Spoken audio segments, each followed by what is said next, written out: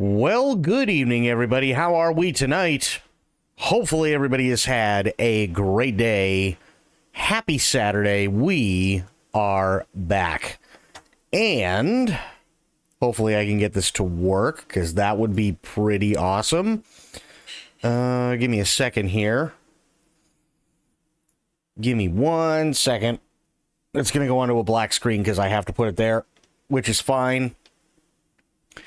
I have to, excuse me, do a thing. At least I hope it works. We're going to find out.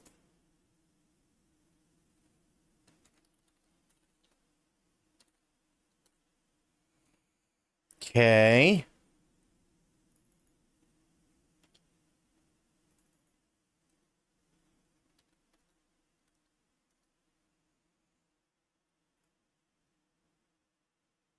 Okay, look at that. Now, right down in there. Much better. Oh, wait, hang on. Just move me over a skosh. There we go. Yay. Perfect. Yeah, see, that doesn't look bad. That doesn't look bad at all, actually. Also, big thank you to True for getting this all set up. And come on. No, shh. That's not what I wanted. No, shh. Quiet. Okay. Good. No. Stop. There. Okay. So, my day did not go well, if I'm being honest. Long story short, whatever it was that was like screwing me, in terms of like my sickness, yeah, it hit again last night. I woke up today just covered in sweat and everything like that. I still feel okay, but it's, yeah, one of those deals where it's just like, I don't really want to do much of anything today, but I do want to hang out with you guys. But I'm definitely nowhere near where I should be to fight anything today in Wukong, which is fine. So instead, we're actually going to be looking at a couple of news things, and then we are going to be watching videos. We've got Steve. What made you stop playing Doom? Honestly, being sick, and then Wukong came out. Or not Wukong came out. I ended up getting Wukong. But Doom Dark Ages. Doom Dark Ages is fun. Don't get me wrong. I think the issue with Doom Dark Ages, though, is the combat is good, but it's very repetitive. And I'm not saying that necessarily as a bad thing, but yeah, it is very, very repetitive. And I've noticed that you go through one state, you go through like one level, right?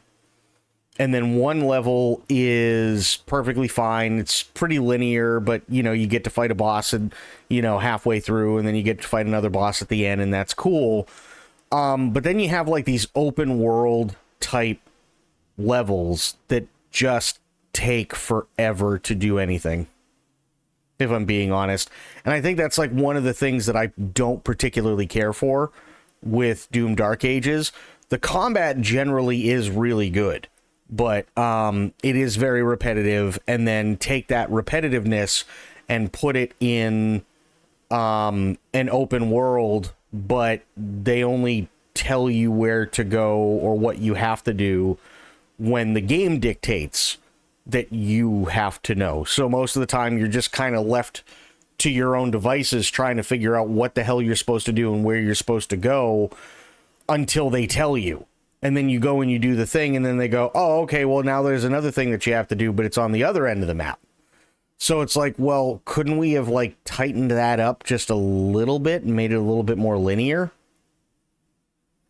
But I will eventually go back to Doom Dark Ages. Sober, what's going on, buddy? How you doing? That looks so good. Yeah, it really, really does. This is True's work. It's very, very well done. Very, very well done. There was a video. Let me see if I can bring it up really quick. There was a video I did want to start off with.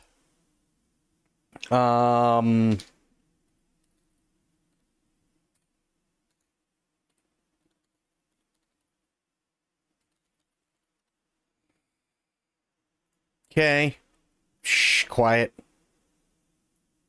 Okay, there we go. Seeing it in action, I might redo the mouth animation, but I couldn't really tell how it'd be for you without seeing it. No, that makes sense. That makes total sense. Be back and forth. I'm writing poems, but you're here. Hey, nothing wrong with that. Nothing wrong with that. We have a couple of things. This is the biggest one I want to get to as we start going. Is Elden Ring Night Rain as bad as people say? Now, the only reason I'm bringing this one up in particular is because Charlie is a massive From Software fan. Massive, massive, massive From Soft fan. And he's giving his thoughts on Night Rain. I've seen a couple of other people mirror what I was worried about, which is great. But I don't know what his thoughts are, so I'm interested to see what he says. So let's get into it. No, it's not. I've seen people unironically comparing this to like Lord of the Rings Gollum in terms of quality and calling it like an asset flip and a bunch of things like that about how horrible it is. And I definitely think it's overhated. But that being said, it's not great either. Yeah, that's fine, True. Yesterday for the first that's totally fine. My playthrough where I called it pretty good. And now that I'm almost done with it, I have 3 Night Lords left. I can say it is still just pretty good. It's fine.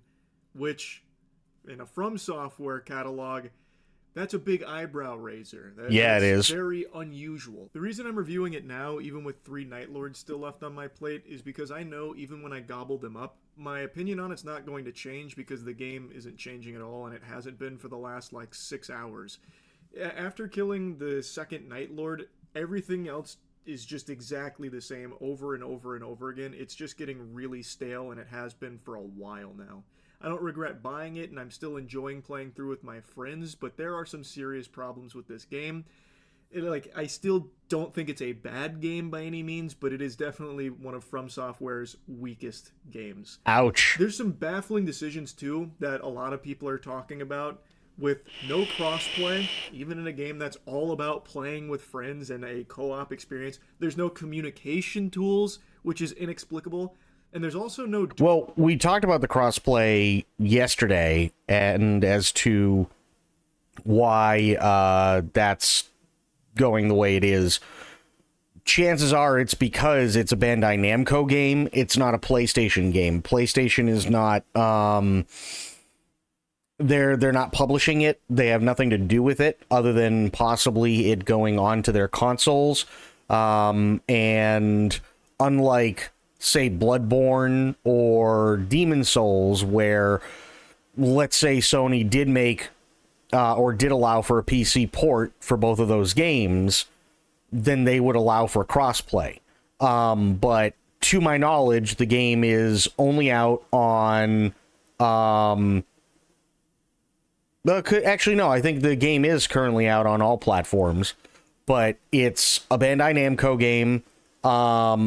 It's on PC, and why would Sony have anything to do with PC unless they're porting something?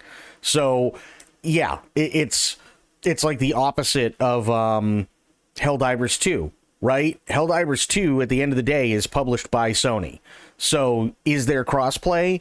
Absolutely. Is there crossplay with Microsoft? Absolutely not. Is there even a version of Helldivers 2 out for Microsoft? Absolutely not, other than the PC, right? There's no, Xbox version of Helldivers 2, to my knowledge. So, again, it depends on what company publishes it and what permissions you can get and stuff like that. But the zero communication in Night Rain... I mean, sure, it's not that big of a deal if you're going to be playing with friends through Discord or whatever, but trying to do that with a bunch of strangers is really going to suck. Duos. How the fuck does that make sense? There's trios and solos, that's it. I think they just forgot about the option of having one other friend as opposed to two. Very odd.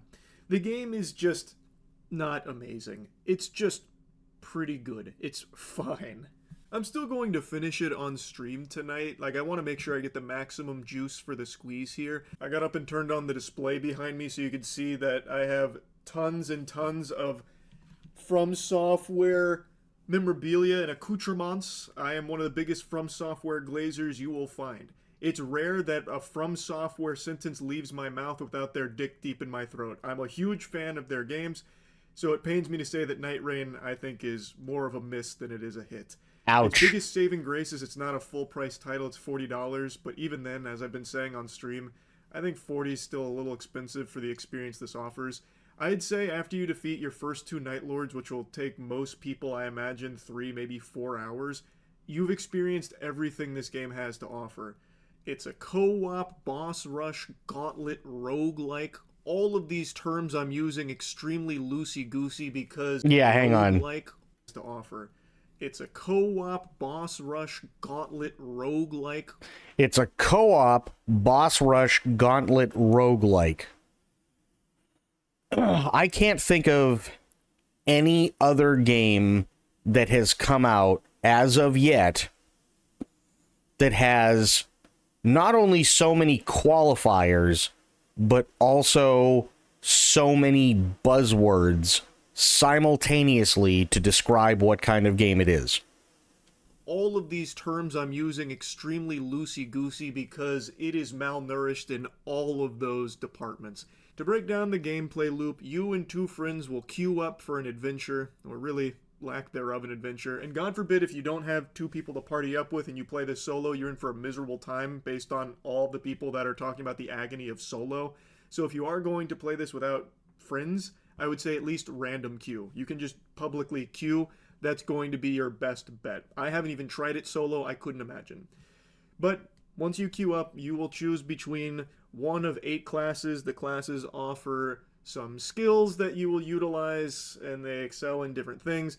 And then you enter the Elden Ring map, the same map that you're familiar with, and you drop in, and as a storm is approaching, it corrals you like sheep, fucking herds you into a central spot at the end, where after killing a bunch of enemies and a bunch of bosses, all of which are recycled from Elden Ring, the only difference is there's a few new movesets for some of them, but after doing that and getting randomized loot, the storm pushes you into a central location where you fight a boss at the end of day 1, and you do the same thing, repeating that again on day 2, where you will fight a boss at the end of day 2, and then after that, if you're successful in defeating it, you will then fight a Night Lord.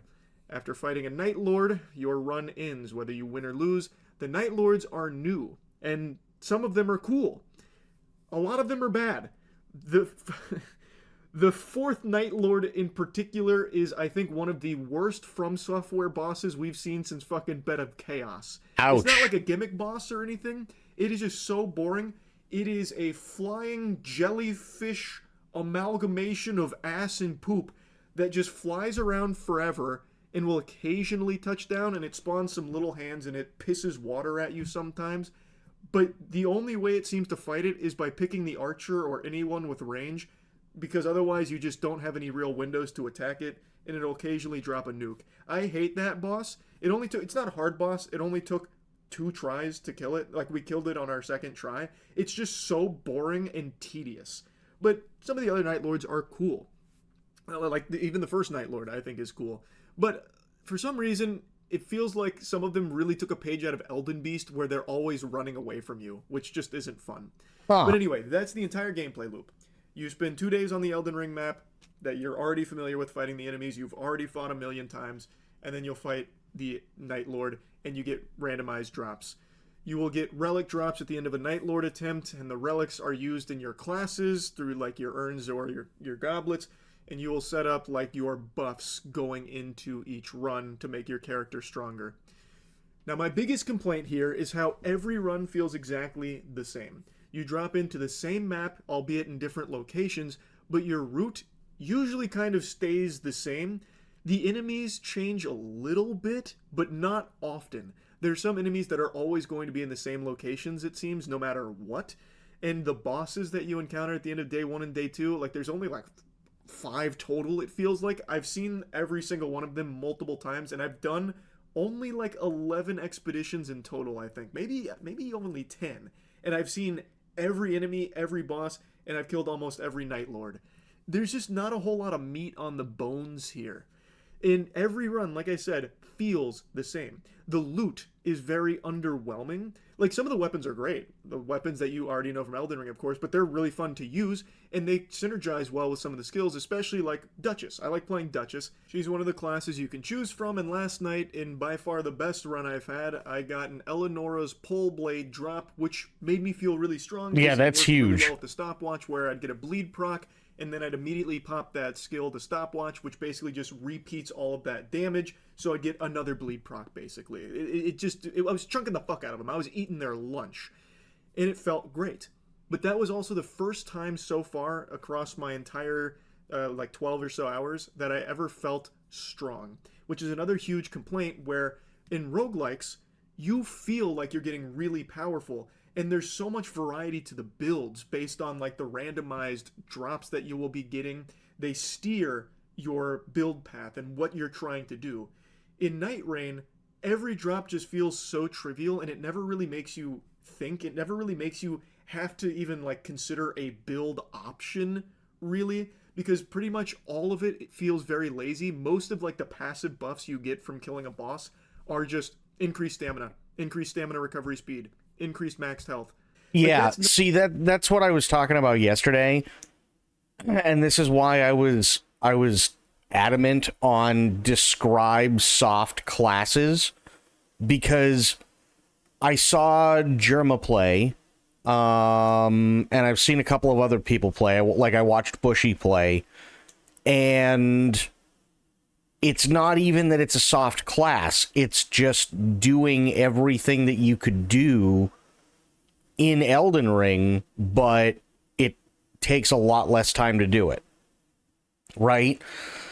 So what I mean by that is, in Elden Ring, you can do whatever you want. Like, you could start off as a samurai, but if you really wanted to, even though it wouldn't necessarily be the easiest time, as a samurai, there's nothing stopping you from learning faith, from learning arcane, getting more intelligence, and stuff like that to use these, like, really awesome, fantastic fucking spells and still be a samurai. It's completely up to you. The difference is that in Elden Ring, because you're looking at a 100 to 200 hour game, with whether or not you have the DLC, it takes a while, right? It does. It takes a while for you to get to the point where you're really starting to feel strong, where you notice a marketed difference when it comes to where you used to be in Limgrave in terms of how powerful and your health and everything like that, to actually being able to see the fruits of your labor, so you could quite literally, like, not really feel it until, say, you get to Mohg's Palace, right? Mohgwyn Palace, and then maybe you have to go back because you got to farm for something or whatever into Limgrave, and now literally everything in Limgrave you're just one-shotting, right? That does make you feel powerful. That's fantastic. My issue with Night Rain, from what I've seen and from what Charlie's describing, is that in Night Rain, you get basically all the things that you want, right? Everybody wants more health. Everybody wants more strength. They want more stamina. They want more FP or mana, whatever the hell they call it, right? They want all of these things because these are the things that push a character forward. So just like Elden Ring, the classes themselves don't really matter other than starting gear and stats, and you can push them into whatever kind of build that you want. It may not be good, but you can. The only difference is that in Night Rain, it just happens a lot faster. Because you're getting all these drops. Increase maximum HP, increase maximum FP, increase stamina regen, increase crit chance, increase this, or increase spell chance, or, just stuff like that. And from what I understand, they also, like, whatever buffs and attributes you get from having a weapon, so long as the weapon is in your inventory, you get those buffs passively. So by the time all is said and done, it doesn't matter what anybody started out with, really. By the time, say, you get to a Night Lord, everybody is basically supposed to be just a brick shithouse. The only difference at that point is the ultimates that each character has, right? Aside from, like, the fundamental, well, one's got he's double-handing a sword, like a gigantic sword. Another one is an archer, and another one is a magic user. It doesn't matter, because by the time you get to a Night Lord, it's expected, at the very least, that when you beat the Night Lord, chances are, regardless of what class you start off in, you're going to be a brick shithouse. And that's just kind of how it is. And that's okay to an extent. But it also doesn't leave much room for creativity. So when they say soft classes, like they did in IGN yesterday, when they say soft classes, I don't think that's entirely fair. I think you can do the same thing in Elden Ring. It just takes a lot longer. So yeah, the soft class thing just still bugged me. Not fun. That's really underwhelming. There are occasionally some cool ones that were there. They're very rare, though, but there are some where they'll have effects when you're walking. I actually made an entire walking build because I got really lucky with walking drops. So I made a walk maxing build where when I walked, I spawned Wraiths, Madness, and Rain of Arrows. And that was the first time where I had, like, a lot of fun and really was like, oh, there's potential here. This could have really worked if we had more things like this. But that is the only run at all that had anything even slightly resembling some creativity and a interesting build, because everything else you see is more iframes on a dodge or increased status ailment resistance, less frost buildup, that kind of shit. It's really boring stuff there. I'm not being exaggeratory. I've only seen a handful of drops that are more than just number changes. Like the walking ones I mentioned, there's also some rolling ones. There's one at the start of Sprint. And I think that's pretty much it that I can think of off the top of my head. Every other, like, passive buff you'll find after defeating a boss is just numbers. More poise, maybe. Faster stamina recovery.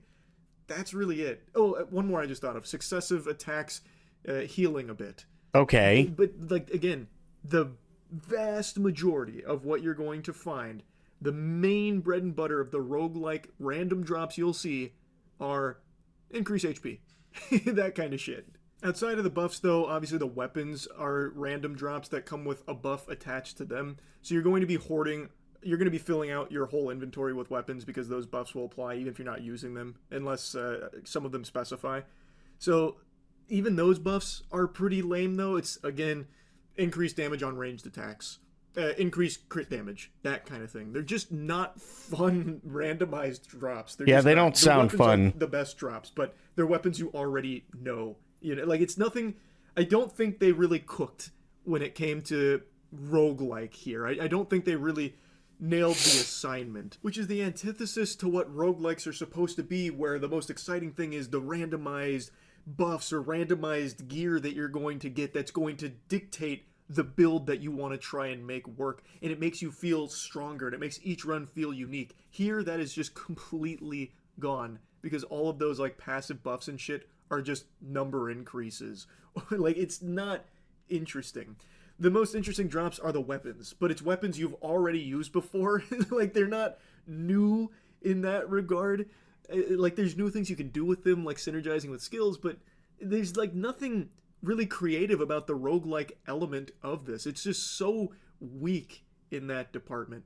And it's not just that. As I mentioned, the relics that you get after defeating a Night Lord, or even failing against Night Lord, you still get the drops.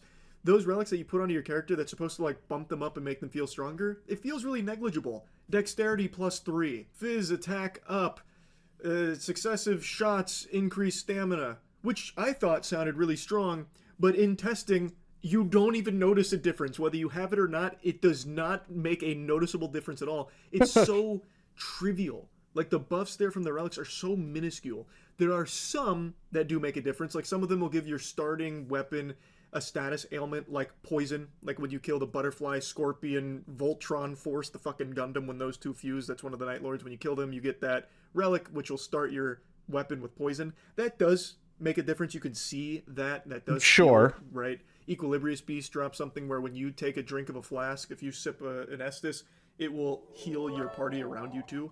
Also, Sophia coming in with 100 bits. Thank you so much, Sophia. How you doing? Very rare. Again, most of it is just random number go up a little bit, and you don't see a difference in your runs at all, and your builds never ever really change. Working, alrighty. It only matters what weapons you get. So you'll constantly just be trying to get the weapon that has the best buff attached to it, because even if you're not holding that weapon, even if you're not using it, you'll still have it active and applied to you. Unless, of course, it has like the red hand icon. That means you have to be holding it to get the buff. But those are like the only things that matter. The other ones that you get like outside of weapons, again, are just flat numbers or like some defense that you're never even going to feel. It's just sad because there is potential here. After playing this, I can see like a good vision. If they had just put more time and creativity into the actual roguelike elements of better, more interesting drops that lead to interesting builds, like the walking build that I cooked up, that could have made it much more fun. Even though you are fighting the same enemies you've fought a million times, it's still good gameplay. It's still Elden Ring gameplay, so it still feels nice, and it is fun to play with friends. Like, I have been enjoying it, playing with Dankin and Scoots. It's just, it's such a game light with content. Like, you are actually just doing the same thing every expedition. Oof. Which runs so counter to all of the other roguelikes that I love. I will say, though, I'm very impressed with how well the game functions. I thought, given previous From Software titles, the multiplayer would be like laggy or not super serviceable. It is smooth as shit here. I mean, this is as smooth as my fucking taint, to be honest. I have not had any big lagging issues outside of a couple rare instances. Well, I'll take that back. The second Night Lord, the Gaping Jaw, he has one move where he like phase shifts into like jumping in the air and spawning a bunch of lightning.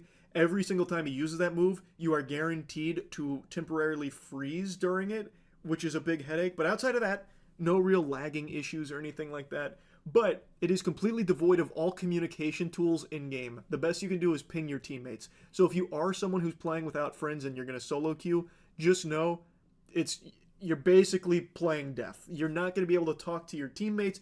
You'll just have to try and read their minds and follow their pings. That's about it. There's no communication tools at all for like teamwork, which is pretty dumb in a game that's all about co-op. I won't keep yapping about it, and I know already some people are going to be really mad that I've criticized a From Software game, fake fan, because nowadays you have to like blindly love everything if you're a fan of that project or that property or that company. And if you don't, then you're excommunicado, like your fucking John Wick universe. But like I said, I am enjoying the game. It's just not great. Like, it is just kind of weak. It just is. I'm sorry. There are problems here. If you're enjoying it, all power to you. I am as well. But I can tell you, after I finish the next Night Lord, I won't be going back anytime soon. Unless they add like a ton of new content to it or something over time, then maybe I'll return. But there's just not a whole lot here to keep me coming back. Like doing the Remembrance quests, I don't really care about. I don't really give a shit. It's just, once again, repeating the same expedition every fucking time, and it never really feels all that great. So anyway, I don't think the game is bad. I don't. Sorry to go against the grain there with a lot of people saying how bad the game is. I don't think it is. I think it's fine. Just fine. The biggest thing to me is it doesn't feel like there was a whole lot of elbow grease put into this one to make something special. It feels more like it was just an afterthought of a project. And ultimately, the product feels more like a mod for Elden Ring than a new addition to it. I think $40 is still too much for what this has to offer. So that's really about it. So yeah. So what do you think? What do you guys think on this? I'm, if I'm being honest, I'm not sold. I'm not very sold on it. What do you think? If I'm being honest, I feel like I kind of feel like this is something that was maybe a good idea to start off with, but maybe it should have been a different formula, right? So what I mean by that is you can have a co-op boss rush gauntlet roguelite, which is fine, although that's a lot of qualifiers. But don't put it in Elden Ring. Make it its own thing.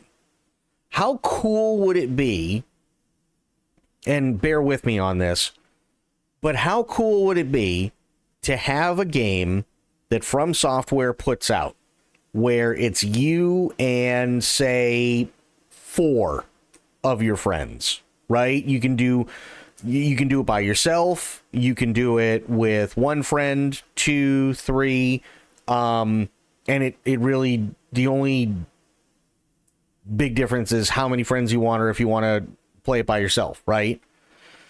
But then the AI scales accordingly, and you can go back and you can fight every single boss from every single FromSoft game that they can get their hands on, obviously, within reason.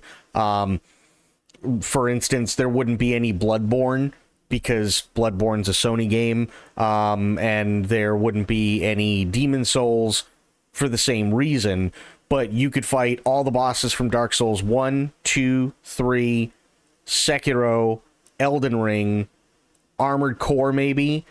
Well, maybe not Armored Core because it's fantasy, but Shadow of the Erd Tree. How cool would that be, right? You and your friends and stuff like that, and it's a boss rush, and maybe they change around a couple of things, even if they wanted to keep like the class thing, which I'm not necessarily the biggest fan of, but like there are ways that you can make stuff like this much more fun. Make it a land that is different from what we've seen in Elden Ring. Make it its own thing, right? Make it a when worlds collide kind of deal. Have it so that bosses show up in certain areas. So, for instance, Bed of Chaos. Bed of Chaos sucks. We know this.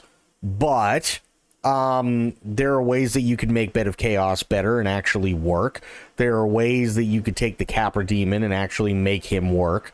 And all the ways that you can make either of those two bosses are incredibly easy. And I don't know why they didn't do it to begin with.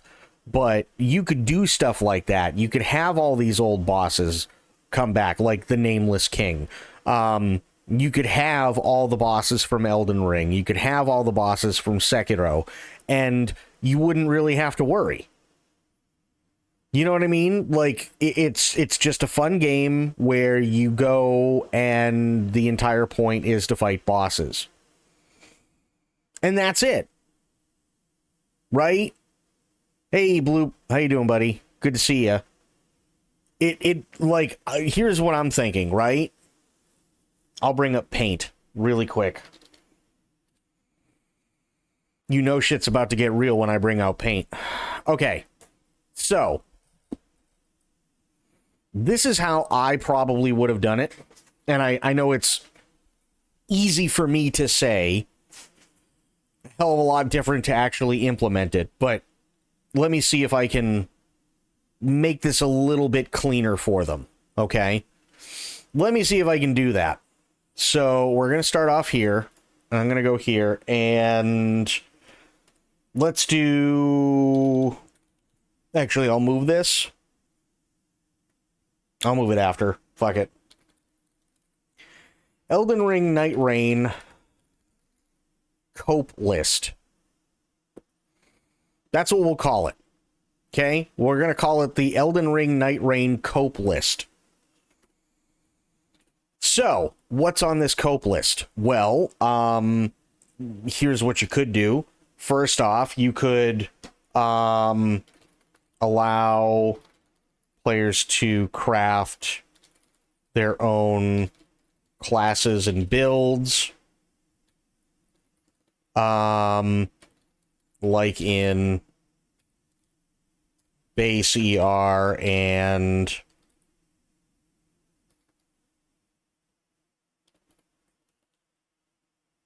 Shadow of...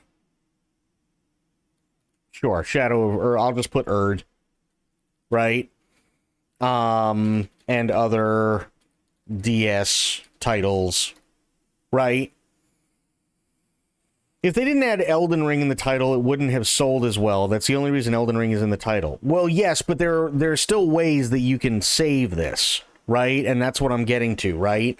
So, allow players to craft their own classes and builds, like in base Elden Ring and Shadow of the Erd Tree and other Dark Souls titles, right?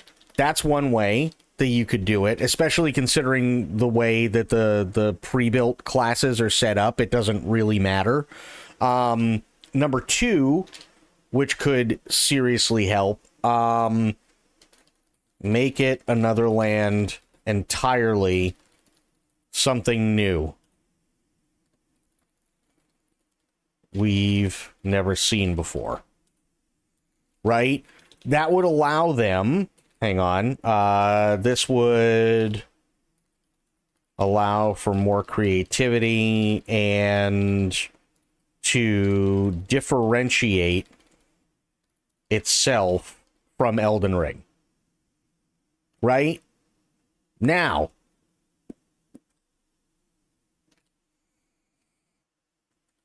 bring in all the bosses from DS1, 2, 3... Sekiro, Elden Ring, and DLC. The other thing, and this is where, like, your stuff comes in true, because I think it would work a hell of a lot better this way. If it was based somewhere else and had all new enemies and they couldn't reuse assets like they did for a cash grab, no, they could. They absolutely could. Here's why. Because every single tree avatar is literally just Asylum Demon. That's it. The Taurus Demon is the Asylum Demon, is the other demon that's down in the Asylum, is the tree avatar. That's all it is. Right? So they could easily redo it. They could easily reuse them. It's not that big of a deal. They've done it time and time and time and time and time again. But this allows for it to be a different land, similar but different, like what we get in Dark Souls 1, 2, and 3 versus what we get in Elden Ring. Right? Think about that for a second. Elden Ring... For the longest time, people kept calling it, oh, it's just Dark Souls 4. Understandably, I can see why they say that, though. They're not trying to demean it. What they're trying to do is they're showing they've taken all the stuff that works in Dark Souls 1, 2, 3, in Sekiro, and hell, even in other games, whether it be Bloodborne or whatever. They're taking everything that works from those games that they know for a fact works, and they're putting it into Elden Ring and then adding more unique stuff to it to make it feel different, but it's in a very similar setting to Dark Souls.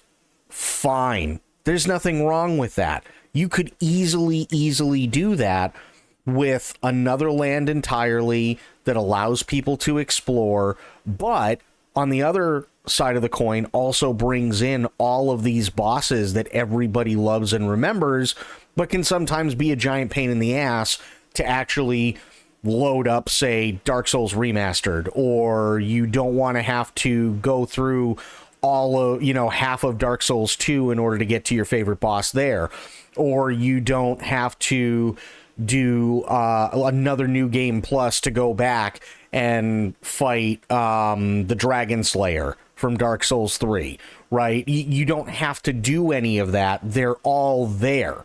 It's literally a boss rush. Make the land big, make it interesting, and so on. Give it some cool lore. Say, hey, look, this is coming from, these things are long forgotten, and they come from a land known as Anor Londo or whatever, right? These people come from the lands between. These people come from the Land of Shadows, and so on. And just make it so, is it necessarily canon? For their story, yes, but in anywhere else, no, right? But now that allows you to do something that Mortal Kombat has been trying to do for the last couple of years. But it's all of their own IP stuff.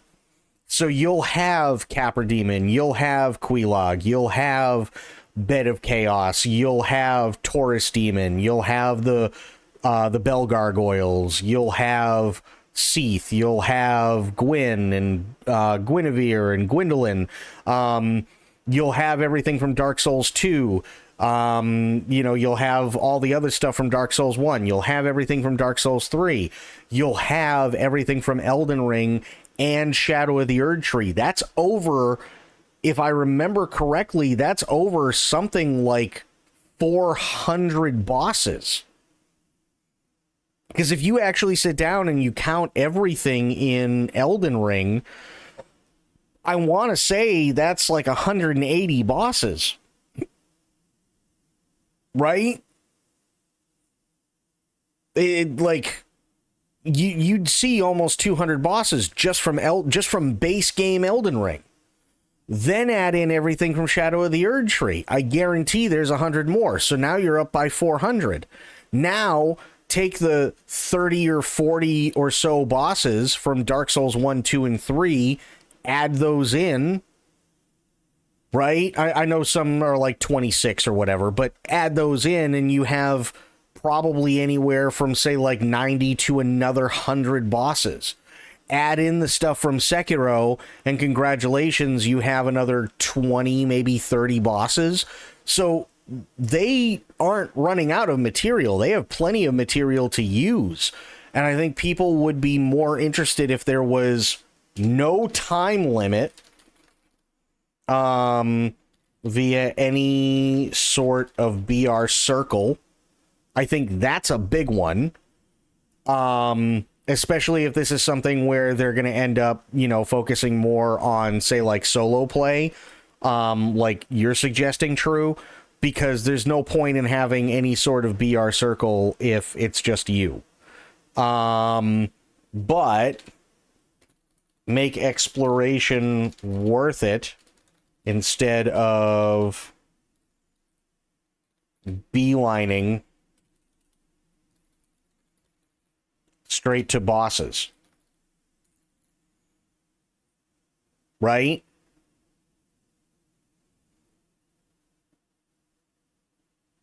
And honestly, this sounds really cool. Do this. Keep the Night Lords, but change some of them out, and I will just put jellyfish in parentheses as an example. Okay. So keep the Night Lords. The Night Lords are interesting. The Night Lords are cool. Right? But yeah. And I mean, hey, honestly, you can easily make it so that maybe some bosses appear and some bosses don't, and like every run is randomized in terms of bosses that will show up, right? Stuff like that. So, for instance, maybe Quelaag is down in a dungeon, right? In one expedition out there, and you end up having to fight Quelaag in something that is reminiscent to an extent of how you fought her in Dark Souls 1. Okay, cool. Now, let's say either your party goes through the entire thing or your party dies, and you have to go out on another expedition. Okay, not that big of a deal, right? But now this time, Quelaag isn't there, because that's just how the randomizer works. So Quelaag, in fact, is nowhere on the map. So now, instead of fighting, say, like, Quelaag here and maybe fighting Gwyn or something like that out in an open field, now all of a sudden it's, oh, hey, look, what's that over there? That looks like a regular dragon. Oh, no, fuck, it's Placidusax. You know what I mean? You can vary stuff up like that, and I think it would help tremendously. Whereas right now, it to me, as much as I hate to say it, it really does just kind of feel like a mess. It really does.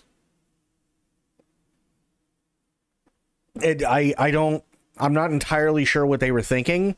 And I'm not entirely sure what the thought process was between how they put things together.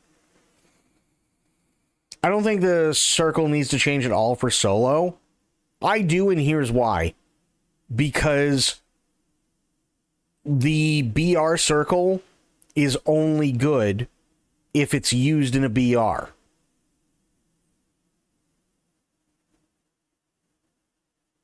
The circle is merely just a pressure system, and having a different amount of players doesn't change that.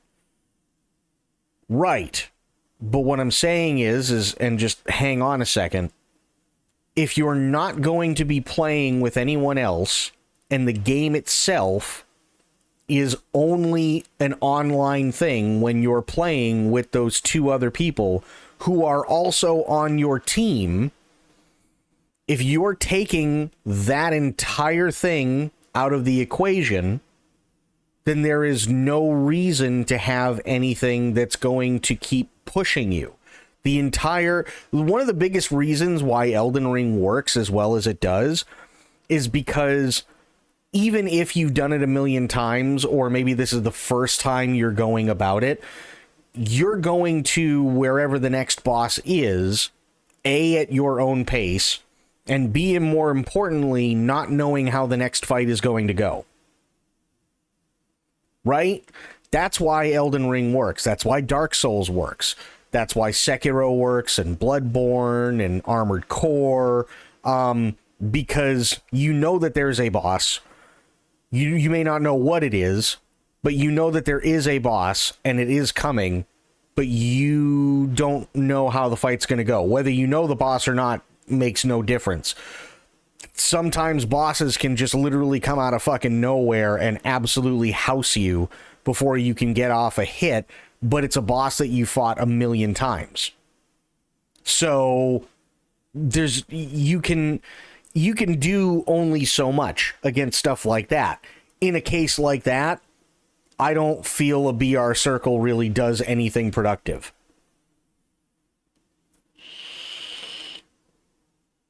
Because if you take all the bosses from Dark Souls 1, 2, 3, Sekiro, Elden Ring, and Shadow of the Erdtree, and you dump it in, there is already more than enough pressure. Because how many times have people choked? I'll be honest, myself included. How many times have people choked because they know that there is another boss that is coming up that is going to suck, and you are just so completely overblown and overloaded with all of the things that boss can do, and it takes seemingly forever to beat that boss? And I can easily name a few. Capra Demon is a huge one. From Dark Souls 2, I can't remember the guy's name. Chariot, right? Chariot was a pain in the ass because I didn't know what to do with him, and that took me a long while to figure out. Nameless King is another one from Dark Souls 3. I can't remember the giant slug guy that I cheesed, but I only ended up cheesing him after literally only being able to go so far, and then he just starts dropping nukes left and right. So there's tons of pressure there. You have Nameless King, you have Capra Demon, you have Quelaag, you have Gwyn, you have Gwendolyn, you have Guinevere, you've got the Bell Gargoyles, you've got Seath, you've got Placidusax, you've got, I can't remember the dragon's name from Dark Souls 3, but you've got him, you've got Pontiff, you've got all these different things and all these different areas that could be redone and made anew in today's graphics, and just have it be a land of all these different things that seem to fit together. Make your own lore out of that. But you don't need a BR circle for that. You really don't. The reason why, and this is my opinion, obviously, the reason why they did the BR circle is because it gives them an excuse to not write any lore. Because all the lore, like, there are a couple of, from what I understand, from what Charlie has said, and from what I've seen with Jerma playing and so on, there are a couple of remembrance quests that may give you a little bit more lore, but the majority of the lore that you would be looking for in a game like that is already front and center, because you get basically the entire history of your character, and within a few hours, you know basically anything and everything that you need to know of each class because of the stuff that drops from different bosses and so on. So after the first few hours, there's no more lore to be had. It's just, okay, this is the game, set your shit up and go, and that's it. It's an excuse for them to pressure the person to not explore and to make them go to the objective, which also means that this whole thing that they're talking about specifically when it comes to, oh, well, you got to strategize and you got to figure out exactly which way you're going to go. No, you don't, because the only thing that a BR circle is going to guarantee is that everybody is going to make a beeline straight for where they think the last boss is going to be. They're going to min-max it, right? That's all they're going to do. People are just going to min-max. If they're down in the bottom right-hand corner and the circle is, you know, it shows that the circle is probably going to end up toward the top left, guess where everybody's going to run? They're going to run to the top left, right? And then within like maybe one or two circle closures, they know exactly where the boss is going to be, so there's no point in doing anything extra. The only thing that they really have to do is just go, okay, I can go beat this boss over here, you go beat this one over there, you go beat this one over there, and then we'll meet back here right before the circle starts to close, and then they all go and they go fight the final boss for the day, or they fight the final boss for the day and then go and fight the Night Lords, and that's it. Right? And the other really, really big problem is, hang on, bring back graces / bonfires to allow people to try again. And the reason I say that is because that's one of the biggest fucking complaints that I've heard so far about Night Rain, right? Is that if you play, say, Dark Souls 1, and you want to go fight Quelaag, well, Quelaag doesn't have a bonfire until after you defeat her. So it's a little bit of a pain in the ass, but if you know what you're doing, you can just literally gauntlet, you can literally just blitz through everything that's there, skip the guys throwing rocks, skip all the poisonous shit, and just go, and then heal yourself when you get into her area, and then fight her. So all in all, it takes maybe 5 more minutes to get back to her spot. It's kind of a bitch, but at the same time, considering some of the others, it's not terrible. In Elden Ring, you have the Sites of Grace, which are all conveniently located within roughly about 50 feet of where the boss door is, so you can immediately go back and try again.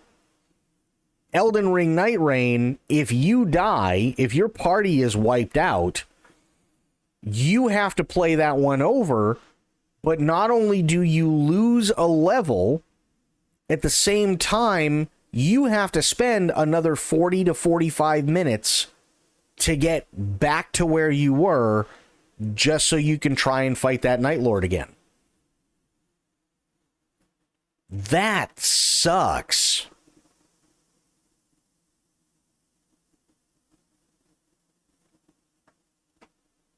Like, how awful would it be? And I'm using this true only because I know, like, it's one of your favorites. Imagine how much more of a giant pain in the ass it would have been, and how much more I would have raged in Sekiro had it taken me 45 minutes to get back to that dick general just to fight him. Aylin, how you doing? Good to see ya.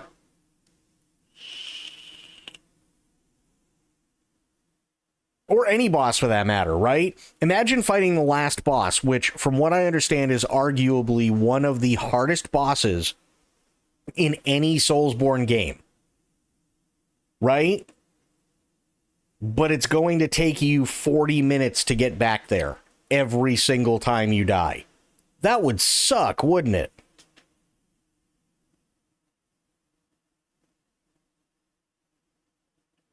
That would thoroughly suck. You're existing, sometimes that's all we can do.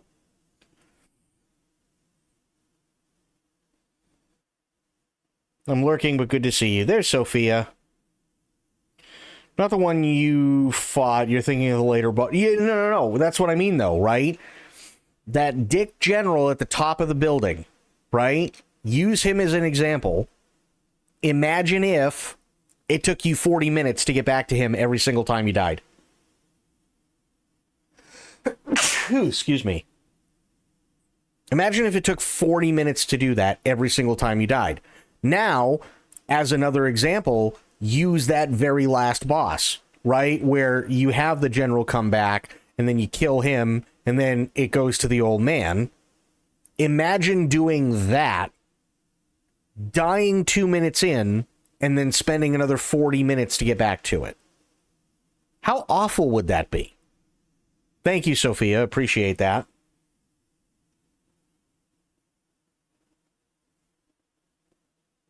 Like, imagine how awful that would be. That's what everybody's going through with Elden Ring Night Rain. So if they lose, I mean, hell, even in Black Myth Wukong, right? Wukong is great for that because, again, it's within 200 feet of whatever boss it is, so it's not that big of a deal. You run for 30 seconds and then you're good. You can keep going back and fighting that boss and learn all the moves and the timing and everything else, and that's exactly what you're supposed to do. But now imagine if you had to, if it took you 40 minutes to get to the next boss every single time, or to the boss that you died on every single time that you die. That would suck. A lot. That would really suck. And again, to your point, True, I feel like, yes, they probably did do some of it to do a cash grab, but at the same time, they probably also did a lot of what they're doing, including the BR circle, because then they don't have to worry about lore. Right? You don't have time to go looking for lore, and you get 90% of it anyway, so who cares? Right? You have 90% of everything that you need. It may only be like 10% that you're missing, which within the first few hours you get anyway, so why does it matter? And then the rest of the time, it's just literally trying to min-max everything and trying to do as much as you can in as little of time as possible because you got this fucking circle that's closing in on you. That's really the only thing that it brings is, like you said before, yes, it does bring pressure, but if you're going single player, there's no need for pressure because there's already enough pressure because it's literally you against some of the toughest bosses in video game history. And that was kind of the entire point of Dark Souls 1, 2, 3, Sekiro, Elden Ring, Shadow of the Erdtree, Armored Core, Bloodborne, Demon Souls. So the pressure's already there. They don't need to add any more. The only thing that it did was save them writing lore or coming up with anything new and creative.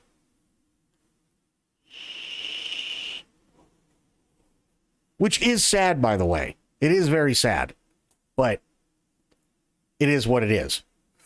Next, I just saw this right before I started streaming, and while I was trying to get my little avatar buddy here all set. By the way, for everybody coming in, my little avatar buddy here, that is all done by True. Big thank you to True. He did an awesome, awesome job on it.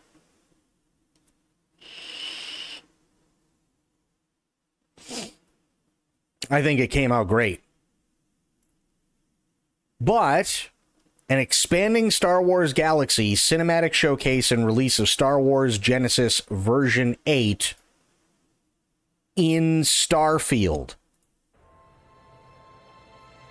The age of the Jedi is over. The Empire made sure of that.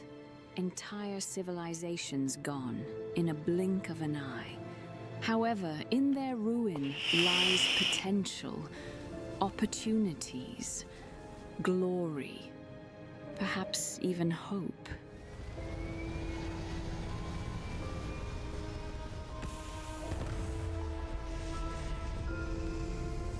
This actually looks really good. To explore, but at a price. Beyond the safety of sanctuaries lies unpredictability. The desolate wastelands of Tatooine, the crime-filled undercity of Coruscant, the slimy corridors of Nar Shaddaa.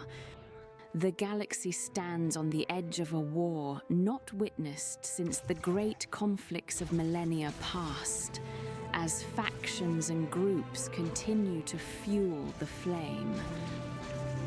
The Shadow Collective, ruthless Mandalorians separated from their This homeworld, looks awesome, doesn't it? clinging to their ancient legacy. Their dominion over the hyperlanes has left the galaxy divided.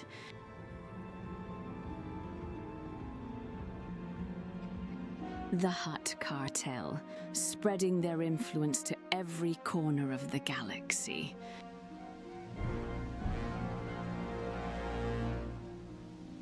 The Pike Syndicate, entangled in affairs no one dares speak of.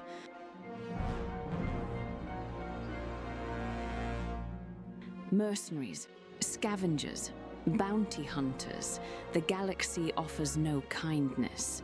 It is chaotic by nature, and with that chaos comes a void that yearns to be filled.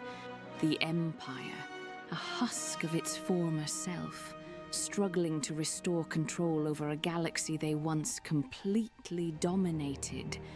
But control is only ever an illusion, as the rebellion has existed beneath their noses for quite some time, hiding in plain sight. But now secrecy is no longer their shield. The Alliance stands stronger than ever, stretching across the galaxy. And for the first time, Yeah, this is a Starfield mod. fear. The partisans, walking the line between principle and extremism. Their ruthless methods have driven some to side with the Empire, fearing what the rebellion tolerates. And finally, the Sith Empire, growing in the shadows, shielded by the chaos of war. Their origin lies beyond the reach of any known star chart, and their purpose remains unknown. But one truth is clear: they have no allies.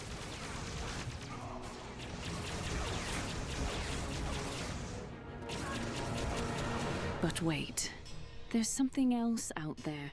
I sense it.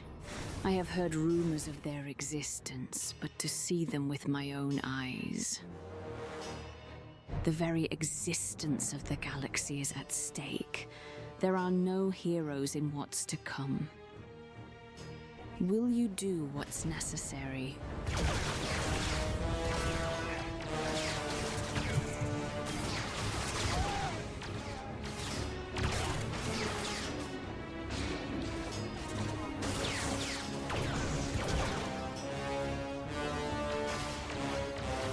I mean, it looks pretty decent.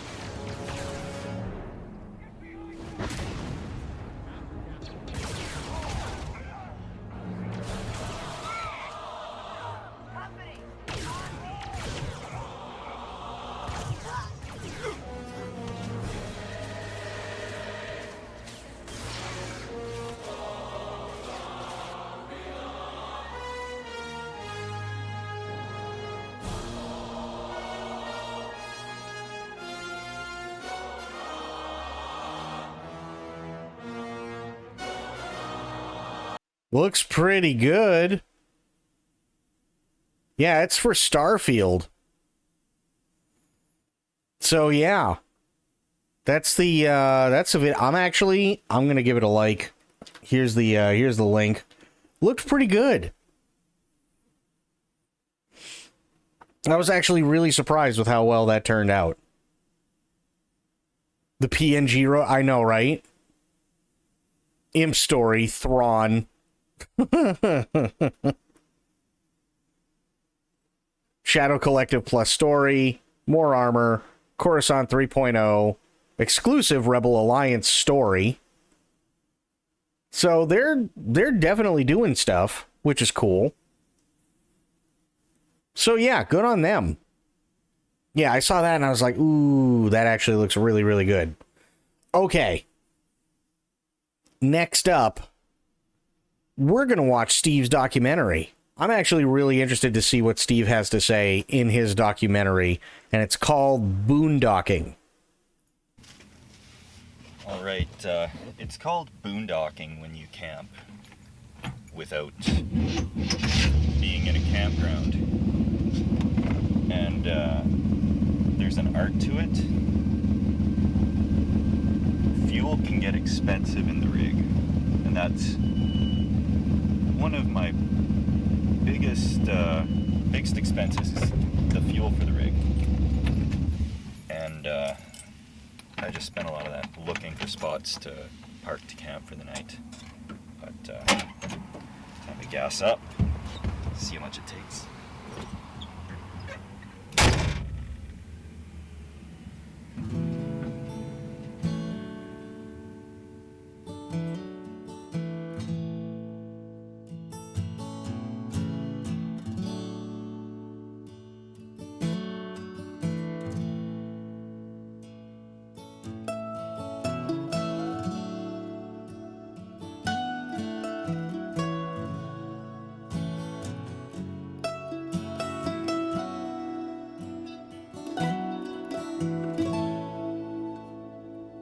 Also, just an FYI, we are going to be getting into more paranormal stuff in a little bit, but this is a good segue.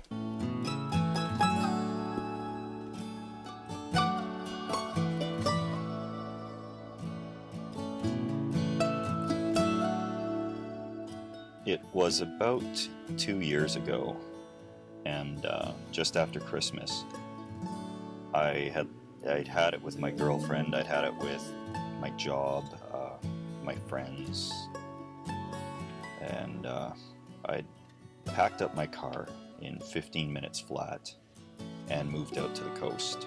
I just drove my car out here, left my job. I didn't know what I would do, and a couple months in, sleeping in the car wasn't working for me. I felt homeless. I was homeless. And I saw an ad for an RV for $1,000, and that's what I've been driving and living in since, on and off. But for the most part, it has been home, and it's worked out well. So I don't know where my car is now. It got repossessed, but Yeah, this is the dock, yeah.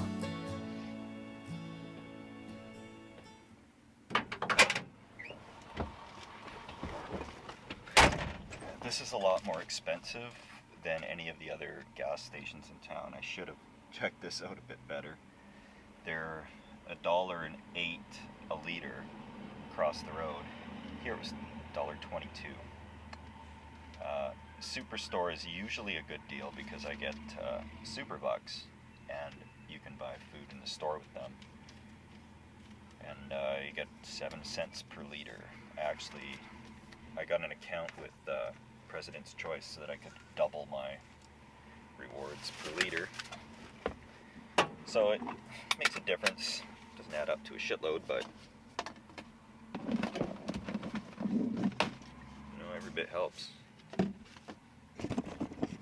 Every bit helps.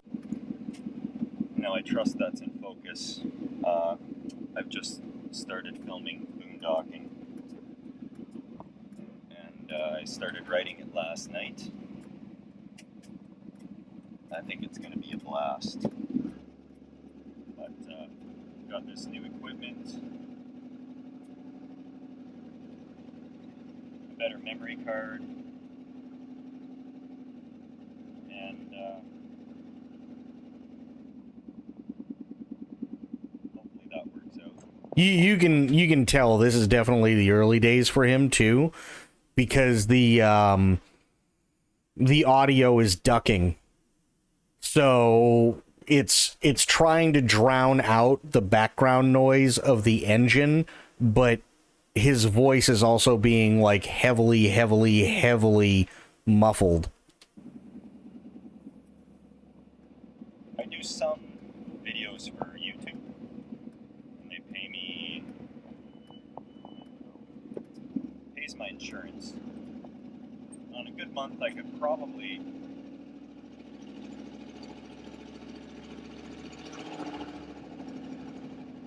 make $100. Now, if I work on that, I could get 2, 3, 4, 500 a month. Then I don't have to worry about all this job bullshit. But in the meantime, I've got a job. I do night shifts for a Home Depot, a company that works for Home Depot. And we go in at night, rearrange their shelves,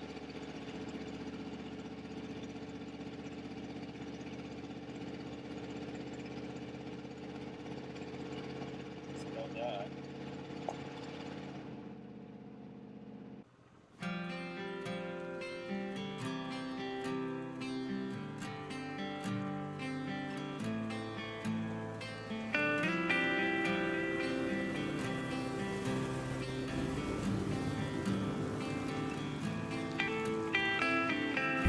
Good shot, Steve.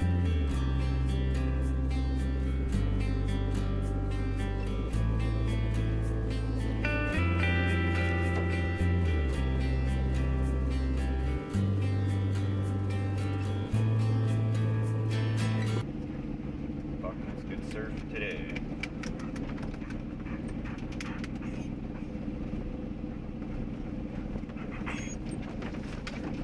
It's like Boondocker Central here. This is a rec center, rec site. They keep it open. Okay, everybody parks here for free, unlimited, and it's also a prime surfing spot.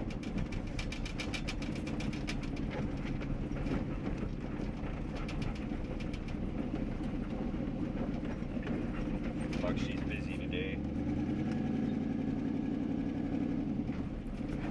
A couple weeks ago, nobody here at all. Not a soul in the world. I just noticed he's wearing that sweatshirt that now has the hole in the elbow. Okay. Here.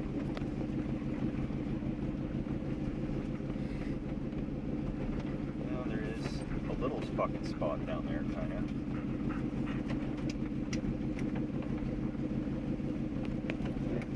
Fucking right.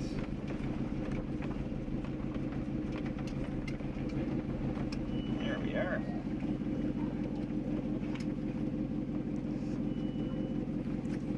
It's not too level.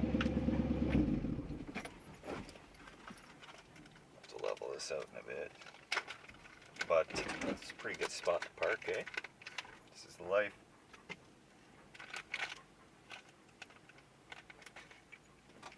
Hell of a good surf today for out here.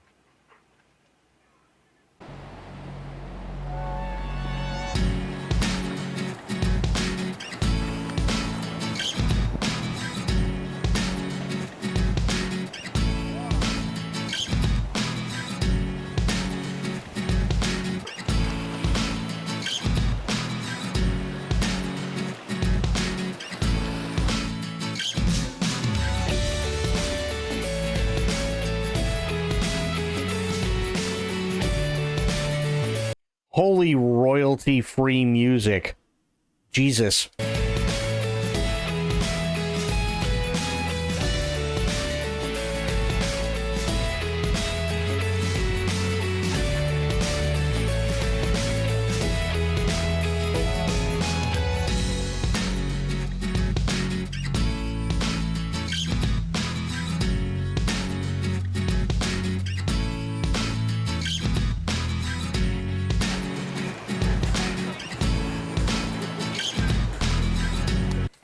Hey, Reed. Hey! I held off all morning to have my first beer with you. Right on. Proud of me? I am. Cheers. Oh, sweet. Right on. Sweet So this boondocking digs. Always boondock. That's the key. Always boondock.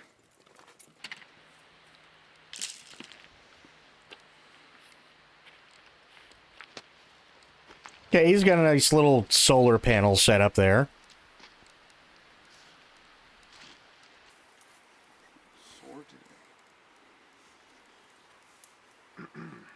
Oh. Hi. Hey, Sticks, what's up? Not much.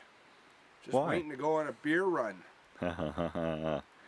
Is that what boondocking is all about? It can't be about beer. Well, it's about 50% of it.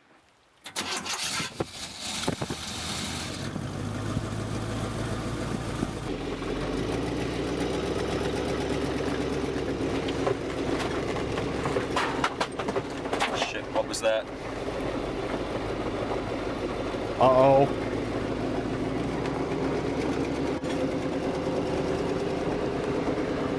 Gotta be careful when everything's a mess in the RV.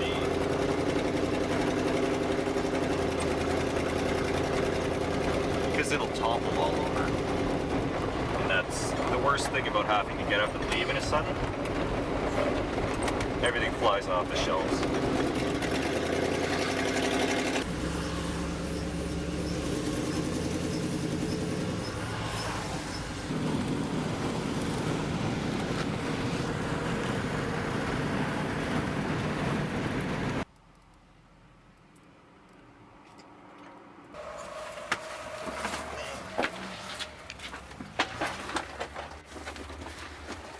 So glad this thawed out. Meat is still frozen. Dough is just starting to thaw. Perfect.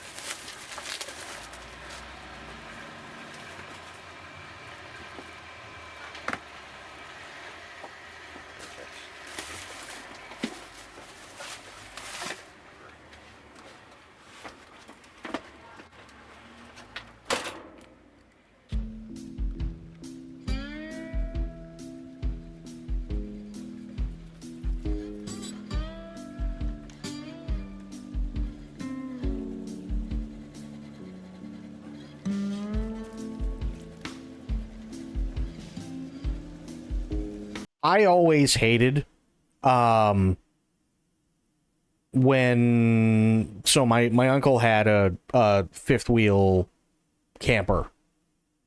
Well, actually it wasn't even a fifth wheel, it was just a regular camper, right? It was a 30-foot camper, and he had a pickup truck, and the one thing that used to drive me nuts all the time is when you're driving down roads like this to camp and you hear all the branches constantly hitting everything on the truck and the camper. That used to drive me nuts.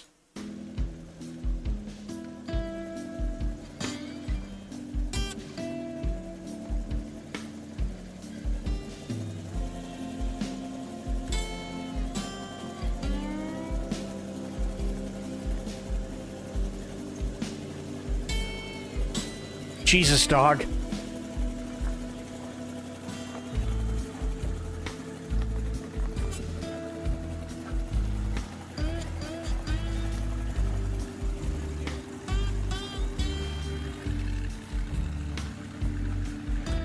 No, oh God.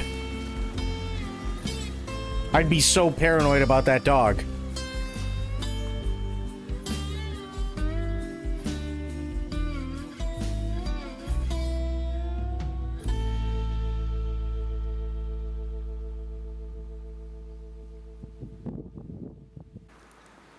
This is the logging road. We're not sure where entirely it goes. We've got a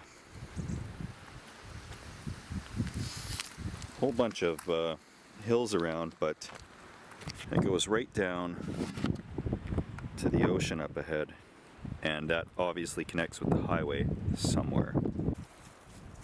Up on a logging road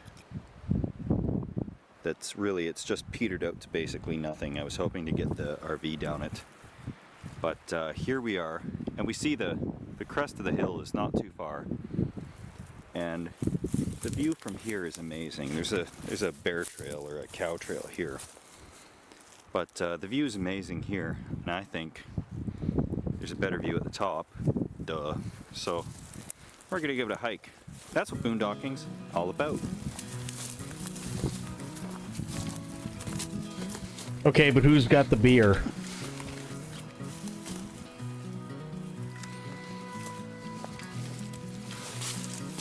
Apparently Steve has the beer. It's definitely an animal trail of some kind, but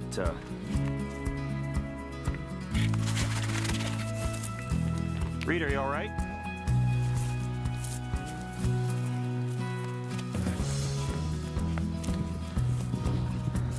Can someone please check on Reed? I'm pretty sure Reed might be drunk. Take the easier way up. You're pretty high up that butt fucking tree. Wow. Steve just said you're high up that butt fucking tree.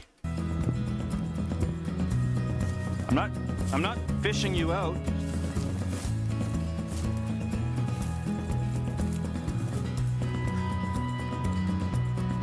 Why do they call you Sticks?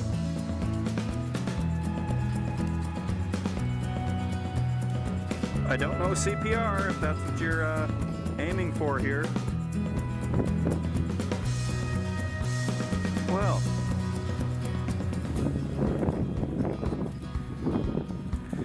How's it look like? What can you see from up there? Is it a nice view? Yeah, this is March 3rd.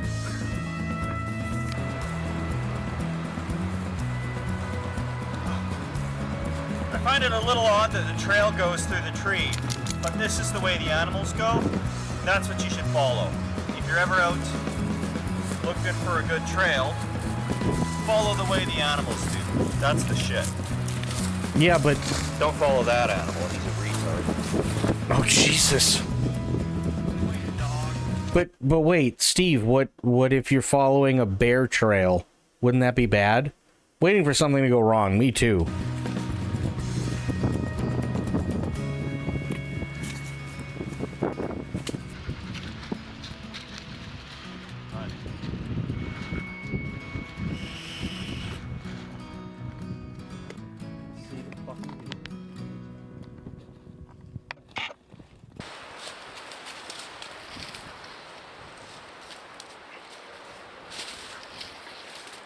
You dick.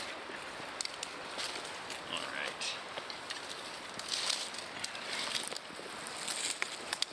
We are to the fucking top.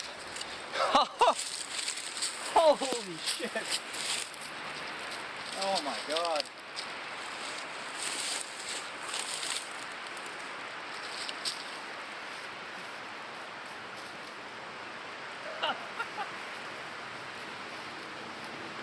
Oh fuck yeah. Look at all this. This is my view. I boondock. I don't have a home, but this is my view. Fuck everyone. Beautiful. You can see the waves coming in a mile before they hit the shore.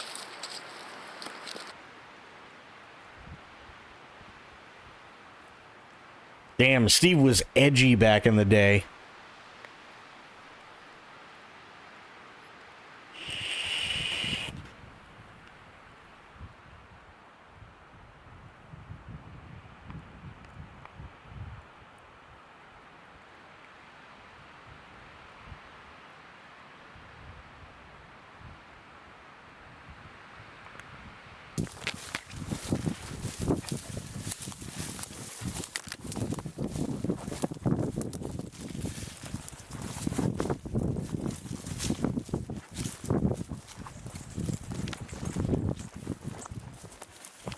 in here, we got a tooth.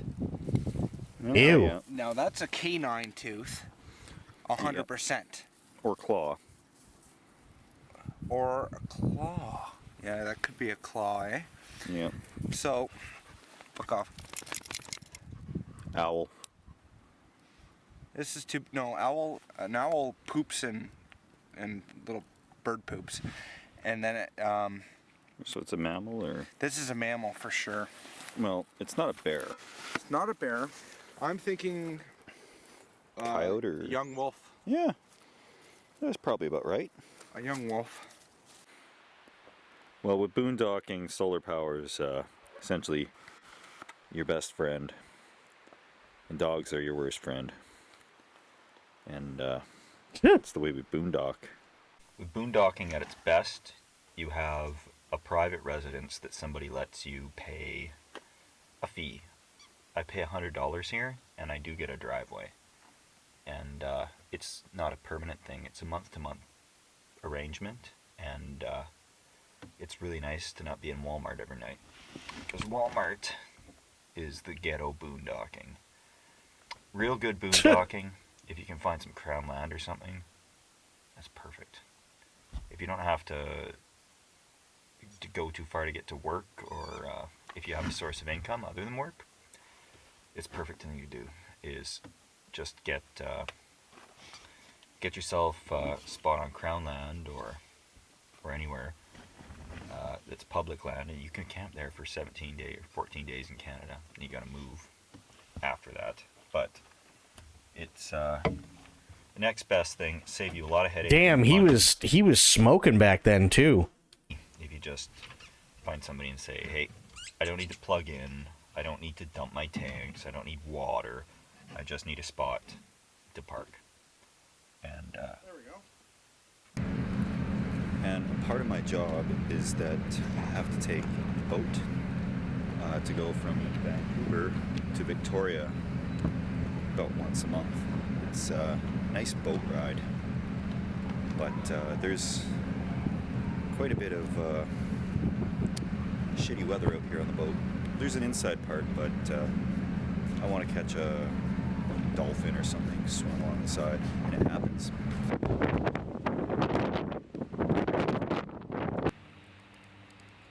All right, we're camped at Jordan River. We got the solar set up and everything, but we are going to cook tonight. I got steaks, which is a rare treat, but expensed them at work. So to get our fire going, chainsaw off the fucking wood that's laying on the beach, and it's everywhere. Welcome back, Sober.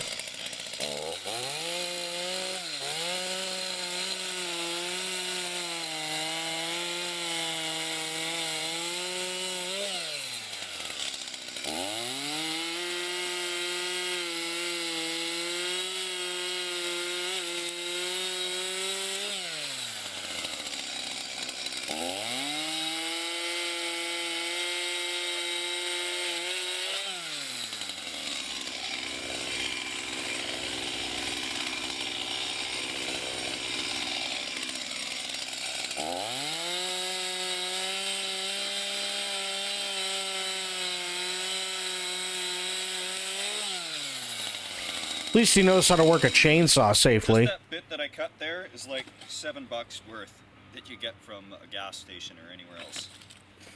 That's how we fucking cook.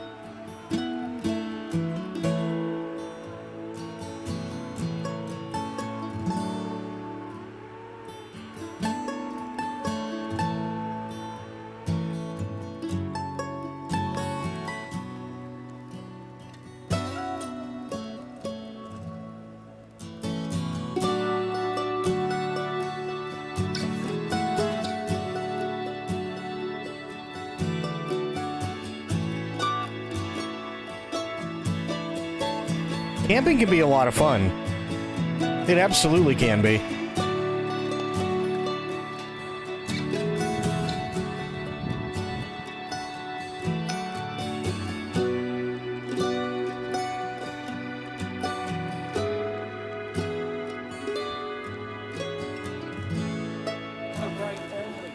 Oh yeah, I know. They have the rest of it. No, you can't. They always have that for last winter and the winter before. I haven't been able to.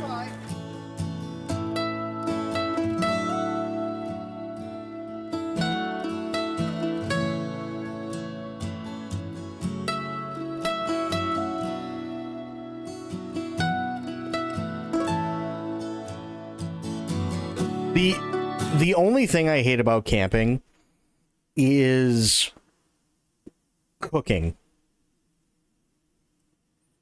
Cooking while camping sucks. That's the only thing that I don't particularly care for when it comes to camping. And the only reason why cooking while camping sucks is because let's say you want to do like some really nice meal. You're already camping, so you're already roughing it, which means that you don't have a lot of the same things in your kitchen that you do while you're camping. So you got to kind of improvise. And especially when you're camping out of an RV or you're camping over an open flame, you also have to remember, well, you know, I'm not going to cook a baked potato over an open flame. That's going to take 6 hours, right? As Steve learned, don't cook meatloaf in foil on an open flame. It's going to take 4 or 5 hours, and it's probably going to suck, right? Stuff like that is a pain in the ass. And then if you do anything with an RV, let's say the RV has a stove, the stove is very, very tiny typically. So you're not going to get this really nice, extravagant meal or anything like that. Chances are it's, you know, you're probably not going to have enough storage to bring absolutely everything that you need, nor would you want to, because you're only going to be out there for a couple of days. Whatever you bring has to be small enough to fit in whatever fits inside the stove in order to cook, or fits inside the oven in order to cook it. The stoves are usually pretty good because, again, it's usually like anywhere between 2 to 4 burners. That's not a big deal. But then if you're going, oh, okay, well, I'm going to cook stuff over an open flame, sounds like a great idea.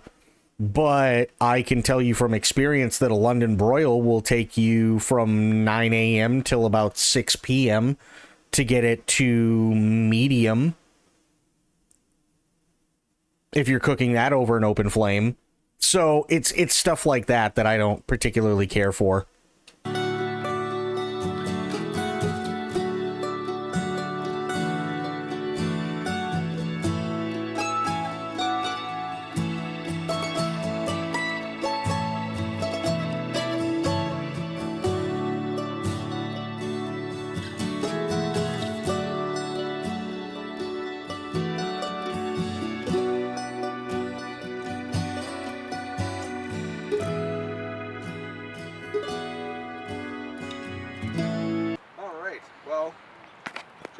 Up building this generator, and prehistorically there's been a big dead log here, and it's probably been decaying for quite a while now, so it's very spongy, which works out for the generator plopped behind it in our RV there, because it seems to absorb all the vibration, and we can barely hear the generator while sitting in the RV less than 15 feet away, which probably works out better for our neighbors as well. Yeah. And oh, over here we have holly. I don't know much about the holly except it's used in mistletoes. It's a very unique sound. Yeah, I'm kind of wondering if the Germans are about to invade. Anyhow.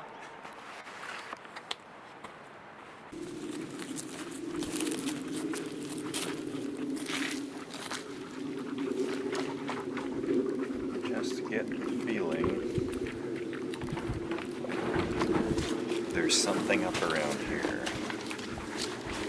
And it's probably... Your Anderson shelter ready, oh god. Turn around and head back. Because whatever this was shanty somebody lived in at some point. But with this amount of 5-gallon pails strewn about and tarping and tires, it seems like there could be a grow-op nearby. And I don't want to stumble onto one. Don't know where we are. This trail is occasionally used.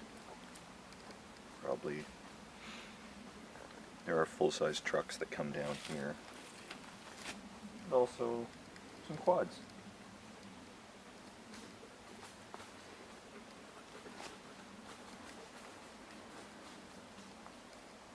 Interesting place.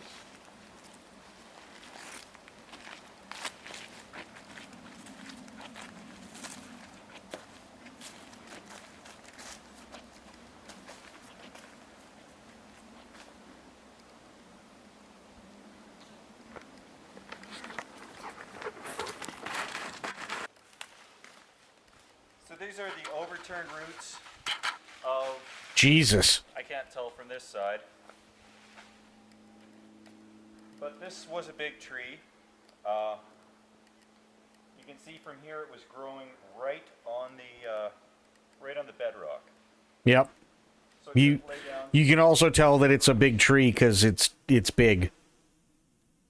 There you go.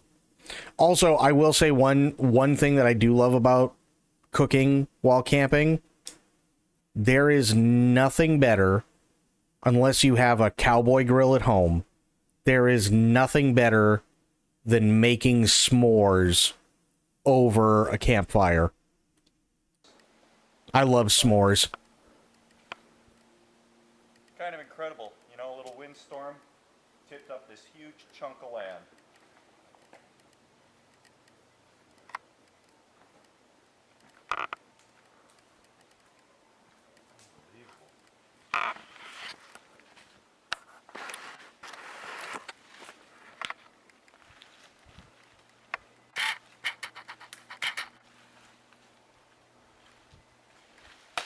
Okay, well, now Steve's blurry. Oh, Jesus, bro. You're straining the gears in the camera.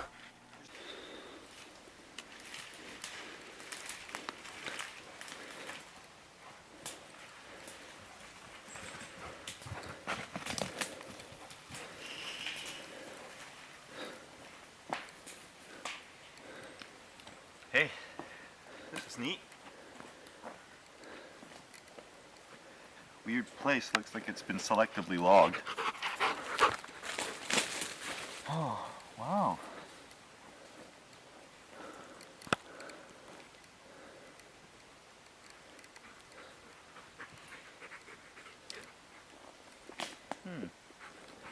Oh, look, poop. Interesting. What bones do you suppose these are?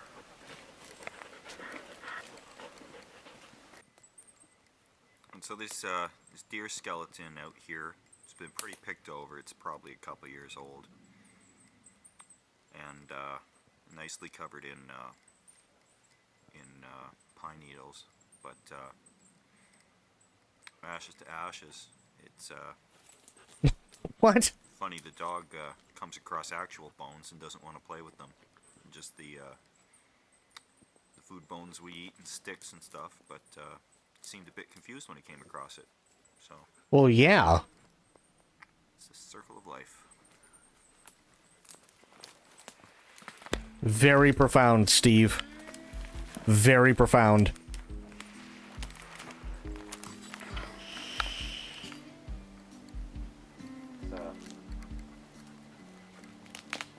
It's a really eerie forest. Better than camping near a graveyard and the dog comes back with a fucking tibia. That's true.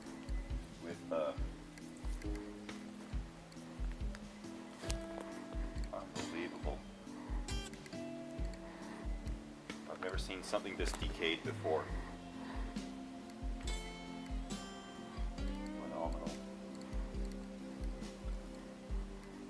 right there are the old growth, older growth.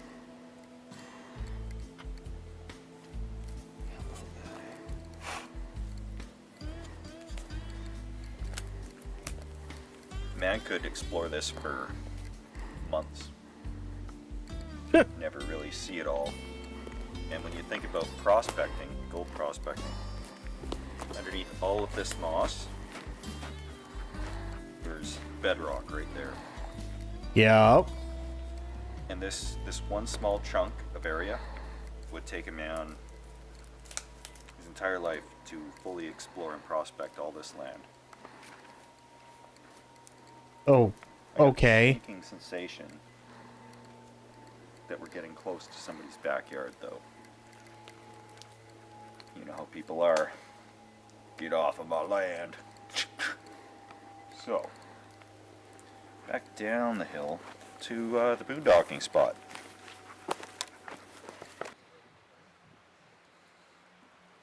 Right.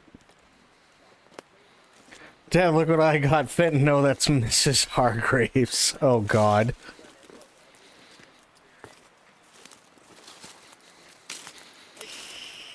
Hey, Reed. What's up?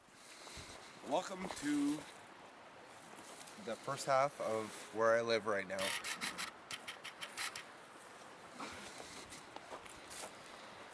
So a bit of a steep hill here.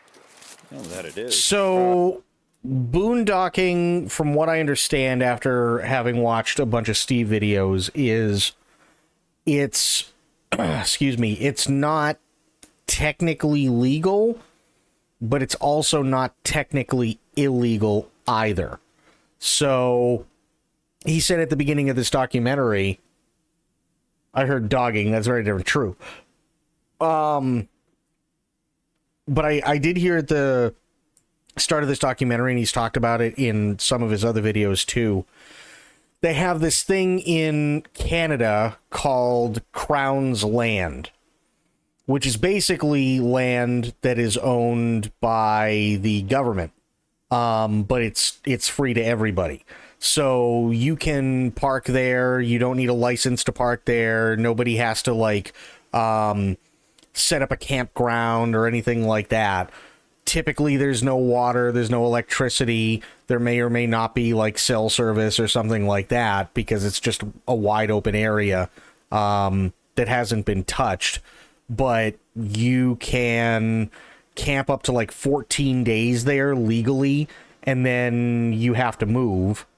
But nothing is stopping you from moving, say, like 10 feet, and then you can do it all over again for another 14 days.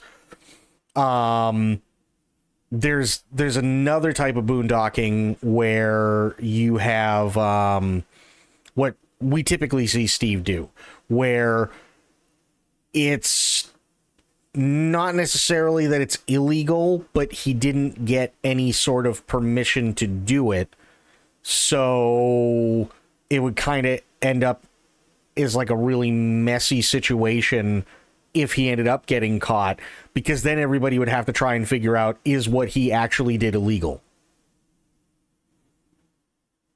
So, yeah, there's different types of boondocking. Shadow, maybe you can help me answer this question for me, since it's partially your fault. I will try, Rainbow. What's up?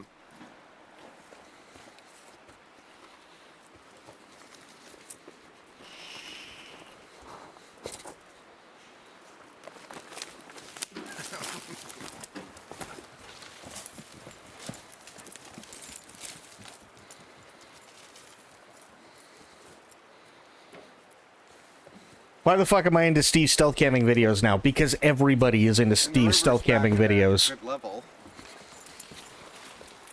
Oh, so it is. It was much higher a day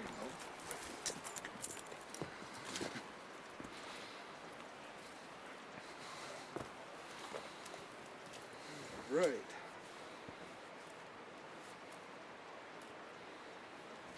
Oh, he's... And there's Steve's dog. Right. What are those boondocking drinks that you have there? Oh, Oh, the old Pacific pill. I see.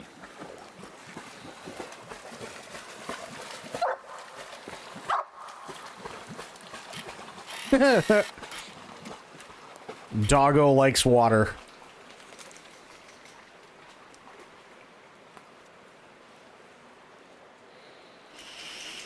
My stupid friend and my stupid dog.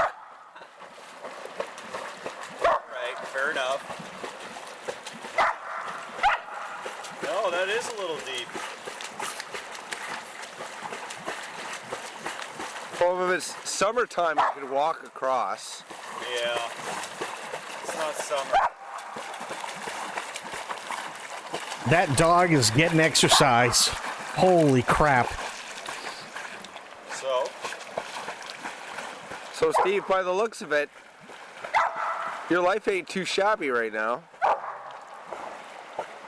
Could be worse, I suppose. I don't have a brick and mortar house, but I do the same things everybody else does. I am, like, this is my backyard, 10 steps from where a park would be. Water is a little deep. Looked shallower from shore. The tree looked more sturdy from shore. I might fall in. But I have a beer that I just cracked. So I have to be very careful. Because when you're homeless, like myself, the worst thing you can do is spend money on beer and then drop it in the ocean or the river or whatever combination of ocean and river this is.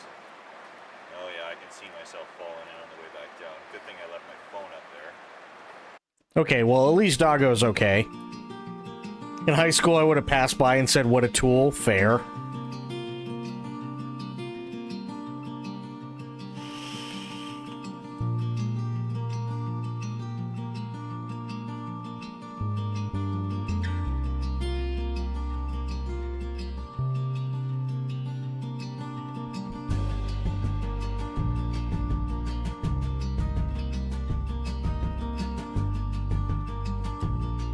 Oh, he's changing out the brakes. Yeah, this is the reservoir on this side. I gotta go back. Hang on. I gotta go back. There we go. So... Well, Steve, I hope you're either putting it all back together or you're just starting to take it all apart, because there is zero brake pad in here right now, buddy. So, yeah, you kind of need them. You don't understand. I need a van in my life. You don't understand my consideration to live with barely no overhead. No, that's totally fair. That's absolutely totally fair.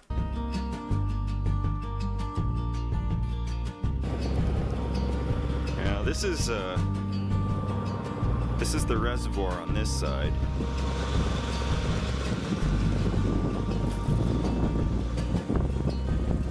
Here's the wreck site campground. Generating station. On this side.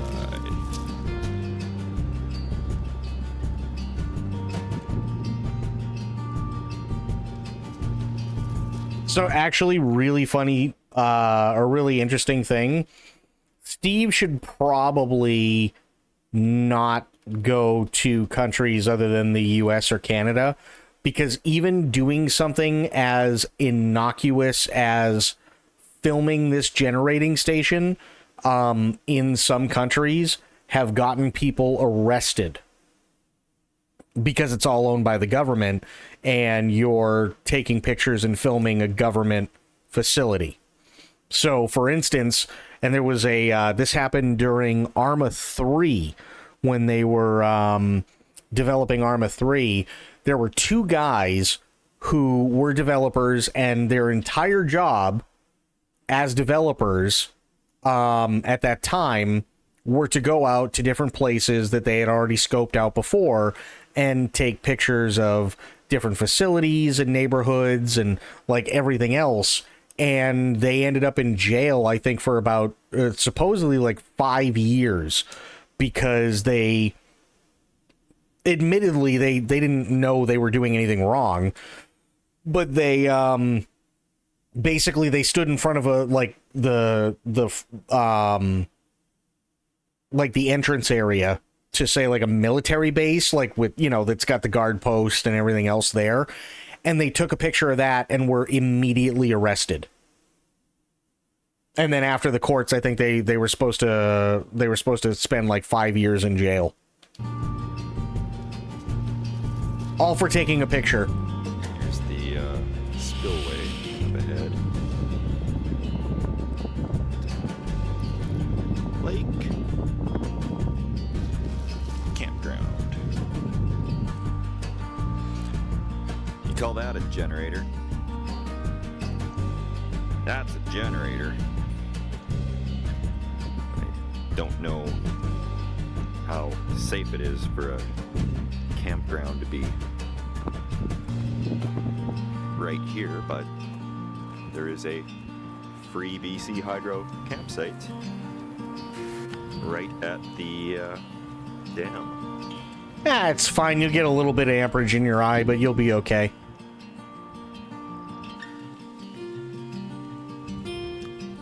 I don't know how safe it is to have a campground right out here. Beautiful lake, though.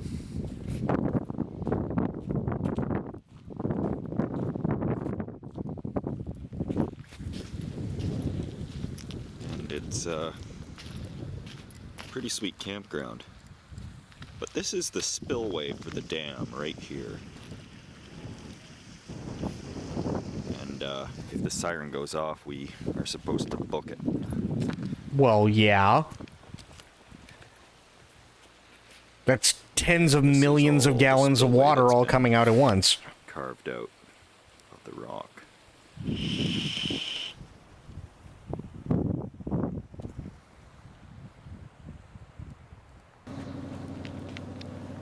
This set of valves here controls the spillway for the dam. This is the full side. And it empties out over here through this channel right down to the campground. Nice. You can hear it trickling a little right now. Terrifying. And it looks like it gets opened from time to time. Quite the thing.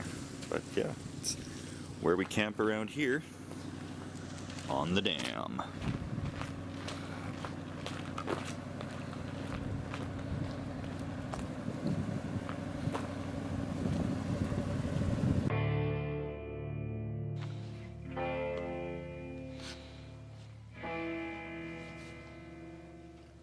One issue when you're boondocking in the city is police. True. They notice you. They don't like what you're doing. In some towns, it's illegal to sleep in your vehicle. And I know that Walmart is usually friendly. Costco usually is too. But always double check with the managers, because some stores are they're renting the land from another company that owns the parking lot, so you want to be sure that you're not going to get any trouble. If you do camp in a parking lot like this, do not drink. It's you might get a knock at the door, and that is never pleasant. Long-term urban stealth camping is best done with a minivan or an other less conspicuous rig, because whatever you use for a rig, move it around every night if you can. Walmart once gave me an eviction note on my windshield after 3 days there in a row. So you got to watch out. All depends on the managers of the stores, but it's a very good idea to move it around and avoid the city at all costs. Maybe overnight getting supplies, but keep it out in the boondocks, so to speak. And that's my advice on that. So when you're boondocking, one of the nice things is that you can do whatever you want because you can live wherever you want. And time to go for a boat ride, I think, today. Oh boy.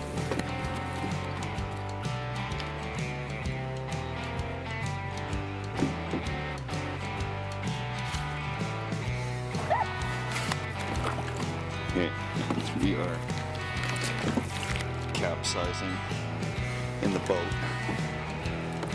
taking on a shitload of water, Wait, why? What? and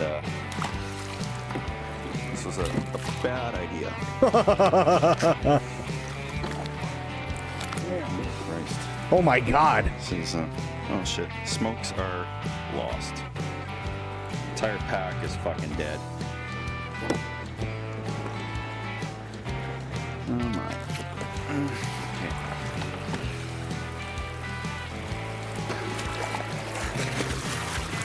I'm gonna bring myself home. I brought mine. I got Okay. it. Gonna tow me back here. We lost the pack of smokes to the water, so we're gonna have to do another run for smokes. All right. Well, here we are. That's gotta be cold as shit. Thanks, Reed, for the lift. No thanks for the shitty idea. Nicotine or death, true.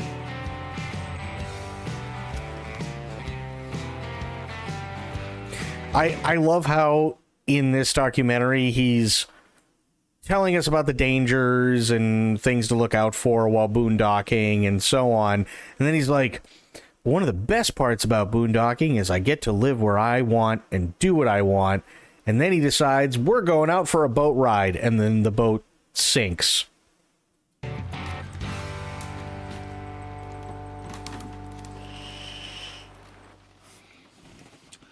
And one of the shitty aspects when you're boondocking is just not being able to go into a place, change your clothes, shower, and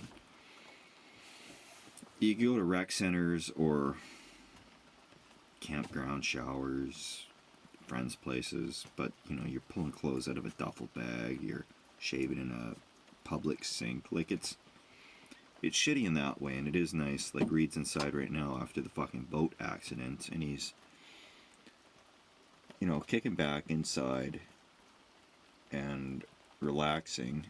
And I'm sitting here in my wet jeans. I could probably find some others to throw on, but I'm probably just gonna let these ones dry out. And it's cramped quarters. It's Okay. one of those things, but you know, I'm in an RV and it's pouring rain. It's be in a nice house like that if I wanted to give away all my free money, but we know how I feel about that. That's why I put up with this type of shit. What?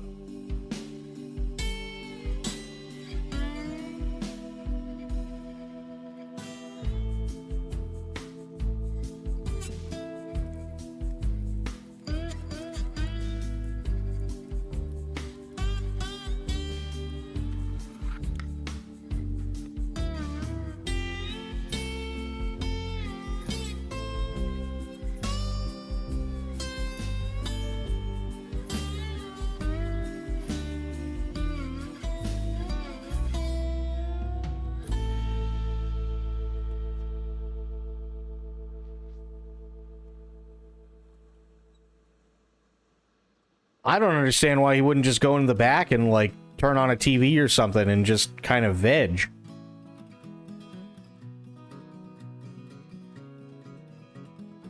I mean, there's not much you can do when it's raining. We've all been camping when it's raining, and that kind of sucks.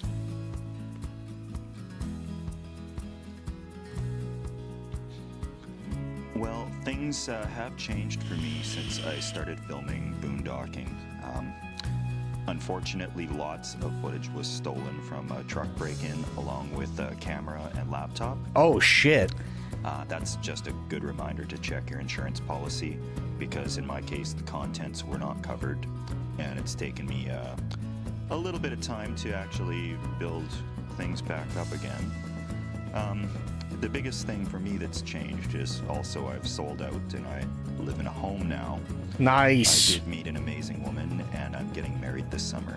Oh, nice. So boondocking is a fantastic way to live for a single person with achievement, and it would be a fine lifestyle if your job and other obligations and your partner work out in that respect.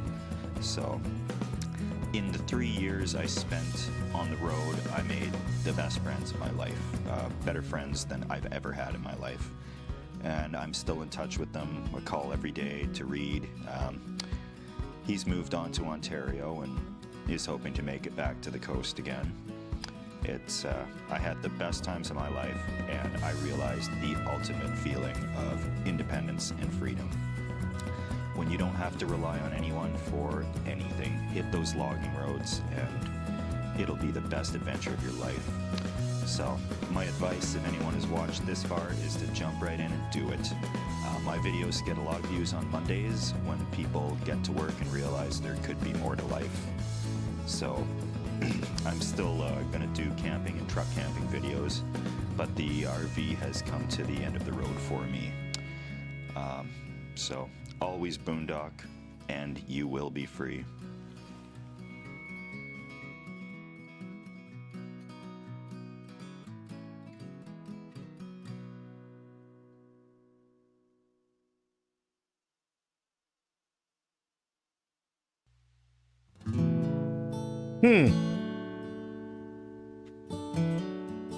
So I'm assuming that's when he was getting married to beautiful wife.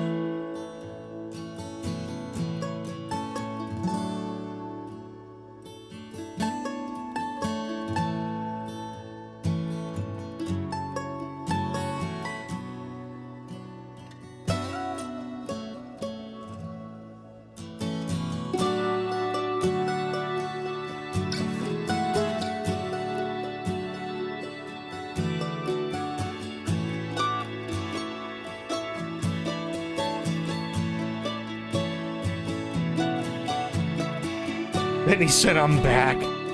Fair.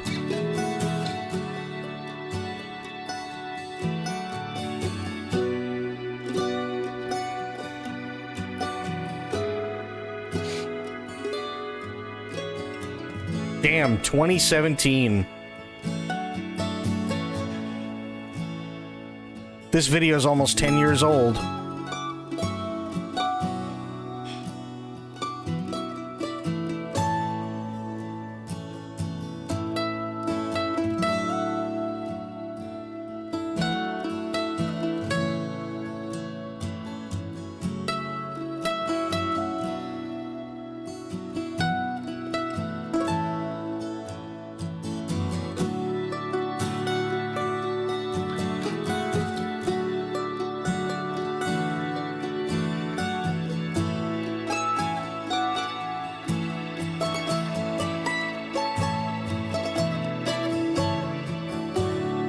Doggo.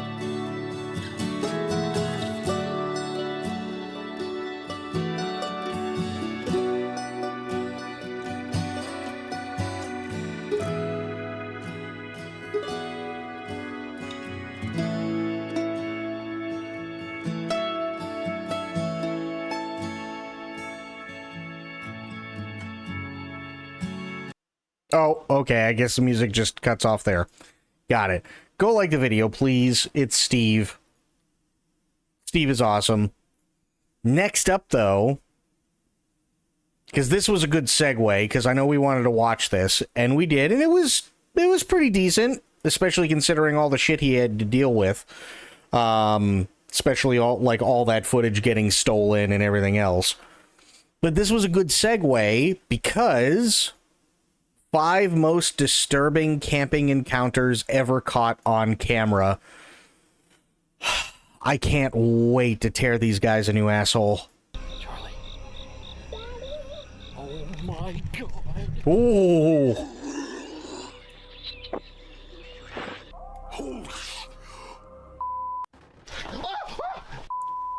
Camping is meant to be a peaceful escape into nature, a time to relax under the stars and disconnect from the modern world. But sometimes, the wilderness hides terrifying secrets.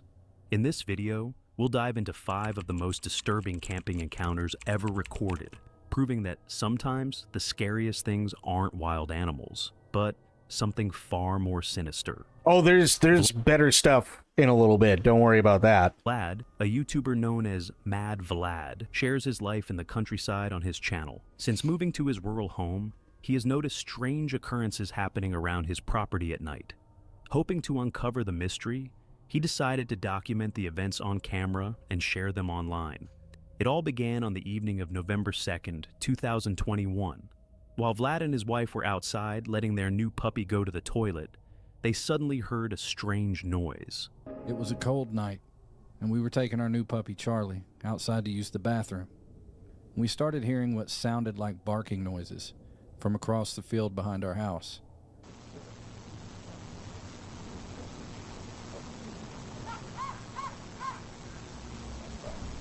Upon listening to this barking sound, I noticed that it really didn't sound like a dog. It almost sounded like something was mimicking a dog. It could have been a coyote, though. At the time, we were in good spirits, and I started barking back at it. Or rather, I was saying woof. Woof. Woof.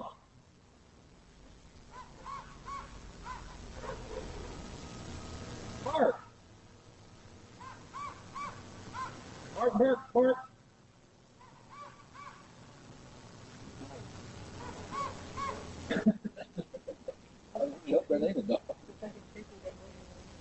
And 5 seconds later, we heard the sound again, only it was right on our fence line. At first, they didn't think much of it, but just seconds later, the same sound echoed again, this time from the opposite end of the field.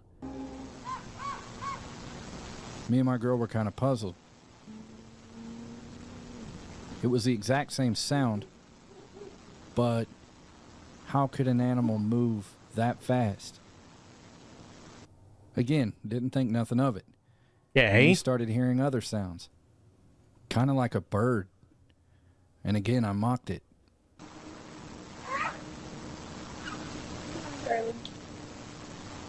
Yeah, animals move insanely quick.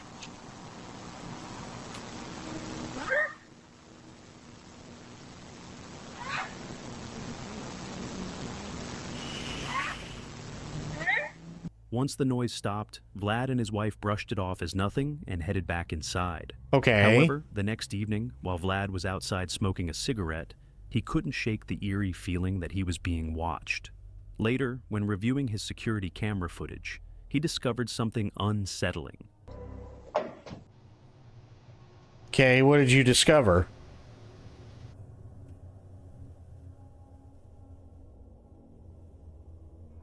That? That's it? That looks like a piece of spider web that just so happens to be in focus that's being blown around by wind.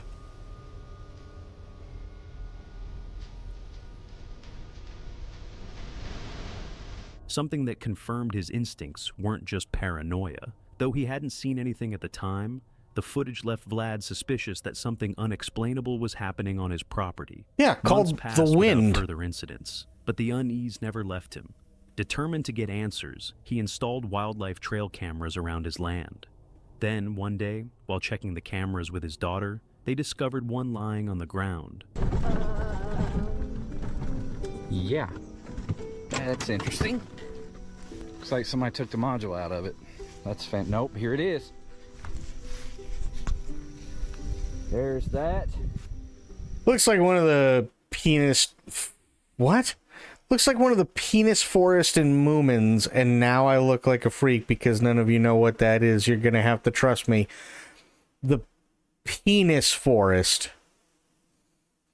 Okay. And yeah, also, he conveniently recorded the incident. Yeah. And here is the module. Great. Maybe this caught something. Battery's low. Okay, hold that. Did you get the laptop? Yes. Okay. All right, well, thank God for that. Let's see what's on this. Can you hold this? There's probably some kids or something I want to see right now. Okay, let's pull the SD card out.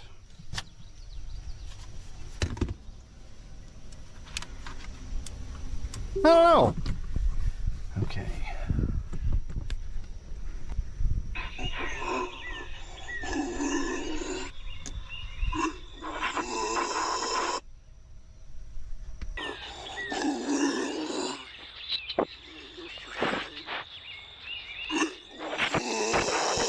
What did that even sound like? Sound like a bear. Okay, let's go. I'm getting a little paranoid. Okay, I'm gonna go home and better inspect this video. That sounded like a bear. The footage, an eerie, otherworldly growling sound could be heard, followed by something physically touching the camera. What I discovered on that trail cam scared me. Whatever it was definitely an animal. From what I can make of it, it looks like a deer.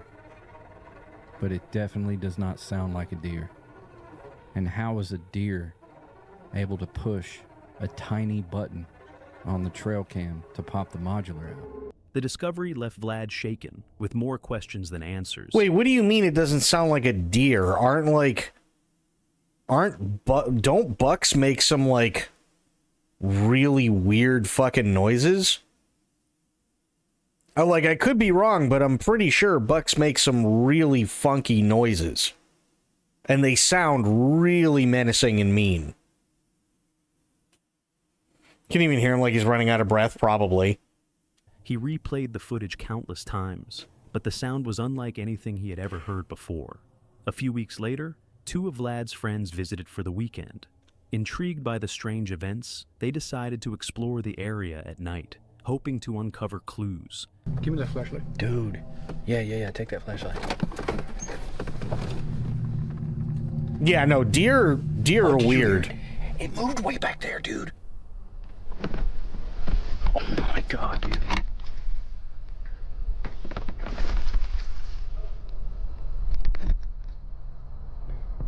What the fuck? It's a chalupa cobra. God. Close. That was close.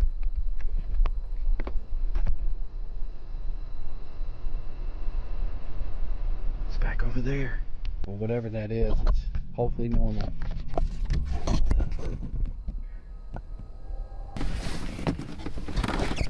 Like up there. Yeah.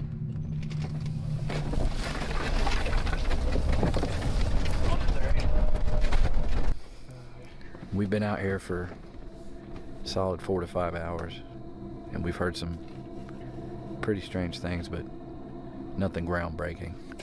Okay. Tonight was somewhat of a bust. There are fireworks going off in the distance. I don't know if that has anything to do with it. After hours of searching, they found nothing. Frustrated, they gave up and returned home, still without answers about what might be lurking in the darkness. I want Weeks banned for passed, life. and Oh, Vlad God. remained on edge every time he stepped outside after nightfall. Then, one night, while walking his dog, the atmosphere shifted once again. Come on this way, buddy. It's okay. It's okay, come on. Calm down, calm down. Come on. Calm down.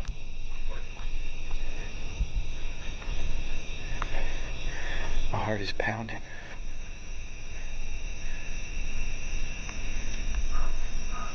Teddy's still going nuts. As they walked, a rustling sound emerged from the bushes, and his dog reacted with visible fear. Uneasy, Vlad quickly turned on his camera and began heading back home, sensing that neither of them was safe. I can't see.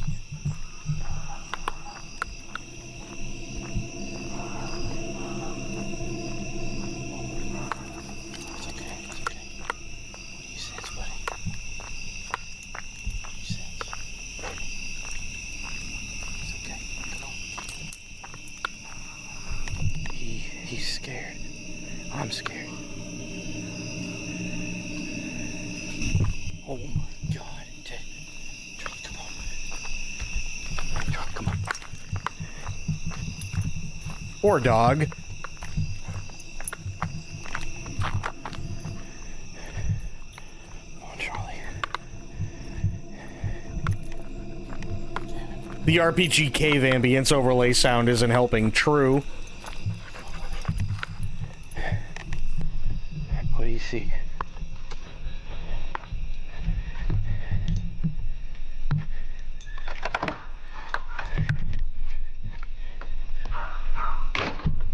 We're back.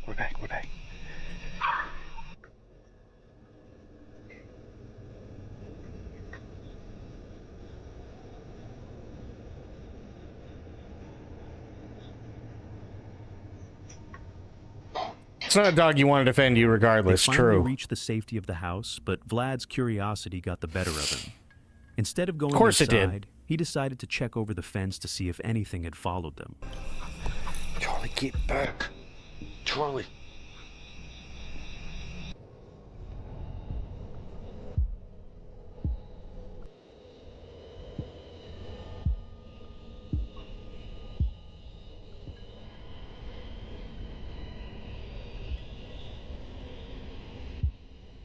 Okay.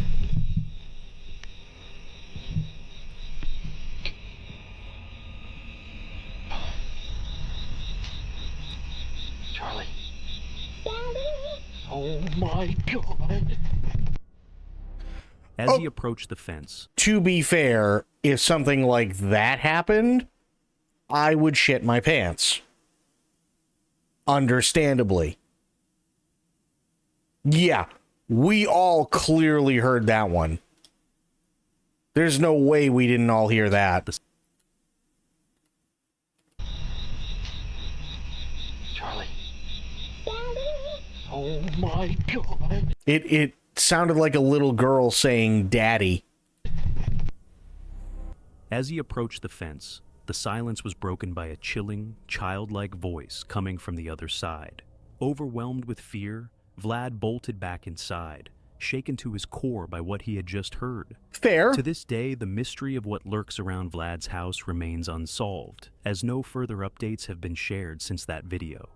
This eerie situation leaves us with countless unanswered questions and a lingering sense of the unknown. But maybe that's exactly what keeps us coming back for more. Well, to be fair, I'm always very, very, very skeptical when it comes to shit like that, because the problem is how do we know it's real, right? Like, we talked a little bit because Sophia brought it up last night, I believe.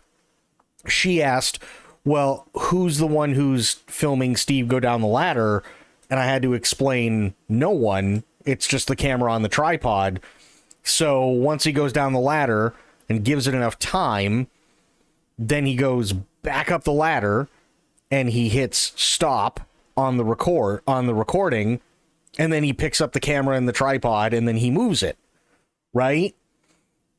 It's the same thing with anybody that you see on TV who's quote unquote ghost hunting, or anybody that you see on YouTube who's quote unquote ghost hunting. It's very, very easy, especially if you know how sound works, to come up with something that's 100% terrifying. So I'm not saying that it did happen this way, but it's entirely possible that Vlad got his daughter to stand behind the fence and go and, sound like a little girl and then go, "Daddy," and then he runs away. And because he's got the security camera on his house, he can cut over to that and it looks like it's really happening because he's already planned everything out while the cameras are rolling. So, and there are tons of things like this people do all the time. So when it comes to YouTube stuff specifically, or anything on TV, I have a hard time believing it because I know the process that goes behind making shit like that. I will say I've experienced some very, very weird things out there, and your own story about the dude who got bodily thrown is inexplicable. It is. It 100% is. And then fast forward 10 years, and my work truck dies right outside the entrance to that area for no reason, and then after the truck rolled a certain distance, everything turned back on. Can I explain it?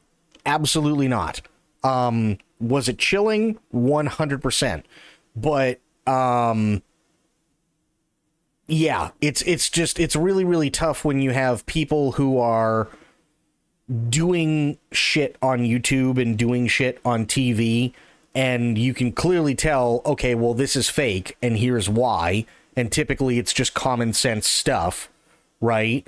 And then you have an experience like mine, or, you know, stuff that Sober might have seen, or Sophia, or Aylin, or Rainbow, or Lance, or who, you know, Bloop, True, whoever. And then you go and you say, listen, guys, something really, really, really, really weird happened. Well, now everybody thinks you're just full of shit because Ghost Hunters was on last night. You know what I mean? I mean, you were there, you saw the handprint, and sure, I don't know you outside of Twitch, but I believe you. Yeah. Same, but damn, I didn't have a camera, and I wished I had. Well, and I mean, that's kind of the whole thing, right? Is like, it really does put a damper on things, because it's like, well, who do you trust? Do you trust a couple of people, you know, out of 3 guys, 2 of them are still alive. They're both on the wrong end. Well, they're both on the wrong end of 30, right? And they're recalling something that happened to them, like, at this point almost 15 years ago, if not longer, and they never made a massive case out of it. They never did anything. They don't have any footage. They don't, like, there's nothing that they have. Meanwhile, people on YouTube are pulling shit like this. You know, like, it's tough. When your mind is in a situation that expects weird shit to happen, guess what's going to happen? Weird shit, because now you're in a state of mind that manifests it. I agree. I was once heading to the store late at night, stopped for a pee in a bush, and the most unearthly fucked up sound emanated from like 2 feet away. It sounded like a zombie cow. I fucking ran. I've never run that fast in my life. Yeah. And here's the thing, and I'm not saying that what you experienced isn't real, but very well could have been a deer. It could have been a coyote. It could have been a God knows how many different things, but it's inherently scary because A, we've never heard the sound, and B, because we didn't know an animal could make that sound. And you can't see it. You know what I mean? So, I mean, it could have been anything. When I personally see something, I always try to debunk what I saw or possibilities of what caused me to see it. When that rolls 2%, that's what freaks me out. Oh, yeah. Fair. Wouldn't be a coyote in the UK and unlikely to be deer. What I think it was a cow in the field over echoing weird. It very well could have been. Very, very well could have been, right? Some sort of animal, you know, but again, if it's far away, it could sound different. It could sound drastically different. If there's traffic, it could sound drastically different. If there's high wind, it could sound drastically different. Maybe the cow is sick. Maybe the cow is injured. Maybe, you know, it could have been a million things, but because you don't know where it's coming from, you don't know what is making the noise, and you didn't realize, or you didn't know flat out, that animals could make that kind of noise in the first place, it's inherently scary. Makes complete sense. And I'd probably have the shit scared out of me too. Still can't explain the lady in red, though. I mean, there are things that I definitely can't explain, for sure. It doesn't... Like, I don't want to go out on a limb and sit there and go, oh, it was paranormal, but all signs point to it, right? But I don't have any evidence to support that. I don't have any evidence to the contrary. So, literally, it's just a personal anecdote. That's literally all it is. Before we dive in, I'd really appreciate it if you took a moment to subscribe to the channel and become part of this amazing community. About 95% of you watching are... One time I was staying on a ranch that my great uncle worked on for this old ass guy, and one day when I was there, we were on his front porch, and this porch was massive, and we were on complete opposite sides, and I had a BB gun with a scope, and I was looking down the scope when I got the most clear as day tap on my shoulder, and there was no wind at all, and I rhetorically asked him, was that you, knowing it wasn't, and he said, oh, that's old Pete, he likes to touch people, and he likes to touch people he likes, and to this day I can't explain. Fair. No, I mean, that's totally fair. There are tons of things that, like, and I know that Sophia has shared experiences in the past on here. She was talking about, and this was a while ago, but she was talking about her seeing her grandmother after she had passed away. Stuff like that. You can't explain it. You know, I mean, nobody can. I'm not saying that it's fake. I'm not saying that it's real. It's somewhere in the middle for sure, but it's only somewhere in the middle because one way or another, we just can't explain what the hell's going on. So yeah, there's tons of inexplicable shit that's out there for sure. Absolutely. I just tend to look at YouTubers and TV people for different shows and go, yeah, no, that's completely bullshit. Right? Because why? Like, okay, if a place is supposed to be haunted, then you're supposed to be there to be haunted. You're not supposed to go there and set up cameras and everything and do all this other shit and go, give me a sign that you're here. No, because that's typically not how it works. No, there's not going to be any ghost or any poltergeist or any demon or whatever that, like, is going to pick up your EMF reader and beat you over the head with it until you die live on camera. It's just not going to happen. Right? The way that they account for making sure that doesn't happen is because everything is planned out. It's a TV show. That's kind of the point. You know? I just discovered what I heard thanks to what you said. Animal I've never heard before on a hunch. I looked up European badger. Perfect match. There you go. I never met the big titty goth goat. I know. I keep missing on those too. I really do keep missing out on those. Yeah, the big titty goth ghosts. It'd be fantastic to see one, but yeah, I have yet to. I stayed at my grandma's house in Montana that has been there since like 1870 something, and all my cousins claim that children run up and down the halls and tickle their feet and giggle and shit. But I stayed there for 2 years and didn't experience a single thing, and my grandma told me the time I was there was the calmest it's ever been because I drive evil spirits away. Well, I mean, that's not necessarily a bad thing, but I also wouldn't call kids running up and down the hall and tickling people's feet evil, but maybe that's just me. Annoying, yes. Wanted to give one of them fuckers a smackdown, absolutely. Just fucking people's elbow them right into the floor. But they're ghosts. I wouldn't call them evil. Mischievous, sure. But evil? You drive evil spirits away. No, I don't. It's like 3 kids. Not since Blair Witch. Blair Witch, in my opinion, is still one of the scariest fucking films they've ever made. If I'm going to go on a ghost hunt, one of them better have those ectoplasmic jubblies. True. They'd say they'd get dishes thrown at them and furniture tossed around, too. I mean, that's not good. That's definitely not good. But, yeah. What I think is funny, though, is that, like, and I'm not talking shit about your grandma or anything like that, but what I think is just really, really funny is that the people who genuinely believe that there are things like that out there, or maybe they, maybe they have experienced shit like, plates getting thrown at them, glasses being tossed or falling off counters and so on, right? They use the same exact language as the people who are absolutely doing it for a scam and are full of shit, right? So there was one, I can't remember the name of the channel right now, but Nexpo and Nick Crowley have a channel where they go to these different haunted places, right? And there was this one in New York State that they went to, and it's this old house, and the people literally tried to like get him into this ghost story and be like, oh yeah, like these people were murdered and this one guy died here and it was a heart attack, but he's still known to like haunt the premises, and like there was this little kid and he died and like all this other shit. And then sure enough, they're like, okay, well, can we stay here for the night to experience it? And they go, oh yeah, no, not a problem.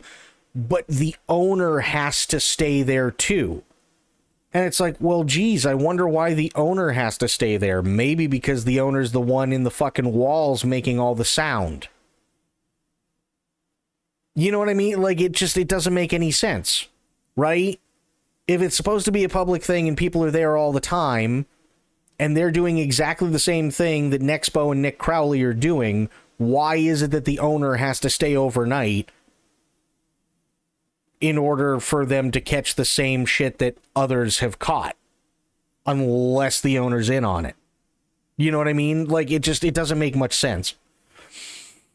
I once heard a blood-curdling scream near the castle while eating takeout with a mate one night. I insisted we go looking, and what do you know, stoned teens having a shrieking contest. Yeah. There's weird shit all over the place, and some of it you just kind of wish you could never explain. Like stoned teenagers having a shrieking contest. Aren't subscribed. It's completely free. Now, let's get back to the video. Dan is an adventurer. A thrill. Imagine hiding in the walls and making sounds like a cat about to throw up, and that's your job. I'd have a moment where I was like, this is my life. Yeah.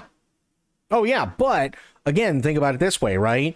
If you're somebody who checks the place out and you buy it under the assumption that it's haunted, and everybody, quote, knows that it's haunted, and then you check it out and come to find out you literally are not experiencing anything, and it's probably people just being full of shit and trying to hype something up that isn't there because they want to be included in the group. What's going to be one of the easiest ways to make money? Advertise the fuck out of your haunted house and then make sure that people hear things. Imagine hearing a homeless man shitting in the woods. Oh, God. Seeker, and the mastermind behind Cursed Urban, a YouTube channel dedicated to exploring the eeriest, most spine-chilling places in the United States. From abandoned asylums to haunted forests, Dan thrives on venturing where others fear to tread. Dan's latest adventure takes him deep into a forest in Illinois, a place locals call the Forest of Exile. Legends say that once you enter, the chances of finding your way out are slim. The forest is said to have an unsettling energy, and many claim it's haunted. Your mom has an unsettling energy. That's where the excitement begins. It's December 1st, 2024. Despite the chilling stories surrounding this forest, Dan is eager for the adventure ahead. He arrives while there's still daylight, determined to avoid getting lost. As he ventures deeper into the woods, the peaceful sounds of wildlife and the serene beauty of nature surround him. They've named it that because there has been some tragic stories of people being lost in this forest and never being found. Now, the legends go deeper than that. The legends go that these people were not lost. What? That they were actually taken by one of the numerous creatures that supposedly live here. No. As the sun begins... Sir, okay. This guy, completely full of shit. Are you ready for this? I just looked up the Forest of Exile on my phone. I am going to read what it comes up with. The Forest of Exile in Illinois likely refers to White Pines Forest State Park. This park, located in the heart of Black Hawk Indian country, has a history associated with the forced removal and exile of the Black Hawk tribe. The name Exile is linked to this historical context, as warrior Black Hawk was sent into exile by his rival, Keokuk. The park also preserves a significant stand of white pines, one of the southernmost in the United States. So it's literally called Exile Forest because there was a warrior in the Black Hawk tribe that was exiled to this forest by his enemy. And then later on, the entire tribe was exiled from the forest. Not because anyone was taken by any sort of supernatural being or anything. So this guy's completely full of shit. To set, Dan searches for a spot to set up camp and explore the area before darkness creeps in. Unaware of what awaits him, he presses on through the quiet woods. All right, guys. So I think I found my campsite just out here. That said, if there is one thing I've learned in almost 40 years of life, it's do not fuck with Indian stuff. Oh, 100% agreed. Never, ever, ever, ever fuck with that kind of stuff. Like, they're a very spiritual people. They have a lot of superstitions. Some of them are based on fact, but all their superstitions and all their beliefs are so old, it's like, okay, well, what is and what isn't true? Probably better to err on the side of caution and just be like, you know what? I'm going to leave it be. Y'all have a nice day, you know? An Egyptian artifact. Well, yeah, but the Egyptian artifacts, some of them were booby-trapped, right? So I can totally see that one for sure. I can totally see that one. Plus, if I remember correctly, I think, I can't remember which one it was. I read it a while ago, but somebody was saying, oh yeah, no, this Egyptian thing was cursed when they opened it. And this, it's like, no, it wasn't really that it was cursed, but unfortunately there was a disease at the time that they were digging that was kind of running rampant all over the place and was very, very common, but also very, very deadly. So they opened it and that's fine. But chances are those people, somebody in that group had some sort of issue and, you know, so on. And probably everybody else got infected. But because it makes for a great story, it's a hell of a lot easier to go, oh, we cracked open the sarcophagus and then we all died. You know what I mean?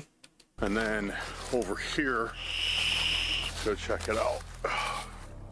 Over here, we got a little creek running through here, which is cool. More rocks and stuff. I remember they found some ancient Hebrew cubes in a British river some years ago. Everyone was like, put those back. Yeah, absolutely. Just leave them there. Don't fucking touch them. Really, this place is awesome, guys. After some time wandering through the forest, Dan finds the perfect spot to set up camp for the night. Feeling satisfied, he gets to work, setting everything up.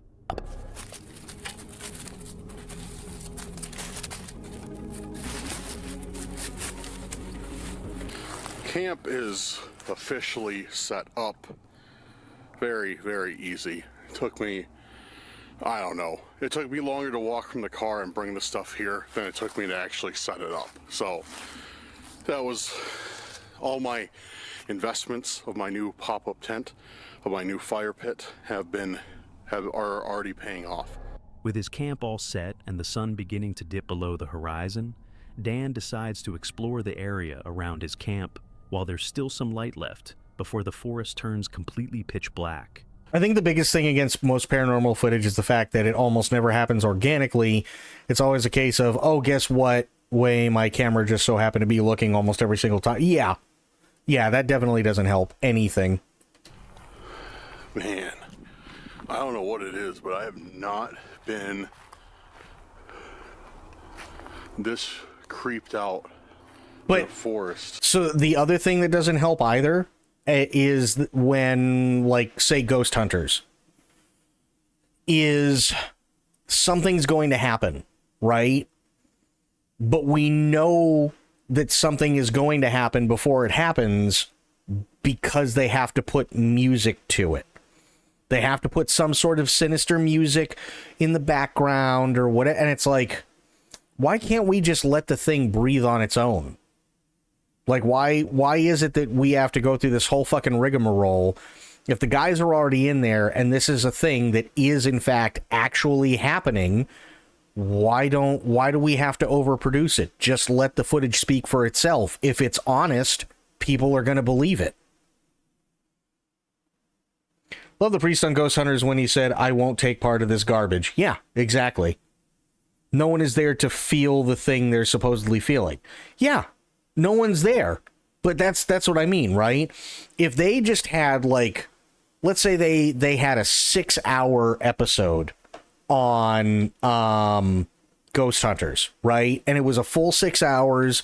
It was all completely live and stuff like that. And they're sitting around and they're talking and they're doing their own thing and they're kind of bored because nothing's going on. And then all of a sudden, the scanner goes off that scrubs through all the different radio channels, right? And now all of a sudden, this thing is just like, "I'm going to rip out your fucking soul." And now everybody's scared as shit. You don't need music for something like that if it's real. You absolutely do not need any music whatsoever. If you ever heard something like that come through a radio and you are in a supposedly haunted place and you know for a fact that there's nothing else around you, so it absolutely needs to be real, you don't need music. You absolutely don't need music at that point if you hear that. You're already filling your pants. You can easily convince yourself of anything too. See this right now. There's someone directly behind you. Think about it. You want to turn around and check, right? And there's a creep going up your neck because you haven't yet. Oh, yeah.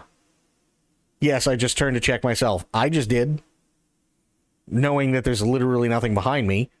But I did. But yeah, it's... If you're... And to that point, right? And True's point, if you're going into a situation and you're expecting really freaky and spooky shit to happen, chances are freaky and spooky shit is going to happen, not because there's actually freaky and spooky shit going on, but because your brain is ready to interpret anything that you don't know about to be freaky and spooky. A long time. You can just hear the trees creaking. It's just quiet, man. It's just... I can hear some traffic. You might be able to hear that. Let me see if you can. As the forest grows darker... What is an alien, ghost, whatever they're trying to passively roam around to find? I don't understand the question, Bloop. Sense of unease washes over Dan, making him feel more nervous than usual. To calm his growing discomfort, he decides to grab his spirit talker before heading back to camp. Yeah, sure. Why not? Fuck it. I'm scared as shit. Let's grab the spirit talker, which is literally just a device that skims as fast as possible through all the different radio frequencies. If a human makes a frame of reference from something and their thing is movies, what does a real paranormal thing look like? If a human makes a frame of reference of something and their thing is movies, that's what a real paranormal thing looks like to them. No, that's true. That is very, very true. And we're going to be getting on to that actually in a little bit. Who does that? If I feel spooked, I tend to do normal things like leave. Exactly. That's my point, right? The dude's full of shit. Absolutely he is. Oh man, I don't know about you guys, but I'm fucking pissing my pants. Here, I'm going to get out my spirit box. Hoping it might offer some answers. Maybe there was something paranormal at play. Screaming. That's weird. Who was screaming? Were you the one screaming or somebody else?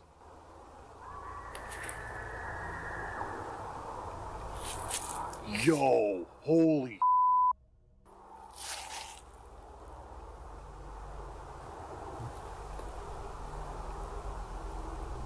Dude, no way. While Dan is trying to communicate through his spirit talker, he gets a response. Scream. And just moments later, a terrifying scream echoes through the now pitch-black forest. A wave of discomfort rushes through him. Well, yeah. Once walked into an old mine shaft building and it felt wrong as fuck. You know what I did? I left rapidly and I did not return. True. I wonder if this is real, what the trigger is. I don't know. He's not running far, I'll tell you that. Also true. I remember when I was working overnight security, and there's this one place in Massachusetts, it's right on the Methuen and Lawrence border, and it's called the Riverwalk. And basically it's this giant, think of it like a strip mall, but the strip mall itself is on the inside of buildings that are built in a square, right? So instead of walking the entire length of a strip mall, you have this big open square in the middle, and then all the shops and restaurants and everything are around you. That's what Riverwalk is. And in some of the buildings, you have the Merrimack River, which is right there. And they have restaurants that have like balcony seating and stuff, so you can sit outside, you can eat your pizza, whatever it is, and you have a really nice view of the Merrimack River.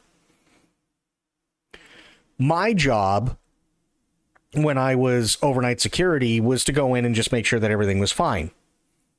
You know, nobody was trying to break in, or there weren't any, like homeless people who had found an unlocked door or something like that. And it was literally just basically going into each building, starting at the top, walking all the way through each floor, making your way down into the basement, making sure everything's okay there, coming out of that building, going into the next one, and repeat. That's literally all it was. There were 2 buildings there where I absolutely did not feel right whatsoever going into the basements. They were very dimly lit. They were very dark. They were, they were creepy and everything else, but I just really didn't feel right. And I couldn't shake this, physical feeling that something was wrong. Next morning, after doing this for, I don't know, maybe about 2 weeks, I wake up and I start throwing up. Well, I went to the doctor. Well, come to find out, the reason why I couldn't shake this feeling that something was off and that something was wrong is because those basements had mold in them, and I'm allergic to mold. Most molds. I can't say all, but most. So that uneasy feeling that I was getting was literally my body screaming, "Get the fuck out of here. Otherwise, you're going to be sick." That's it. There were no ghosts. There was nothing else. It was just, get the fuck out of here, or you're going to be sick. Jack of all trades, hospice, boat hire, mechanic, security, streamer, Florida man. Oh, God. Protect you. I don't think I've ever had a response that direct and that clear ever. Or I should say, that accurate ever. Okay, hang on. I want to see what she said. Rushes through him. I can't protect you. Oh. I don't think I've ever had a response that direct and that clear ever. Or I should say, that accurate ever. Because I was screaming, and then we waited, maybe? Instincts. Like if you're in a mine, you could be short of breath because the mix of oxygen, carbon dioxide, monoxide, and whatever other gases, it's telling you you shouldn't be in there if you want to live. Yeah. Sometimes it's just that simple. Sometimes it really is just that simple. It's just oof. You know, you don't want to deal with it, and I mean, I've experienced it, so I don't blame anybody. See, if I heard those words in the dark, creepy wood, I absolutely would be leaving at my top waddle speed. 100%, I would too. Absolutely, I would. Maybe 30 seconds or so, and then that was to me, that was a clear scream coming from the other side of the forest. Thank you for that. And we got I can't protect you. So that Feeling means go unsettled, away. He decides to head back to his campsite, hoping that will bring some comfort. But the night's terror is just beginning. All right, I'm gonna get set up, get the fire going, so we at least get some light out here, because we're at nighttime officially. So, hello? Dude, somebody's got. Did you guys see that? That was definitely. Hello?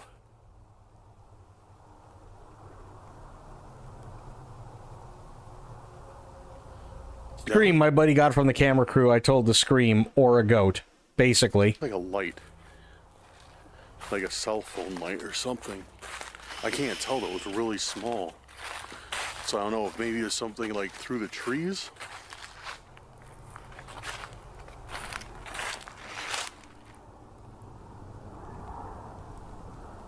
Hello? That was the weakest hello ever. It's like, hello? I don't want to know what's over there. That is the no, that's not the weakest hello. Trust me, I've heard worse.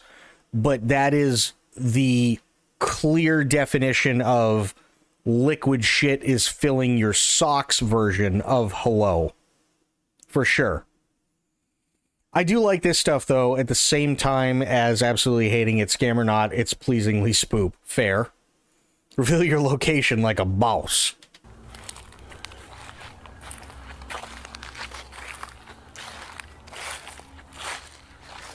I don't see anybody, though. I don't hear anybody. Well, stop talking, maybe you will.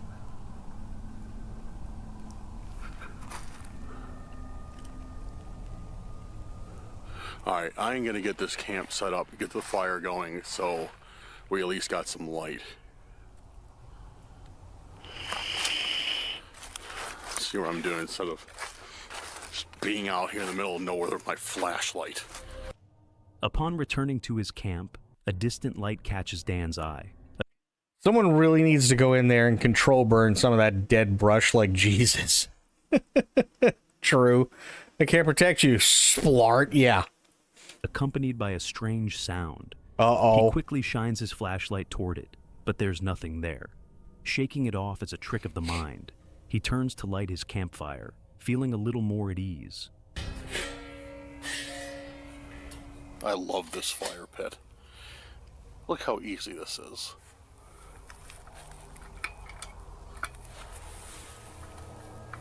It's so easy. There you go. Done. Done. I would lose weight doing this shit because I wouldn't stop running. I mean, to be fair, that is one way to lose weight. We have fire, we have light. So simple. I should have done this like when I started camping, because yeah, this is literally the best thing ever. With the fire crackling, Dan grabs his spirit talker again, hoping to get some answers about this mysterious forest. I spoiled it because I was staying at in a viewer's backyard. Oh. And well, kind of. It was in a piece of property on his land, and dude, we gotta go check that out. Check what out? I know exactly where that came from. We're going to check that out right now. Suddenly, a strange knocking sound breaks the silence of the pitch-black woods. Dan, thinking he has a general idea of where the sound might be coming from, gathers his courage and heads in that direction to investigate, his heart pounding with uncertainty. All right, guys. Like I said, I am at a forest, state forest, and there happens to be, you know, outhouses around here. So what you're saying is somebody's shitting. This guy's the type of guy to order Domino's while he's out camping. True. And that's where I heard that knocking from. It's right over here.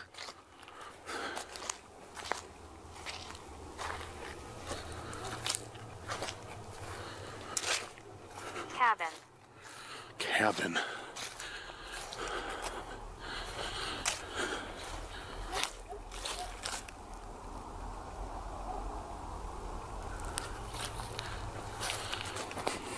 Okay, I'm doing something really stupid here.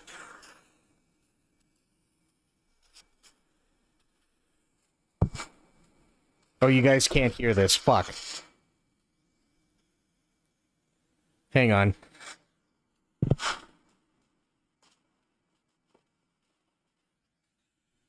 Hang on. Let me take off a filter really quick.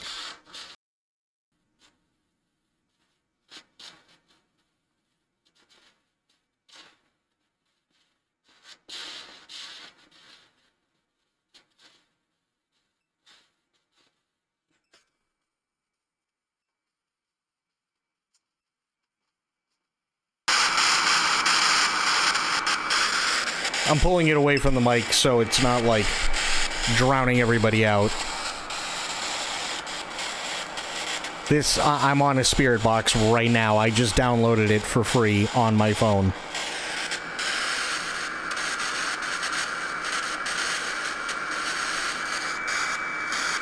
And I'm getting a whole lot of nothing.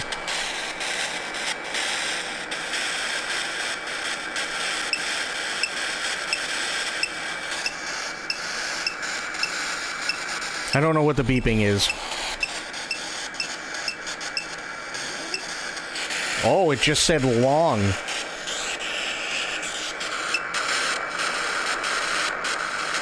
Hello?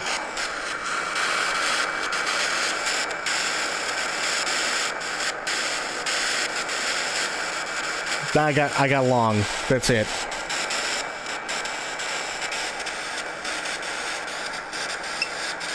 Is there anyone there?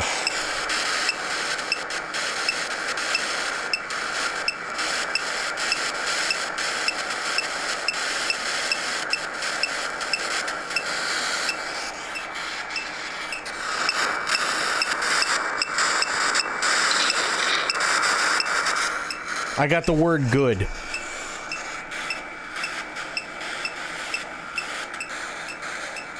Yes, close the app. You see what I mean? Like, it's just weird. It's just weird shit. That's all it is.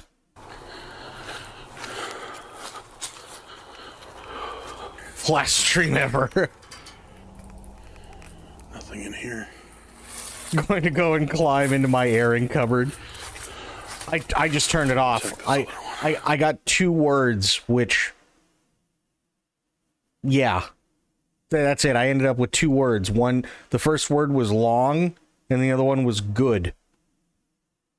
So either somebody is really enjoying a $5 footlong, or somebody might like something a little more fleshy in the phallic region.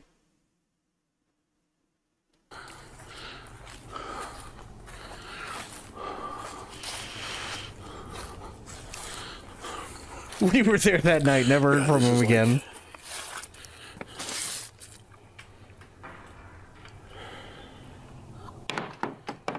I also expected something ridiculous like Badonkadonks Peru antifreeze. That would have been funny. It sounded, yeah, like a knocking. The knocking seems to be coming from 2 nearby houses, barely visible in the thick darkness. Dan cautiously approaches and peeks inside, but there's no one there. Just the eerie silence of the woods surrounding him. Jordan. Holy To be fair, I would have shit my pants at that last sound. Dude. Just as he's about to turn back, another scream pierces the silence, even louder than before. Fear grips him as he rushes back to his camp, questioning whether it's even safe to stay the night. Guys, I'm gonna be real with you right now. I am freaking out. I've never stayed in a place with this much activity. This is crazy, dude. Like, you know what else is crazy? Just by the sheer fact that we are watching this video, that means that he is okay and nothing happened.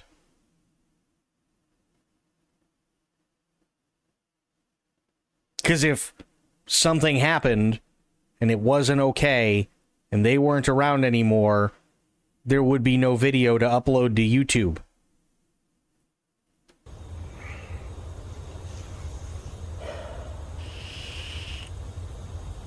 I am beyond scared right now. Could be a clone, oh God. Terrified of what's going to happen next.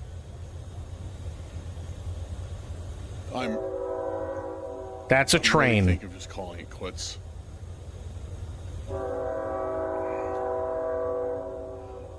So, oh shit, dude. There's 2 horns. We only need 2 more, and then it's the apocalypse. Is giving us some much needed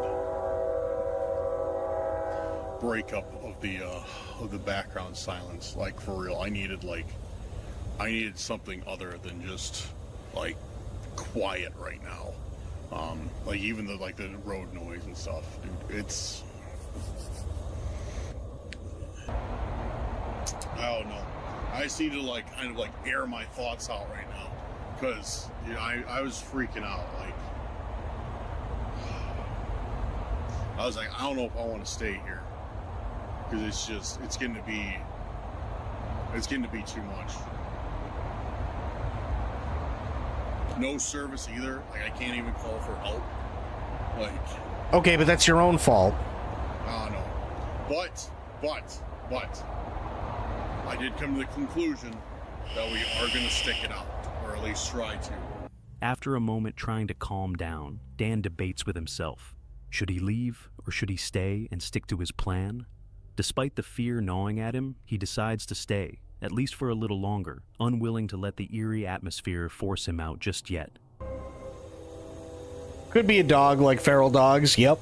It could be. Probably going to keep the fire going all night. It'd be unreleased like that bear audio incident, yeah. Since there's obviously something out here. Something in the forest.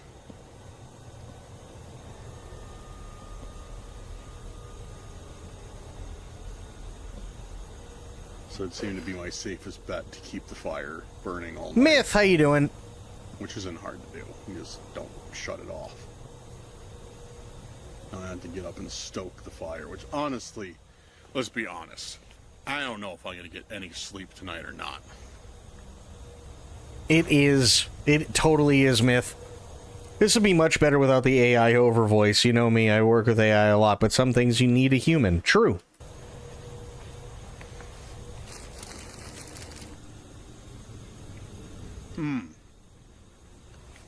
That one's perfect. Shroud of Secrets. Shroud of Secrets. Sitting by the fire and roasting marshmallows, Dan finally starts to feel some semblance of calm again. But just as he begins to relax, another eerie noise cuts through the stillness. He listens intently, but the forest falls silent once more. Too scared to investigate, Dan decides to stay put and keep talking to his spirit talker.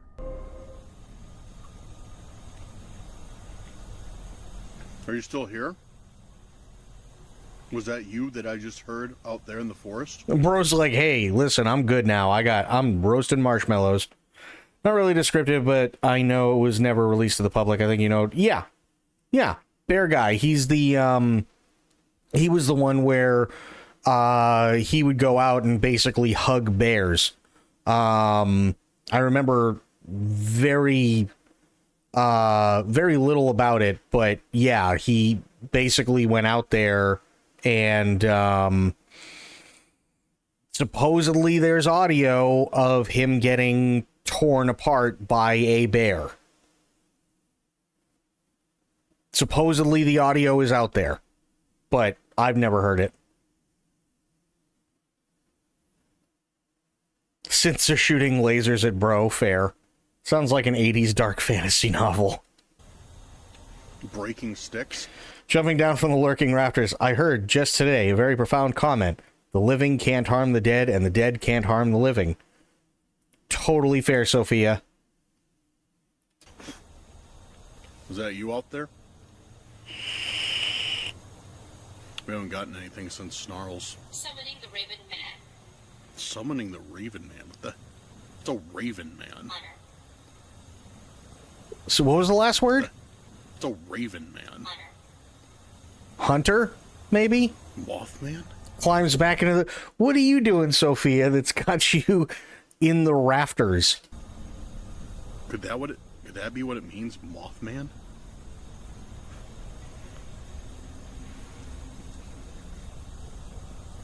Summoning the Raven Man. True. That's exactly what she's doing. She's summoning the Raven Man. Answers. I will be back in a bit to communicate more. I just need to take a break.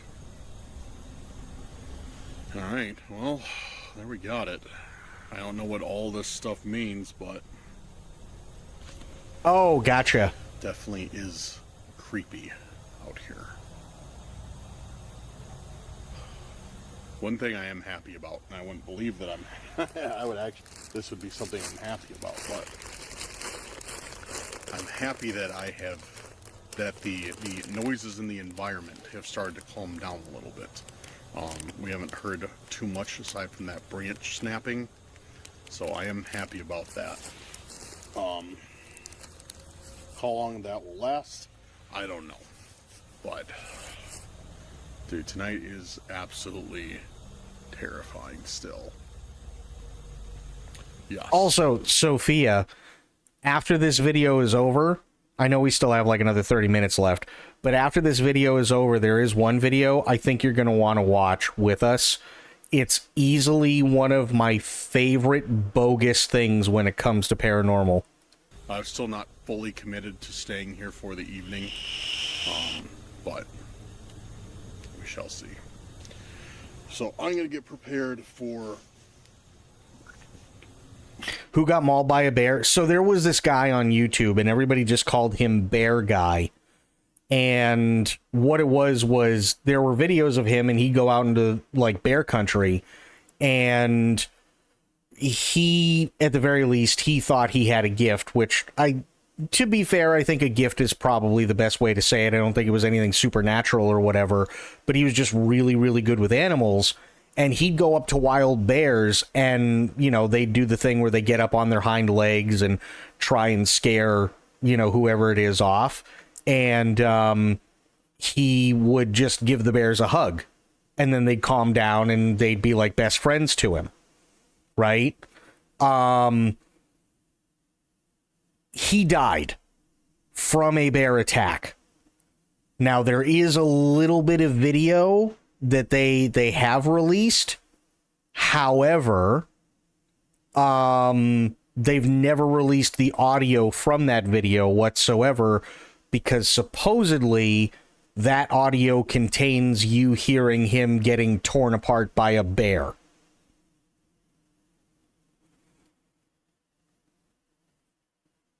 MIV2, oh god, it's spoiled. His sister had possession, and bless her, she said, no one ever needs or should want to hear this. Yeah, absolutely. And nobody should ever want to hear it. That's awful, awful, awful stuff. You don't need to hear that. Not at all. There have been worse things that we've seen on TV live. Right? There are a lot worse things that we've seen on TV live. Our Bud Dwyer is a perfect example. Unfortunately, we've seen Columbine God knows how many times. There was a news reporter, I can't remember her name, but she executed herself live on TV behind the news desk. There was the skier who basically ended up having a safety barrier used on his groin as basically a razor blade because he went too far over to the side off a jump on a ski slope. There's been the goalie of a hockey team that had his throat slit because somebody crashed into him and their ice skate slit his throat open. And he started bleeding out all over the ice on live TV. Like, there are tons of things that are so much worse than what this guy's going through. If someone is... You didn't clip that, you're not one of us. What? Heard enough genuine screaming from things in the news. Yeah. I'm sorry, but if someone is going out into bear country, it's not surprising he was mauled by a bear. No, you're not wrong at all. You just missed it. Shadow got exposed by a ghost because he got the bright idea to download a Spirit Box app and use it on stream, and the ghost told us he likes it long and good. That's not what it said. It was just 2 words. Long, good. Laying on the bed, because like I said, I'm not going to sleep. It's just not going to happen. I'm too wired tonight. Yeah. So I'm going to get prepared to just lay on the bed, and then we'll take it. The answers remain vague, unsettling, and Dan's unease grows. Eventually, he gives up on the spirit talker and begins preparing for bed, still unsure if he'll make it through the night in this eerie forest. I'm in the tent. Still got the fire going, as you guys can see, just a little bit. I'm hoping that my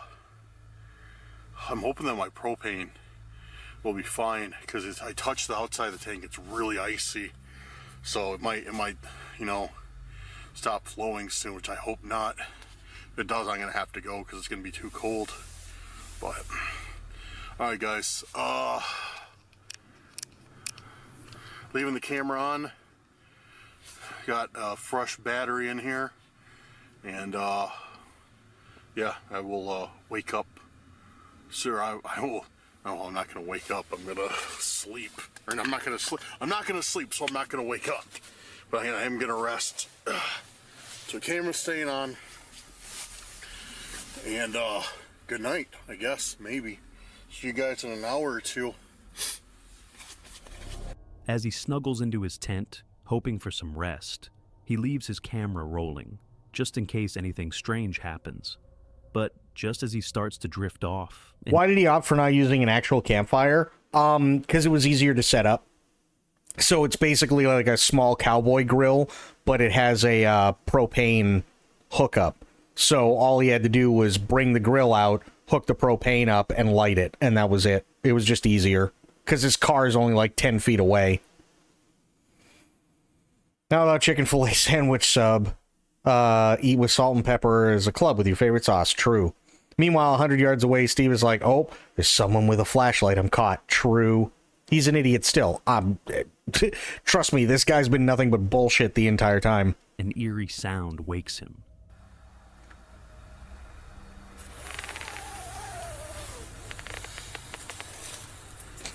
An eerie sound wakes him, and the AI CC just went, wow, in reference to the sound of him unzipping the tent.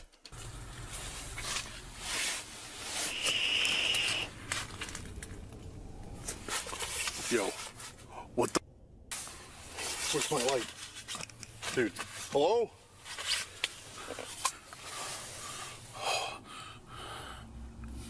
Dude, what was that? I just heard something outside my tent. I heard like nails on top of the tent, and then I heard something walk, and then my fire shut off. Which is what I was afraid of. That propane getting too cold. It's shutting off on me. I think that's what happened. Well, duh. A distinct scratching sound echoes on the side of his tent, followed by the unsettling sound of footsteps crunching the leaves. The warmth from his fire flickers and then dies out. Now see, Bobby, let that be a lesson to you. You don't want to use your propane when it's too cold. God dang it, how many more times I gotta tell you? The area into cold darkness. Dan calls out into the night, hoping for a response, but there's only silence. Without hesitation, Dan grabs his flashlight and rushes outside to confront whatever is lurking in the darkness.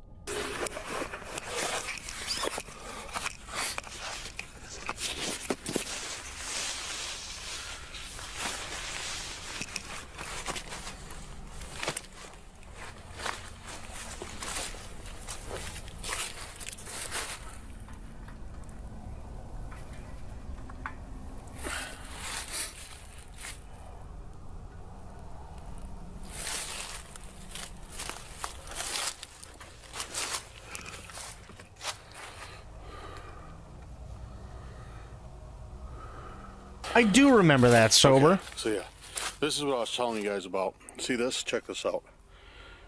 See the tank? How it's all crystallized from ice? So I think the tank just got too cold being out here. That's why it's not working. I don't know. I don't know that much about propane. Okay.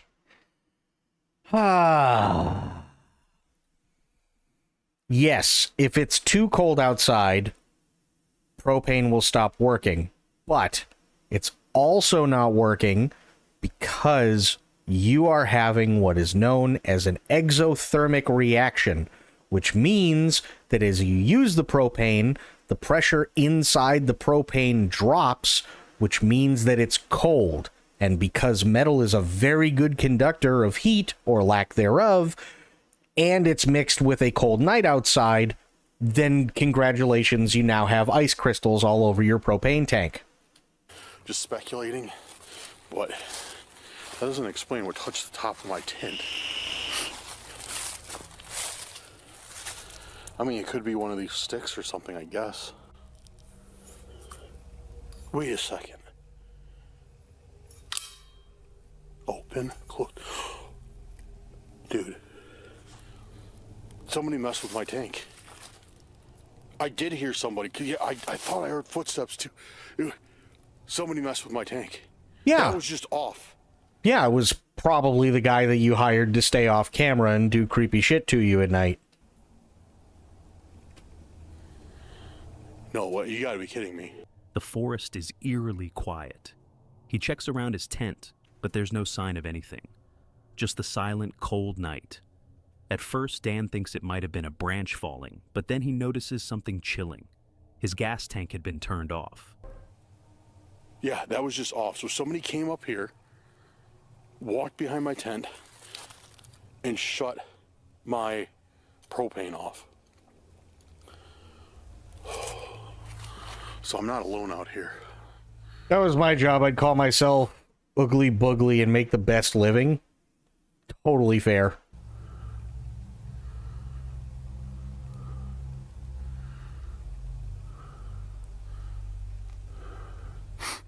It's like that poltergeist activity. Messing with stuff like that. It's totally got to be poltergeists. Yeah. Spoiled, we've been saying that the entire time. Like, he heard a really weird noise when it was still semi-light out, and it scared the shit out of him. And then he's like, well, I'm going to go check the rest of the camp out. And then he goes into the dark, and then he's like, well, I heard something back there. I'm scared as shit. I'm going to check out the spirit box. So then he turns on the spirit box, and the spirit box basically says, I can't protect you. And then, like, 15 to 20 seconds later, there's a scream out in the woods, and it scares the shit out of him, and he still decides not to go anywhere or move, but use the spirit box more. And then the spirit box finally told him, run, so he left that area, went back to camp, and then was sitting there, and the only time he was content was when he was putting marshmallows on the stick to burn them in the fire, while they're sitting there and they're like, summoning the Raven Man, and he's like, oh yeah, Raven Man, huh? Great, awesome. You know what I mean? Like, it's like, bro, what are you doing? At least 7 times so far I'd be on my way to fucking Mongolia. Hell yeah.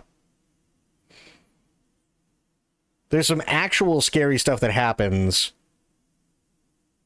I don't... If Don't remember if this is it. Me went on a Radiant quest in a Bethesda RPG. Okay. This is what I'm doing. I am packing everything up.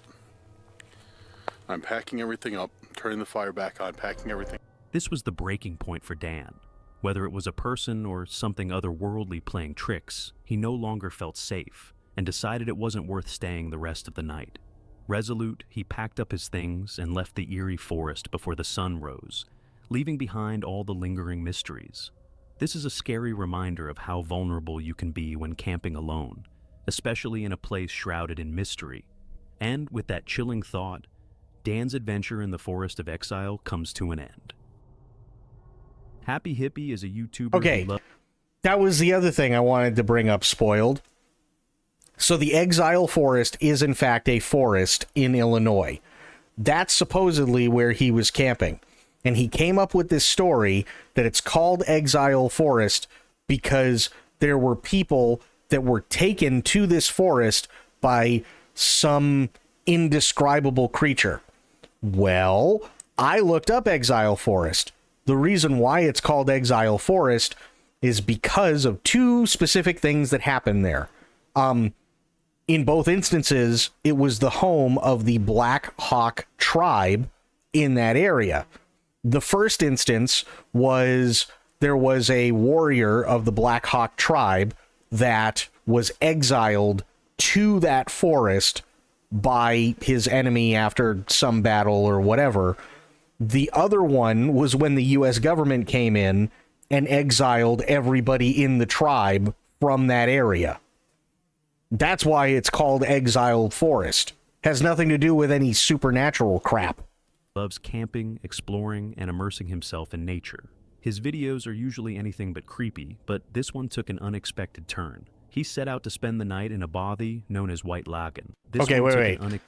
This guy right here, one of two things is either going to happen. He's either going to be the first guy to die in the horror movie, or he is now Keanu Reeves' stuntman.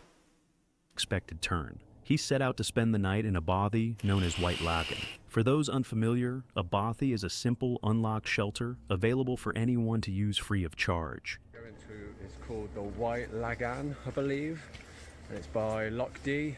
And I've got a bit of wood with me just in case there's no dry stuff there, so I can have a fire with ease. Yeah, this is a compilation of things. I've said this before, there's beauty around every corner, and this is what I mean. I couldn't see that from down there, but then bam! Eventually, he arrived at the house and entered to check if anyone was already inside. Oh, nice, bunk beds. Bump beds, huh?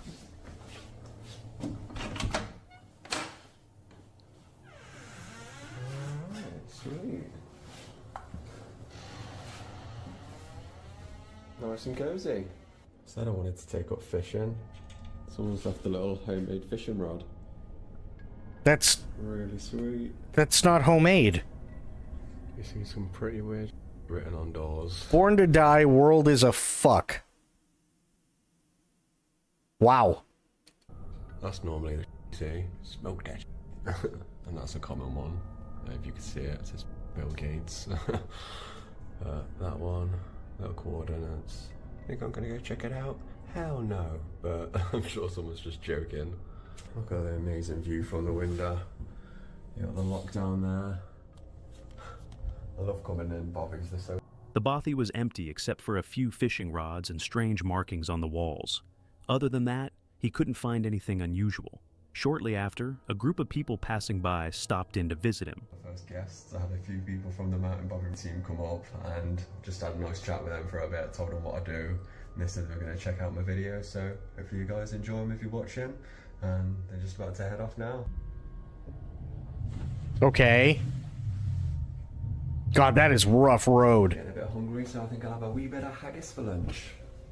Ew, haggis, ready, no. Made something to eat and started a fire to warm himself up. But as night fell, strange things began to happen. One of them water filter straws, and it comes with 2 little bags as well, so you can attach the straw to that. But I've not got to use... Maybe this is the guests. Driven back through Scottish Highlands, it's really stunning. I don't know if that's Gotcha. just people me or something. I don't know if that's something they do.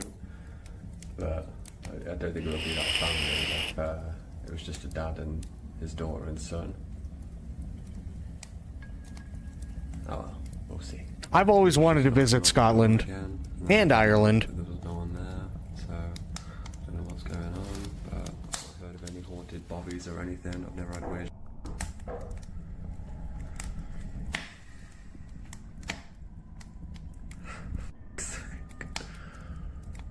Just wanted a nice little puppy night. He wanted a nice little puppy night. All my videos before, you know I don't do this.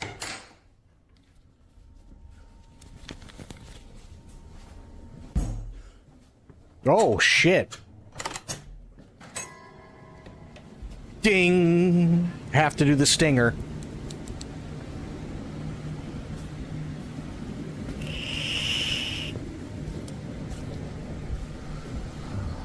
That's what I mean. This is probably, like, even scarier on this dude's channel, just watching the video without music. You know what I mean?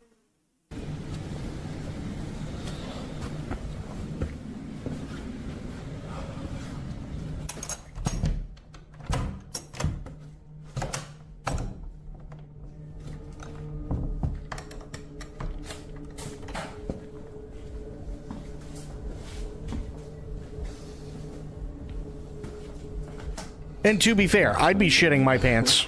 100%. I totally would be right now. They're walking around into the room, and then I go in there, and it just stops.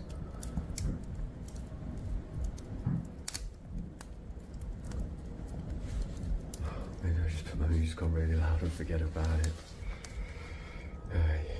Cameraman never dies, right?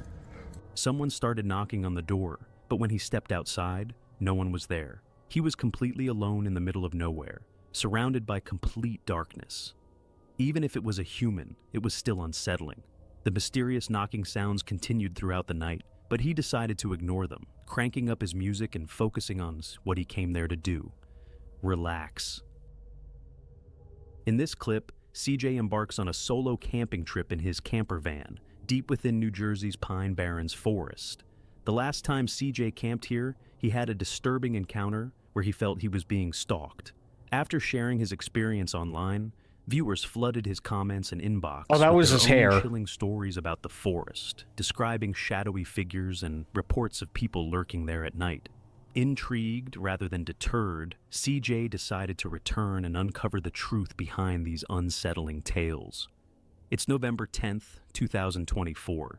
CJ arrives at the forest fully prepared and undeterred by the scary stories, excited for the night ahead. He decides to take his bike and explore the area before the sun sets. All right, everybody, I'm gonna go on a little adventure bike ride here and go check out that trail that's over that way before it gets too terribly dark. And, well, I mean, if that's a place that someone can hide, we're gonna find out. Okay. If not, then that email was a little bogus, but it's okay. I mean, thus far, So supposedly there are people who roam and patrol national park trails practically, in the Yosemite Park area that harass park trailers and people on certain trails. They're called feral people, but are characterized as being able to see in the dark and have white hair. That's one reason to never go to Yosemite. everything that has been said in that email has pretty much been spot on. So I can't really say that, you know, hey, this lady's a liar, because I've experienced some of the same stuff she has and vice versa. Also, for everybody asking and everybody wondering, yes, the van door is shut. It's locked. We're good. Like, look. See? Okay. It's all locked. I told you. All right. It's all locked. Get that boy off here. Oh, man. Ooh, that was about to get ugly. Oh, man. All right. Oh, yeah. This lady's email's spot on. Look at this. Oh, yeah. That's Oh, that, yeah, that's this a is, campfire. Yeah. This is somebody's campfire right here. Yeah, at one proceeds to point in time. check the door. He didn't mention being locked. Yep.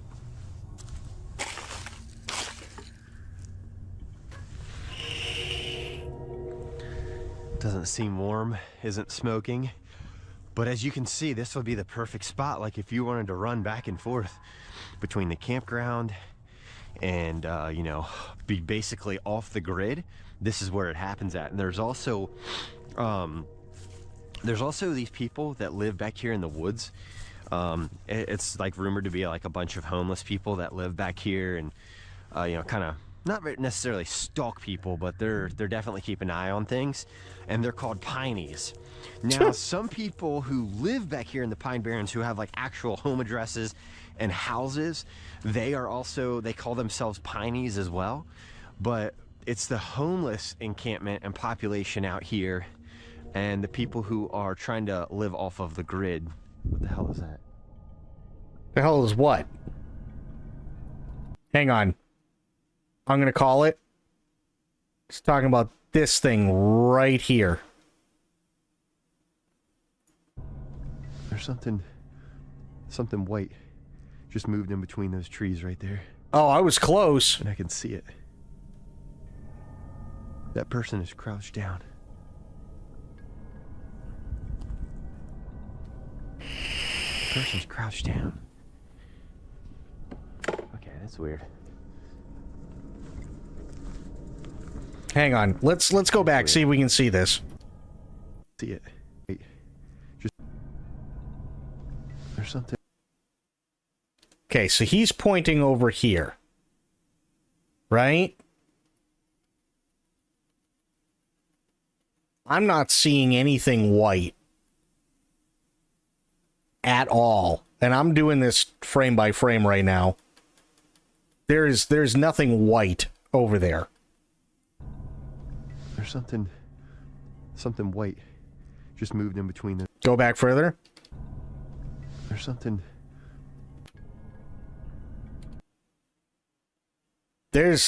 I'll do it frame by frame. Hang on, let me go back a little further. Off of the grid.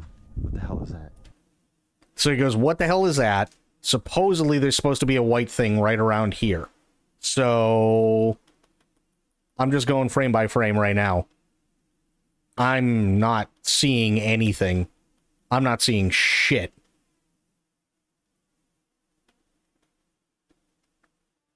Go back further? Necessarily stalk people, but they're definitely keep an eye on things, and they're called Pineys.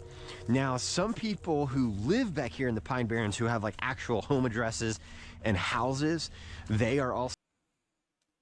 So it would be right up in this area. So they call themselves Pineys as well. Camera moves.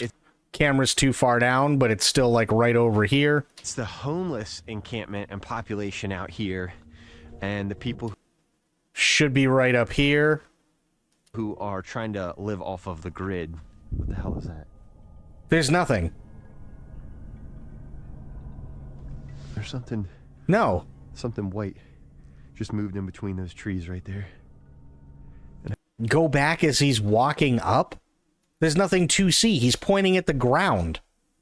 Not necessarily stalk people, but they're definitely. There's like he's pointing at the ground the entire time he walks back. Eye on things, and they're called Pineys. Now, some people who live back here in the Pine Barrens who have like actual home addresses and. You talking about this stupid little thing up here? This right here?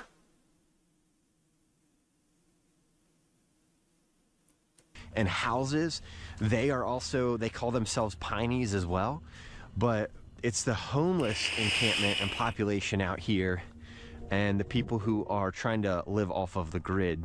What the hell is that? There's something white. But there's nothing white over here. The white thing is over here. We know this. That's where the camera was pointing. The white thing is over here. So why is he pointing over here? Just moved in between those trees right there. And I can see it. That person is crouched down.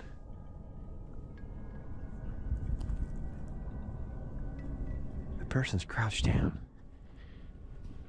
Okay, that's weird. As he rides down a path that a viewer had mentioned, I need a he red stumbles circle. Me upon an too. abandoned campfire, evidence that someone had recently been in the area. While explaining this to his audience, CJ suddenly spots a figure deep in the forest. It appears to crouch down, almost as if it's trying not to be seen. Okay. Yeah, I don't see I don't know where anything. that person went, but I'm telling you all, that was a person.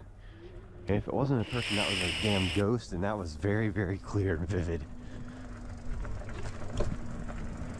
When CJ attempts to get a better look, the figure disappears into the trees. Of course it does. Unnerved but determined, CJ heads back to his camper as the sun sets and the forest grows colder. Okay. It's cold outside. I got this vest here, and it actually like heats up and everything, so I'm gonna turn that on and off throughout the night. But let me just tell you, I was getting cold out there, so luckily I've got some gloves. But I'm gonna sit down, I'm gonna eat some dinner tonight, and I did stop at Wawa, grab me like a, you know, just a normal sandwich, nothing too crazy or special, but yeah, it's time to eat. Oh. Who are we watching now? Oh, no, it's the same video myth, but this guy got scared because he thought he saw somebody looking at him from far away in the woods. That's about all we got so far.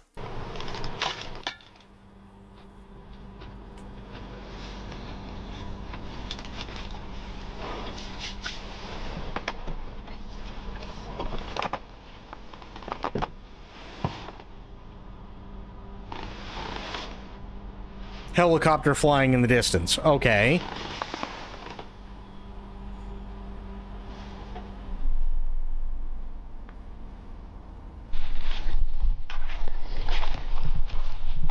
So as I was eating dinner, I kept hearing like a helicopter flying by.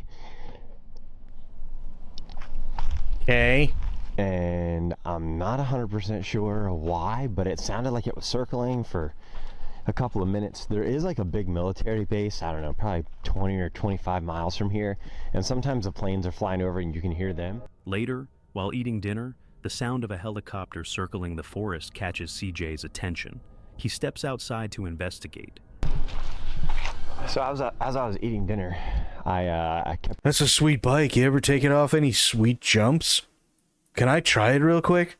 Hearing like a helicopter flying by.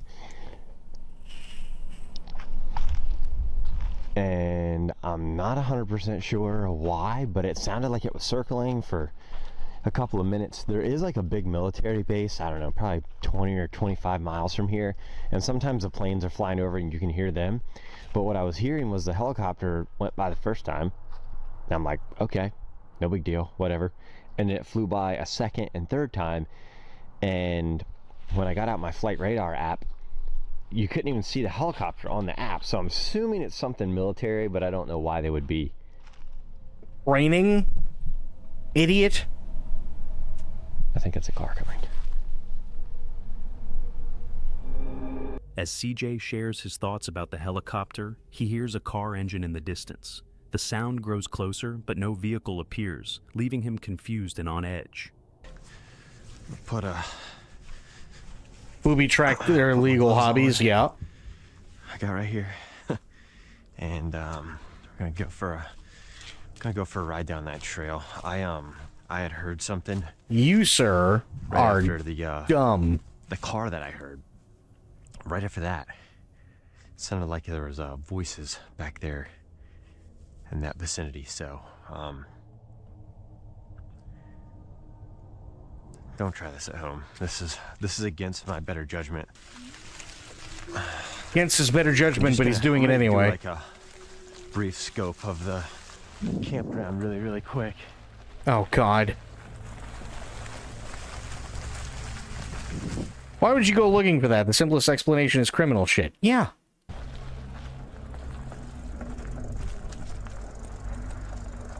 Those campsite reflectors get me every single time. Every time. To be fair, campsite reflectors, when you're not expecting them, yeah, I can see why that'd startle him.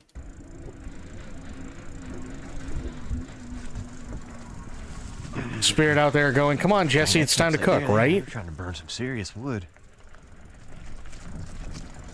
He's gonna get lost. There's the bathroom.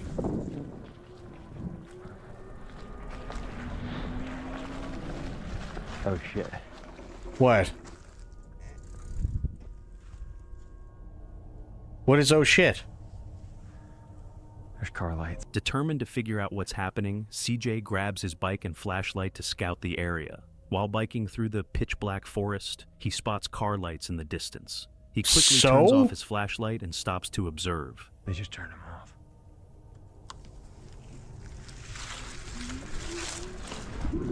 I fucking knew I heard somebody back. They just turned off the car lights. Yeah, because they probably turned off the car where someone would just charge out of the darkness screaming full sprint at him out of nowhere, right? Even Casper is forced to cook some mad coke these days, oh god. Here.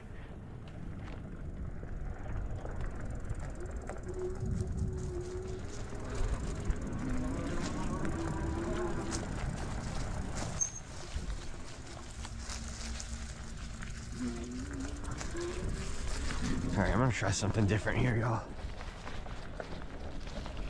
As he makes his way back, strange sounds echo through the forest. Feeling increasingly uneasy, CJ packs up his campsite and decides to move to a different location.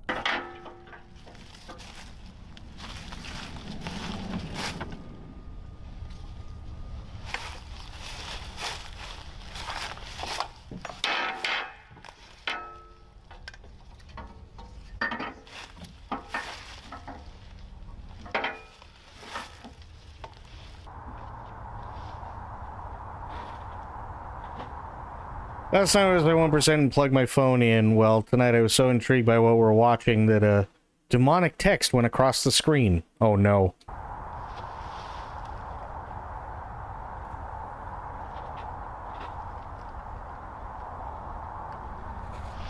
These people are not shitting themselves as much as they should be. Agreed.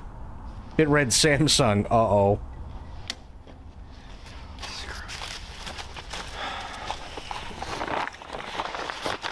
Well, welcome back, Rainbow. Headlights right there, off in the distance. Not just one vehicle. Boom, there's the first one. So, I got thinking. At this point, I'm like, all right, this could just be an innocent person driving around exploring the Pine Barrens. But once I get a little bit closer, I noticed, there are two vehicles, right? And my thought process, I'm like, okay, are these two guys? Did they get called by their buddy? And they're like, hey, there's a solo camper back here. We can rob this guy. We can take his van. We can, chop him up. I don't know. I really did not know what, that your mind goes in 1,000 different directions, especially when stuff like this happens. On edge and unsettled, CJ navigates the dark forest, trying to figure out where he can safely spend the rest of the night. But then, suddenly, two cars appear, driving toward him. The sight makes him question whether they are connected to the mysterious car that forced him to leave his campsite earlier.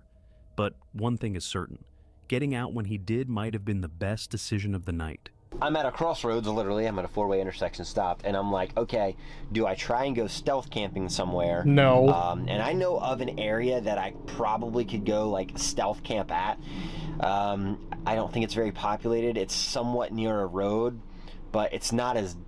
I don't know. It's still desolate, but it's more closer to that road that I came out to earlier on the bike. So I don't know. CJ decides to leave the forest entirely, driving to a nearby village to calm his nerves and figure out his next move for the night. I still am in the Pine Barrens. I am at a campground that I am not supposed to be at. I'm not a registered camper here. I'm not registered to a site, but damn it, I'm staying the night inside the Pine Barrens. And that's what I want to do. So I'm going to do it. And if I get in trouble and I get a knock on the door halfway through the night, so be it. But overall, I wanted to stay here. It's a 2.5, 3 hour drive home. I'm already here. Okay. Right? So without further ado, I'm going to go to sleep. I might even hit the spirit talker up, something like that. Listen, I'm inside the van for the rest of the night. I'm good. I don't want to go outside. Also, I don't want to get in trouble for being in this campsite. If somebody sees this video from you know, a government agency of New Jersey sees this video, they've already kind of got a target on my back to begin with. I'll pay for the campsite, but there's no way for me to pay for the campsite right now because their office is closed. So maybe they'll understand. I don't know. I'll go there in the morning when I wake up. But yeah, let's break out that spirit talker, baby. Why are we? Maybe there's some spirits God. out here that know me or follow me. Who knows? After some deliberation, he decides to... What is it with people who get shit scared and then go, we gotta break out the spirit box? It's like, why? Spend the rest of the night at a campsite on the edge of the Pine Barrens. Though he feels safer, the events of the evening leave him shaken. Finally feeling a sense of safety inside his camper, CJ decides to settle in for the night. Hoping to salvage the evening, he decides to use his spirit box before going to sleep, eager to make some paranormal contact, since his ghost hunting plans had been derailed by the night's unsettling events. After all, uncovering the supernatural was the main reason for his adventure. All right, let's do this. What am I doing right now? It's like, well, I shit myself, so now I'm gonna piss too. Yeah. I'm gonna ask that question one more time.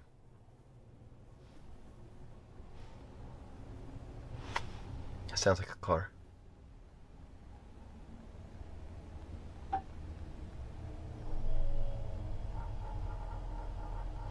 That's the fridge starting up. Okay. Come on over here and talk to me. Also, by the way, notice how he has the window right behind his head, because that needs to be in frame in order for whatever is supposed to happen to happen.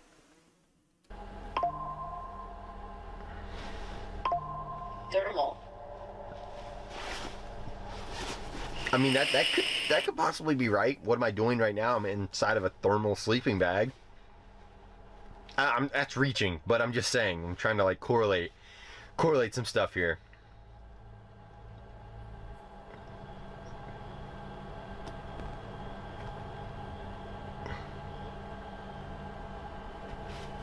All right, you're kind of going silent on me now. What's going on? This is supposed to be the big and the bad and the spooky Pine Barrens. Are any spirits mob related? Can you let me know that?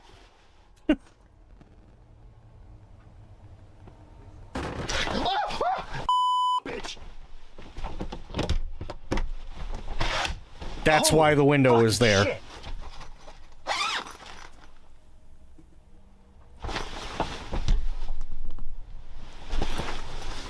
As CJ attempts to communicate through his spirit talker, he hears a car pulling up nearby. Initially, he brushes it off, assuming it's just someone passing through, given the camper's location near a busy road. He continues his session, focusing on potential paranormal activity. But then, out of nowhere, a loud bang echoes against his camper. Shocked and confused, CJ switches off his light and freezes. Heart racing, he sits silently, hoping that whatever is outside will lose interest and move on.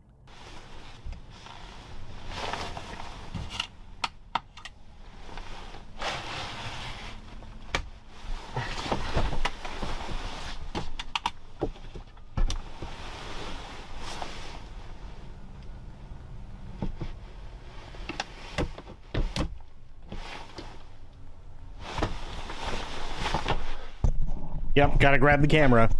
Absolutely gotta grab it.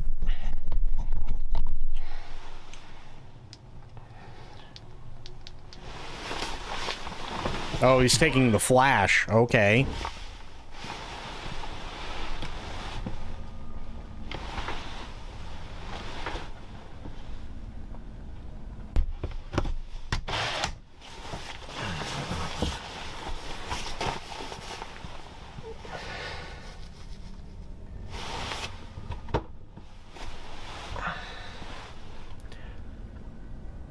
After a tense silence, CJ musters up the courage to peek out of his window. You're invested but there's now. nothing to be seen. Fair. The empty surroundings do little to ease his nerves. Uneasy and full of unanswered questions, CJ resolves to stay inside his camper, refusing to risk stepping outside. I don't blame him. I wouldn't It turns out to be either. a long and restless night, the stress of the evening keeping him on edge. But thankfully, despite everything, CJ eventually makes it through the night safely. Although the mystery of what happened lingers on, one thing is certain: the Pine Barrens continue to live up to their haunting reputation. Camping is supposed to be a peaceful getaway, but as we've seen, the wilderness can be anything but safe. Whether it's mysterious figures watching from the shadows, chilling sounds with no explanation, or full-blown encounters with the unknown, these moments serve as a haunting reminder. You're never truly alone out there. What do you think was the most disturbing encounter on this list? This right here is awesome. Would you look at this red circle with this face? That right there. Let me see if I can find it really quick, because it's fucking hilarious.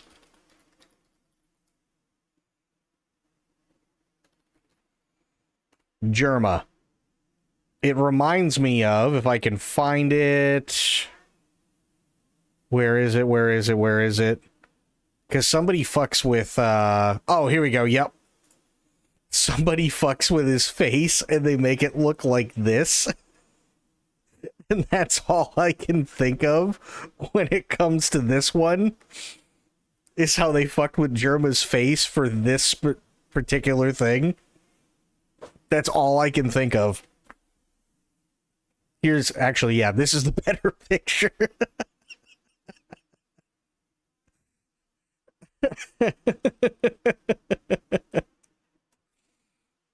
All right, next one. Actually, no, not next one. Now next one. Hopefully, I love how all you have to do is just Germa and not something like funny Germa face or something. No, like there are 3 faces that always pop up when it comes to Germa.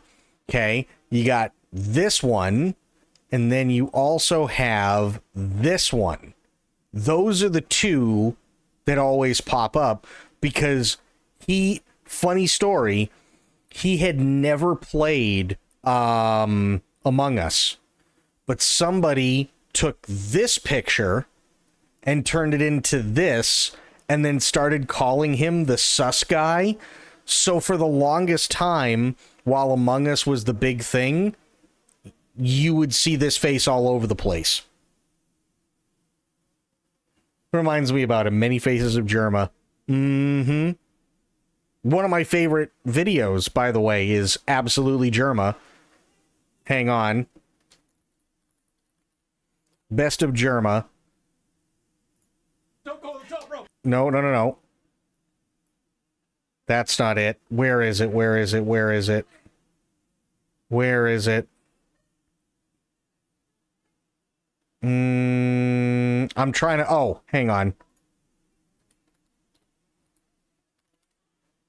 GTA 4. There we go. GTA 4. Here we go. This is my favorite clip of all time from Germa. It's one of the funniest goddamn things. Having a cigarette? Yeah, sometimes I like to smoke down here.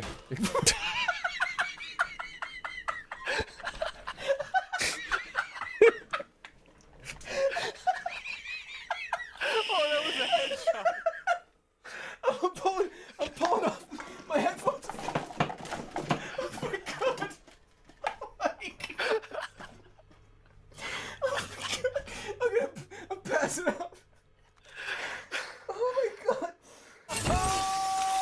That is the... What was that? Here, we'll watch it again. Having a cigarette? So he's pretending to be this guy and this guy talking to one another. Meanwhile, I want to say it's Stir, who comes flying in on a motorcycle and headshots the guy with the tire of the motorcycle.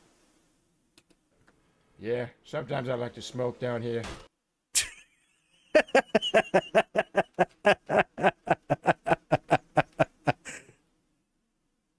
He just headshot him with a tire. Oh,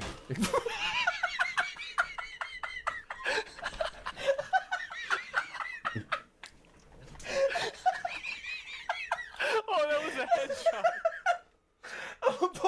I'm pulling off my headphones.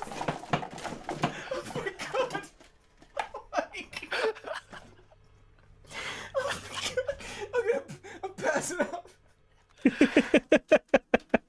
This is why this is one of my favorite clips of him. Having a cigarette? It's just so unexpected. Yeah, sometimes I like to smoke down here.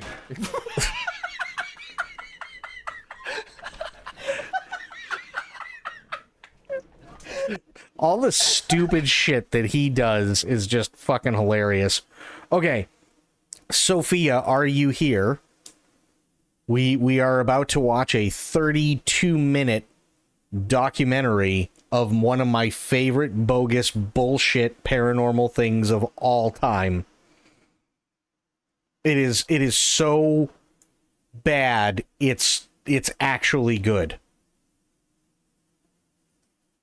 Yeah, True already knows. You're here? Okay. Here we go.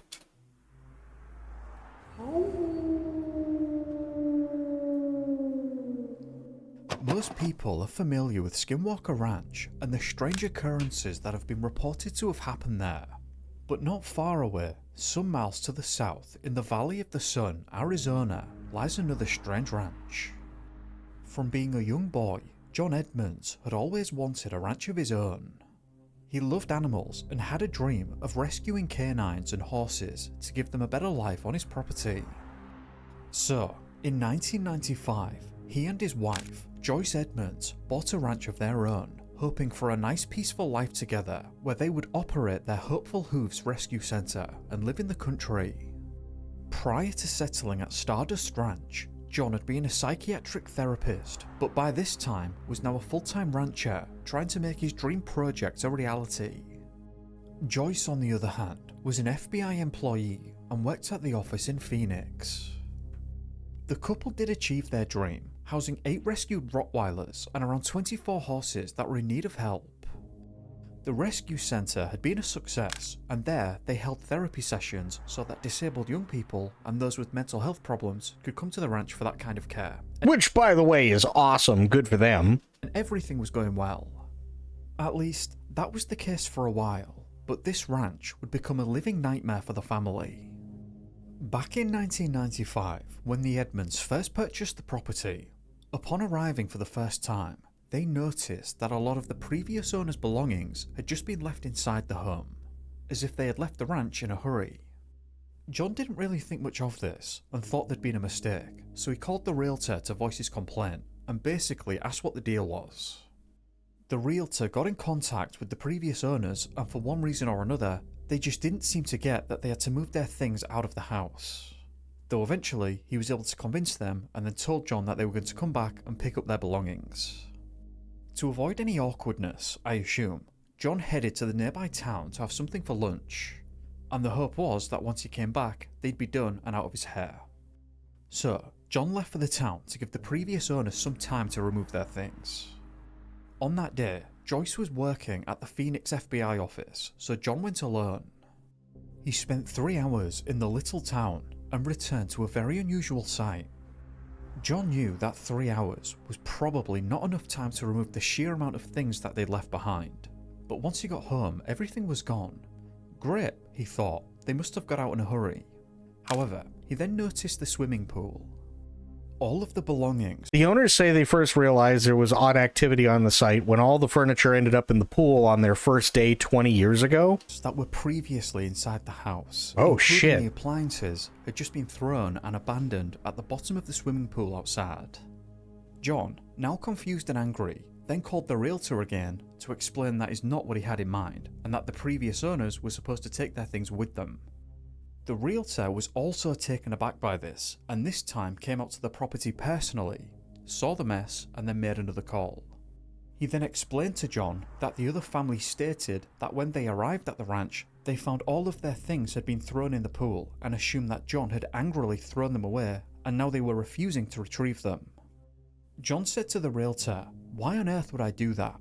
and asked if he could get them to come back. They were never able to contact the family again, and John must have felt as though he'd been absolutely scammed, and that this family just didn't want to deal with their belongings and so trashed the pool with them.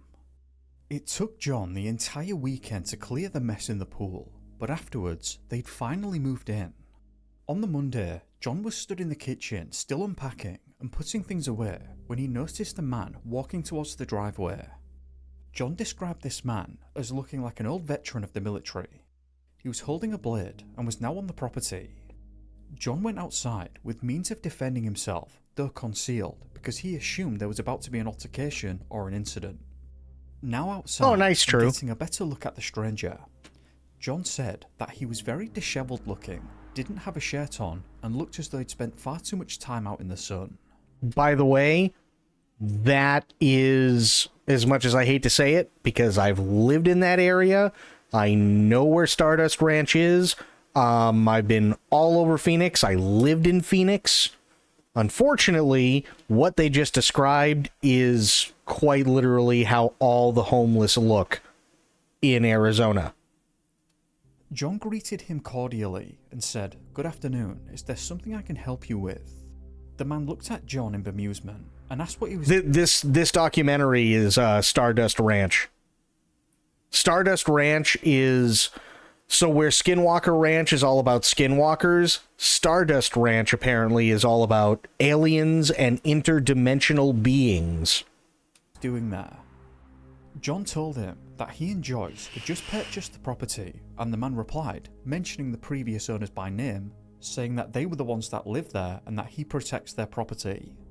John, for the second time in just a matter of days, was deeply confused again and didn't really know how to respond to that. So he told the man, "Well sir, I'm sorry to tell you this, but they're gone. They don't live here anymore." The man then pointed towards the back of the property, towards the now tack room, in which John had been storing the saddles for the horses. Yeah, I could do that. The man told John, "That's where I live." John explained again that the property belongs to him now and he didn't want anyone else staying at the ranch. He didn't require the stranger's services or anything else, and then asked him to leave. The man stared directly at John and replied, "You know, you're going to wish I was here. You're going to be sorry." John thought that this was a direct threat and asked what he'll be sorry about.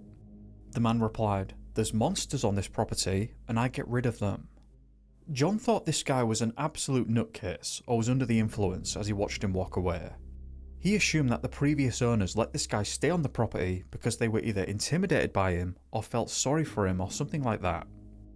Now, sorry, this is what's really, really funny, by the way, because this all starts off your typical, mysterious things are happening, people trying to grab their stuff out of the house, and they think John threw it in the pool, and John thinks they threw it in the pool, and then you can't contact the family, which is weird, and then this dude disheveled comes up and says there's monsters, and okay, we're starting to get... This shit goes off the rails so fucking quick when it really picks up. It's insane. At this point, John was in a bit of a panic because he had no idea if this man was going to return and do something crazy or cause an altercation.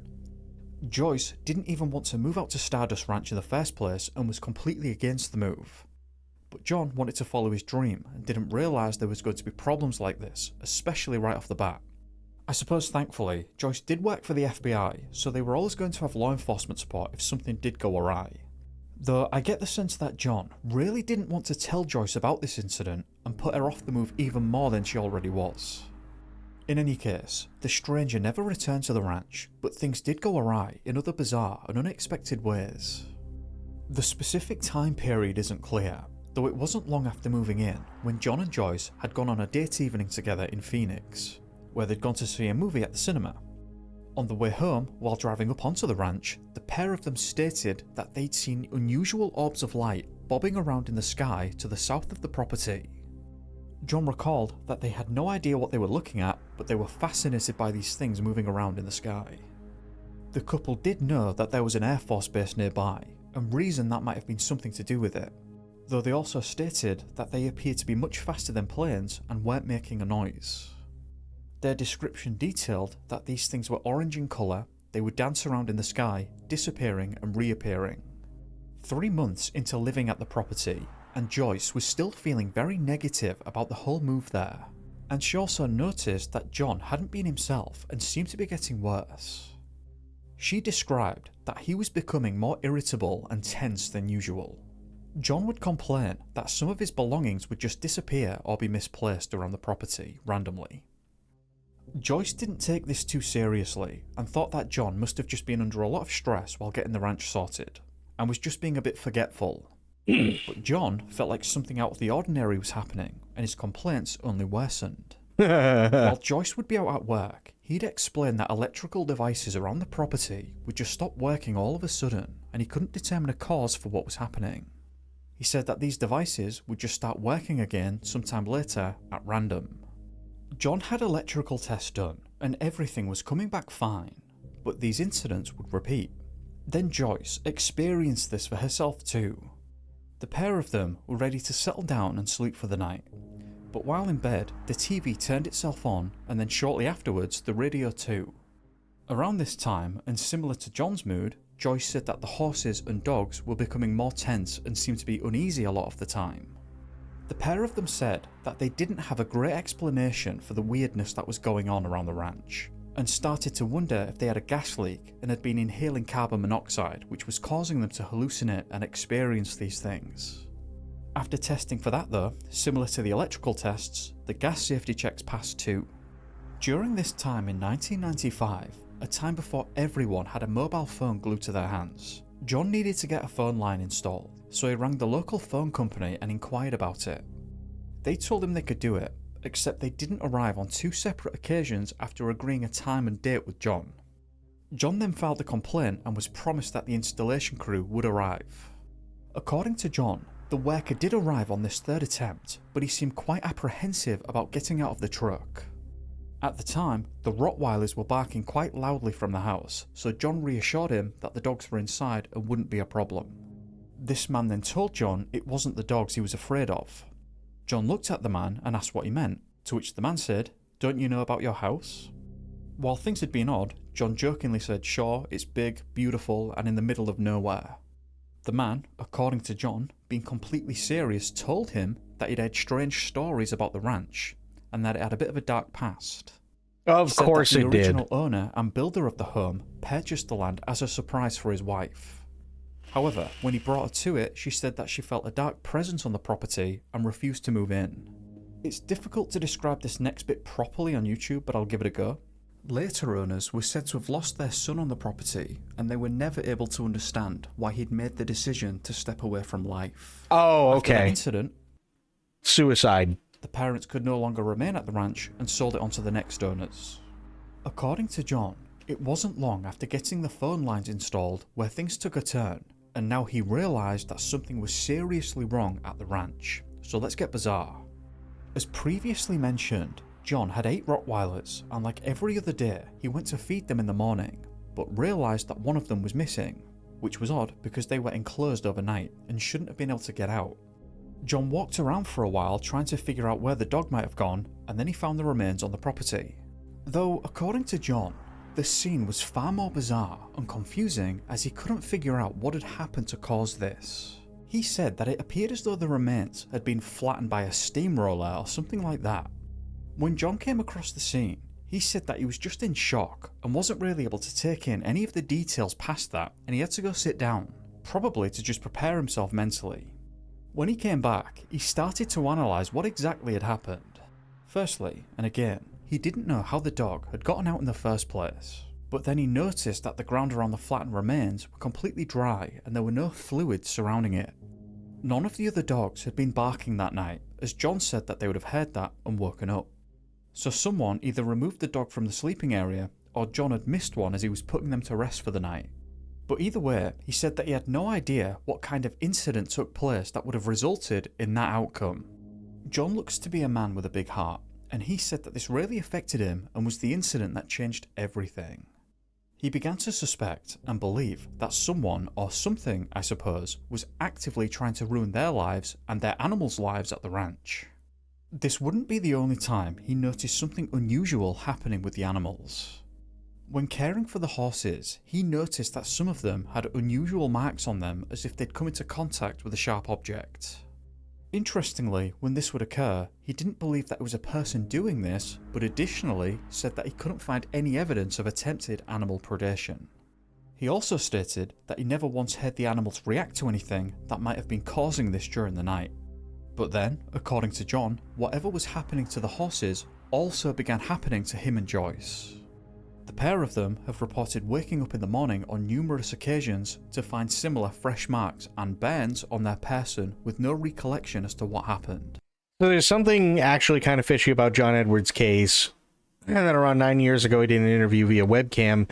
And during the interview in the background, you see a figure peek around the corner, and now that interview has been scrubbed off the internet and is exceedingly hard to find outside of the short clips of the event. I remember that interview.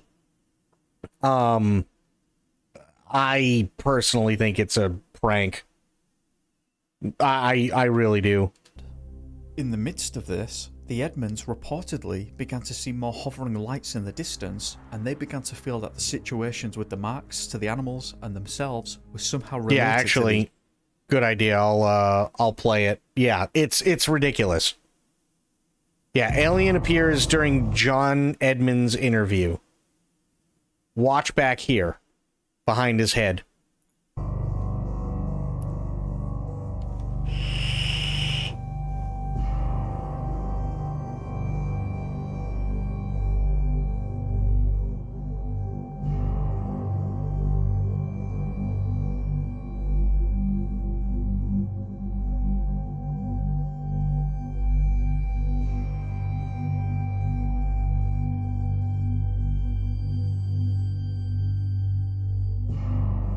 Yeah, see, there's something like right over in here. Keeps moving.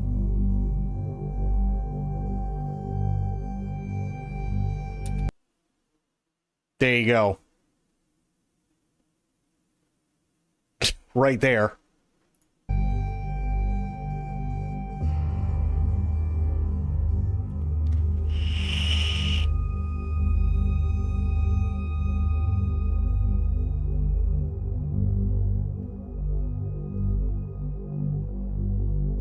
Alien?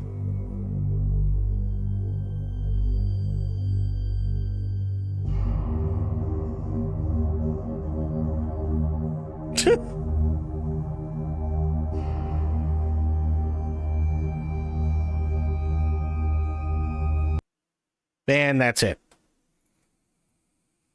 So, continuing on with Stardust Ranch, because you can't find the you're right, you cannot, it's really hard to find the interview.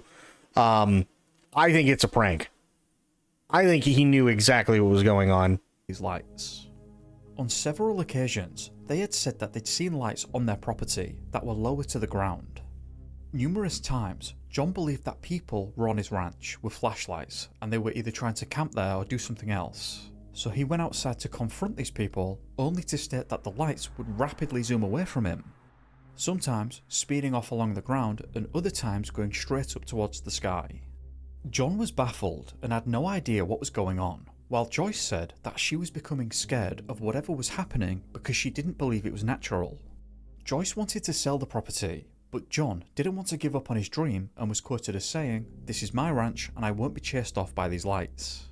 They kept silent about these occurrences as they understood the stigma of being associated with seeing unusual things in the sky, though that kind of stigma has eased somewhat in recent times, especially with news segments coming from reliable places seeming to assert that there may be something happening that we're not familiar with. However, John's silence broke when things took another dark turn. Oh boy. The incidents with the animals had escalated, and now he started to find various remains on his property. These carcasses, though not described as being flattened like one of the dogs had been, he still stated that there were no fluids on the ground around them.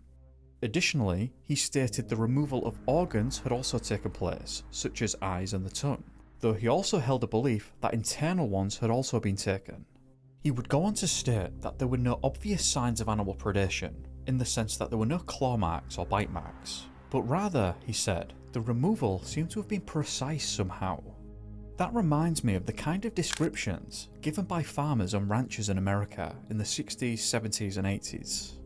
Local authorities and the FBI also in some cases didn't understand what was going on exactly, so started to suspect cultists were performing rituals or doing this to animals for some other purpose. This still comes up today too from time to time, and interestingly, I don't believe there has ever been an eyewitness account to this kind of crime taking place. Yeah. A more recent incident of this nature was reported in 2022 in Alaska, For the sake of YouTube, I'll have to spare the details, but in this article, the rancher stated that he cares for 300 cows and 2 of them had vanished. They were found accidentally by 2 8-year-old girls, and similar to the way John was describing the findings at Stardust Ranch, and similar happenings at Skinwalker Ranch for that matter. The Alaskan rancher basically stated that parts of the cows were missing, and they have a butcher shop and they understand well enough the difference between animal predation and something more purposeful and precise. A few years ago now actually, I made a deep dive on this topic, looking at older cases of this happening for Patreon, since I couldn't put it on YouTube, which you can find a link to in the description below. In any case, whether there is a mundane explanation or not, it truly is a particularly bizarre and fascinating topic. While John did believe that something extraordinary was taking place at the ranch in general, at first he did try to find a more ordinary explanation of what was happening. He pointed out that in some cases he wouldn't find any remains, but he'd just be a horse down and had no idea how it vanished or how it would have gotten out in the first place. Similar to the Rottweiler, I suppose. According to John, this search for a mundane explanation came to an end when walking to his horses one morning and noticed some of the heavy metal fence panels weighing around 100 pounds were, and I quote, bent like pretzels. John said he had absolutely no idea what could have done this. He called the livestock board and they were baffled too, offering no explanation except to say that it wasn't a coyote or anything like that, which is probably among the least helpful things I've ever heard in my life. Some time had passed, and now John started to experience an eerie or paranoid feeling around the house that someone was watching him and Joyce. He said that he couldn't quite explain it, but that it was discomforting and he tried to keep it a secret because he didn't want to freak Joyce out. It got so bad that he didn't even want to shower because it just felt like he wasn't alone. We've gone over some weirdness already, but it's at this point where things really go from 0 to 60. Yep. And I'd also like to ask if you've ever heard about this before, and if you knew Skinwalker Ranch had a neighbour like this. One night they went to bed, but Joyce was snoring, which kept John awake. As he laid there, a familiar feeling of not being alone crept over him. He said that 3 shadows slowly moved around the room, which filled him with dread and left him feeling paralysed. Remembering the baseball bat he kept by his bed, John managed to regain his composure and reached for it. To his horror, he felt something cold and damp lightly tapping against his outstretched arm.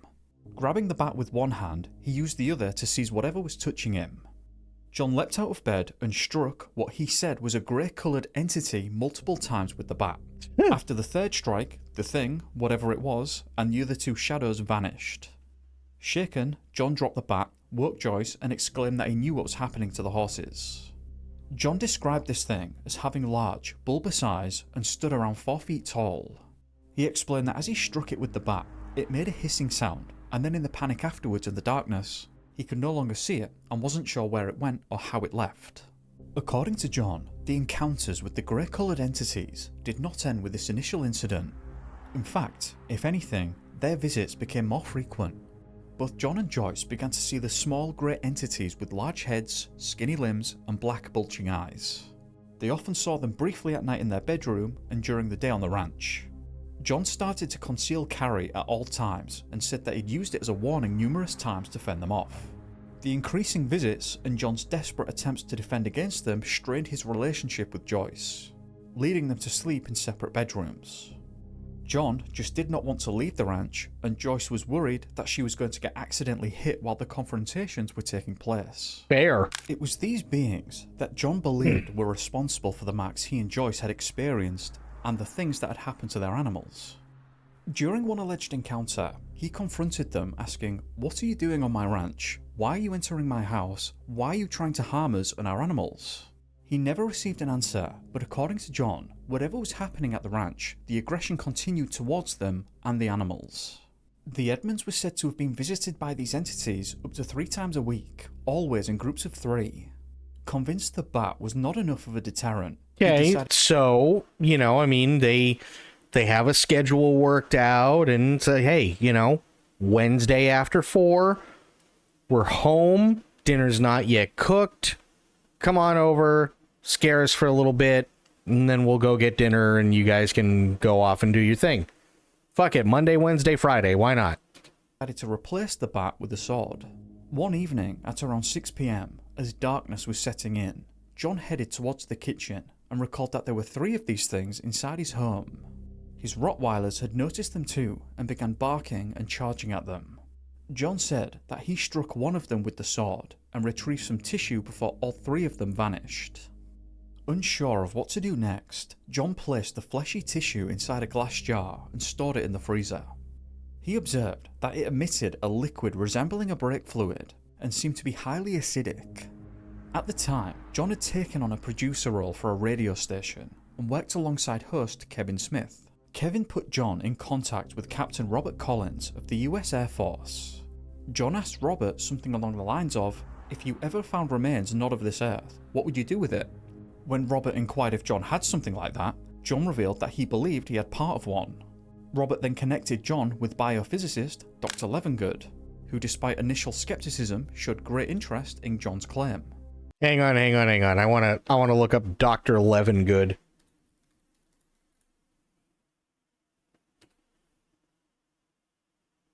That's not it.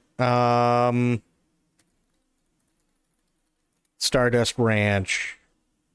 Oh, Dr. Livingood, maybe? Real doctor or scam? Ugh. Says he has a doctorate in natural medicine, but I don't see that as a degree. Closest thing, doctor in naturopathic medicine. I can see that he has a degree in chiropractic care. Is he legit? Oh, this is diet and health, so who cares? That's not what I'm looking for. Actually, I know what I can do. Hang on. Stardust Ranch Wiki. Oh, no, I can't. That sucks. Because I tried looking this up earlier when I saw the video, and it brings you to, this Stardust Ranch, which is a closed brothel now. So, not exactly what we were looking for. John sent the tissue sample to Dr. Levengood, who promised to study it. Around 3 months later, apparently, an excited Dr. Levengood contacted John proclaiming, "You have the smoking gun. You have absolute proof of visitation on Earth." Initially, Levengood reported that the samples contained tiny segmented fibres resembling grass, which was highly unusual. He also explained that blood typically does not contain these segments, and the samples were almost pure hemoglobin. This is exactly what John wrote in his book, published in 2020.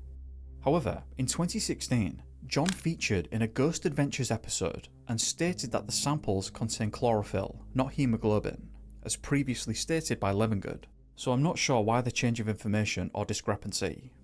Now, this is where things took another bizarre turn. According to John, Dr. Levengood suddenly cut all contact with the Edmonds and he wasn't able to get in contact with him again. John later discovered that Dr. Levengood had passed away on the 28th of September 2013, aged 88, reportedly from head injuries sustained after tripping and falling in his lab. Additionally, John said that the samples had gone missing. And to add to the situation, Dr. Levengood's wife passed away a couple of weeks later. Some time after Dr. Levengood passed away, apparently, John and a friend of his were outside the ranch when a black SUV suddenly pulled up to the property. 2 men wearing black suits got out and approached the gate. The gate was 7 feet tall and locked, but instead of waiting for John to open it, the men, apparently, simply walked, or phased, right through it. John and his friend, now frightened, jumped up and backed away. John speculated and thought that the men might be officials trying to intimidate him with technology that is not understood by the public. The men stopped about 10 feet away from John. John demanded, "Who are you guys? Can I see some ID? You're trespassing here." The men looked at him and demanded that he stop talking about the crafted scene. Trying to appear unafraid, John repeated his request for ID. The men ignored him, turned around, walked back through the closed gate, and left in their SUV. John noted that the men looked strange and unnatural. They wore black glasses and were extremely pale, is the description he gave. The craft that John would speak of was said to be metallic. He estimated around 100 feet in diameter and allegedly would hover over the ranch. At this point, John stated that he feared for his safety, which is what prompted him to go public, and he appeared on various radio shows like Coast to Coast to tell his story. He believed that by sharing his experiences openly, it would raise suspicions if anything were to happen to him. In contrast, Joyce preferred to stay out of the spotlight and expressed her desire for privacy, refusing to participate in interviews. Throughout their time at the ranch, the Edmonds reported numerous incidents of harassment where they felt paralysed and unable to move or scream. Joyce experienced this phenomenon more frequently than John. John believes he'd been marked by these beings. He described feeling a sudden, intense pain and crushing pressure, followed by an indentation in his left leg without any warning. They both woke up with unexplained puncture wounds on their skin and often discovered bruises on their inner thighs, abdomen and chest. Both have reported triangular depressions in their skin and have experienced skin disfigurement, which was described as being similar to radiation exposure. The Edmonds also reported several instances of missing time, and they fear they may have been taken on those occasions. According to John, Joyce has reportedly levitated on multiple occasions overnight. The first night this happened, John attempted to wake her by calling her name, but she remained asleep and in the air. The levitation stopped only when John placed his hands on her shoulders and called out loudly. Joyce then opened her eyes, abruptly landed back on the bed, and promptly fell asleep again. The following morning, she reportedly had no memory of the event of the previous night. Every night that this would occur, Joyce would have no recollection of levitating the night before. During one incident, John observed her being levitated and moving or phasing through the wall, exiting the house. John tried pulling on her ankles to bring her back, but this didn't work, deciding instead to walk alongside her body, following the force pulling Joyce away from the house. Once outside the house, John saw what was pulling his wife, a metallic object, approximately 100 feet in diameter, hovering 100 feet above the ground, was his description. It emanated a bright blue-white light from its underside. Not willing to stand by, John fired in the direction of the craft, which resulted in her release. Joyce dropped to the ground and woke up immediately, this time strangely able to recall everything.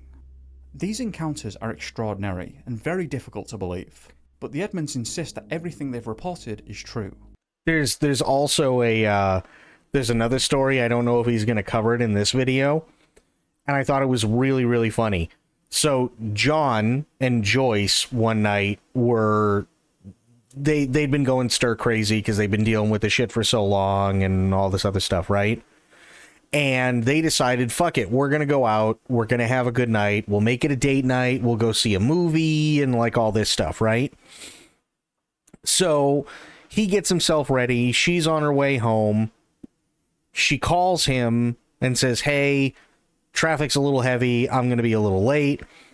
He, goes, okay, well, the reservations for where we're going to go are at this time. She goes, I know, I'm trying to get home, yada, yada, yada. He goes, okay, fine. She pulls up and she goes, I'm going to just hop in the shower real quick and change into something else. He goes, cool, no problem. He sits there and he waits for about 20 minutes, knocks on the bathroom door. She says, I'll be out in a couple of minutes. Why don't you go get the car started? He goes, okay. He goes out, he sits in the car, and then Joyce comes around the car, gets in, closes the door, they head off to the restaurant. So they're sitting there at the restaurant, and he notices that Joyce is really, really quiet for some reason, and he can't quite put his finger on it. And he finally came out and he asked her, he goes, what's going on? This is supposed to be a good night for us, and we're, supposed to be having a good time and stuff like that. And like her responses were like really, really cold, and it didn't make any sense, and she had no emotion and everything like that. And then he gets a call on his cell phone, and it's from the ranch, and he picks it up and goes, hello, and Joyce is on the other end and goes, where the hell did you go? You left without me. And then he realized that he was sitting with somebody who was made to look like her. So he hangs up the phone with his wife and he looks at whoever it is that's across from him and says, what did you do to my wife? And they never answered, and he excused himself as if he was going to go to the bathroom, and immediately left the restaurant, drove all the way home, and then explained to his wife that he was just at dinner with her. The shit that they come up with is crazy. Incidents would continue to occur on the ranch, with the Edmonds frequently claiming to have been visited by men wearing dark suits, seemingly just observing them. Around 2010 and 2011, Robert Bigelow contacted John, wanting to send investigators out to the ranch. Here we John go. agreed, with the understanding that anything to shed some light on what was happening was welcome. Given his reputation in this area, Bigelow seemed like the right person for the job. Although Bigelow never personally visited the ranch, John communicated numerous times over the phone with him. 2 vehicles were dispatched by Bigelow from Las Vegas. However, only one arrived, the one without the investigation equipment. The other vehicle, which contained all the necessary equipment to investigate, never made it to the ranch. Despite various attempts, it just couldn't reach the location for some reason. Another vehicle was sent to transport the equipment, but that one also broke down. Eventually, the vans with all the equipment had to be towed back to Las Vegas. The vehicle that did arrive brought the investigators a video camera and a polygraph machine. The investigators interviewed John and Joyce, filmed some footage, and this continued intermittently for several days. Also, they're using a polygraph machine, something which has only ever been used in court, I believe maybe a handful of times, and was then deemed to be completely unreliable because there was no empirical evidence that any of the questions that anybody had ever been asked were being answered truthfully because of how the machine works. But for whatever reason, they still decide to use polygraphs, and it doesn't make any sense. Well, I'm hoping they talk about that true. They spent a few hours here and there, and between visits, Bigelow and his investigators would call John to ask a barrage of questions, often repeating the same questions. When the investigators left, they told John they would provide him with results or a copy of their report after they reviewed everything. However, John never received anything or heard anything from Bigelow again. So, let's be honest, there's plenty of things to be skeptical about here, which given that they didn't hear back from Bigelow, he likely must have been too. You'd think that if all of this was truly going on, then there'd be some evidence, anything really, other than the testimony What's going on, of one Corgi? man. No pictures or video evidence or anything like Oh, that. did you? Nice. Secondly, John had made the claim that he downed some of these grey entities. There we go. But there's no evidence of that either. John doesn't have a great explanation for that, suggesting that the bodies just inexplicably went missing, similar to other objects on the ranch. The only supposed evidence was the tissue with Dr. Levengood, that nobody but the pair of them ever got to see. As previously mentioned, Levengood stated that the samples contained tiny segmented grass-like fibres, which he found to be unusual. Over the phone, he apparently told John that he wasn't going to publish a formal report and he wasn't going to send the samples I remember for it was DNA an testing American, because yeah. it was too expensive. Which is incredibly dubious if the claim here is that Dr. Levengood thought that this was undeniable evidence of something weird. Wait, what did he say? Samples for DNA testing because it was too expensive. Publish a formal report and he wasn't going to send the samples for DNA testing because it was too expensive. Which is incredibly dubious if the claim here is that Dr. Levengood thought that this was undeniable evidence of something weird. Yeah, if you're a doctor and you find blood or some sort of organic matter and you can't identify it, whether it's expensive or not, why wouldn't you send it out for DNA testing? That's... what? ER again, found a puke and shit for the last 5 days, but coming up red today. Ooh, well, I'm sorry to hear that, buddy.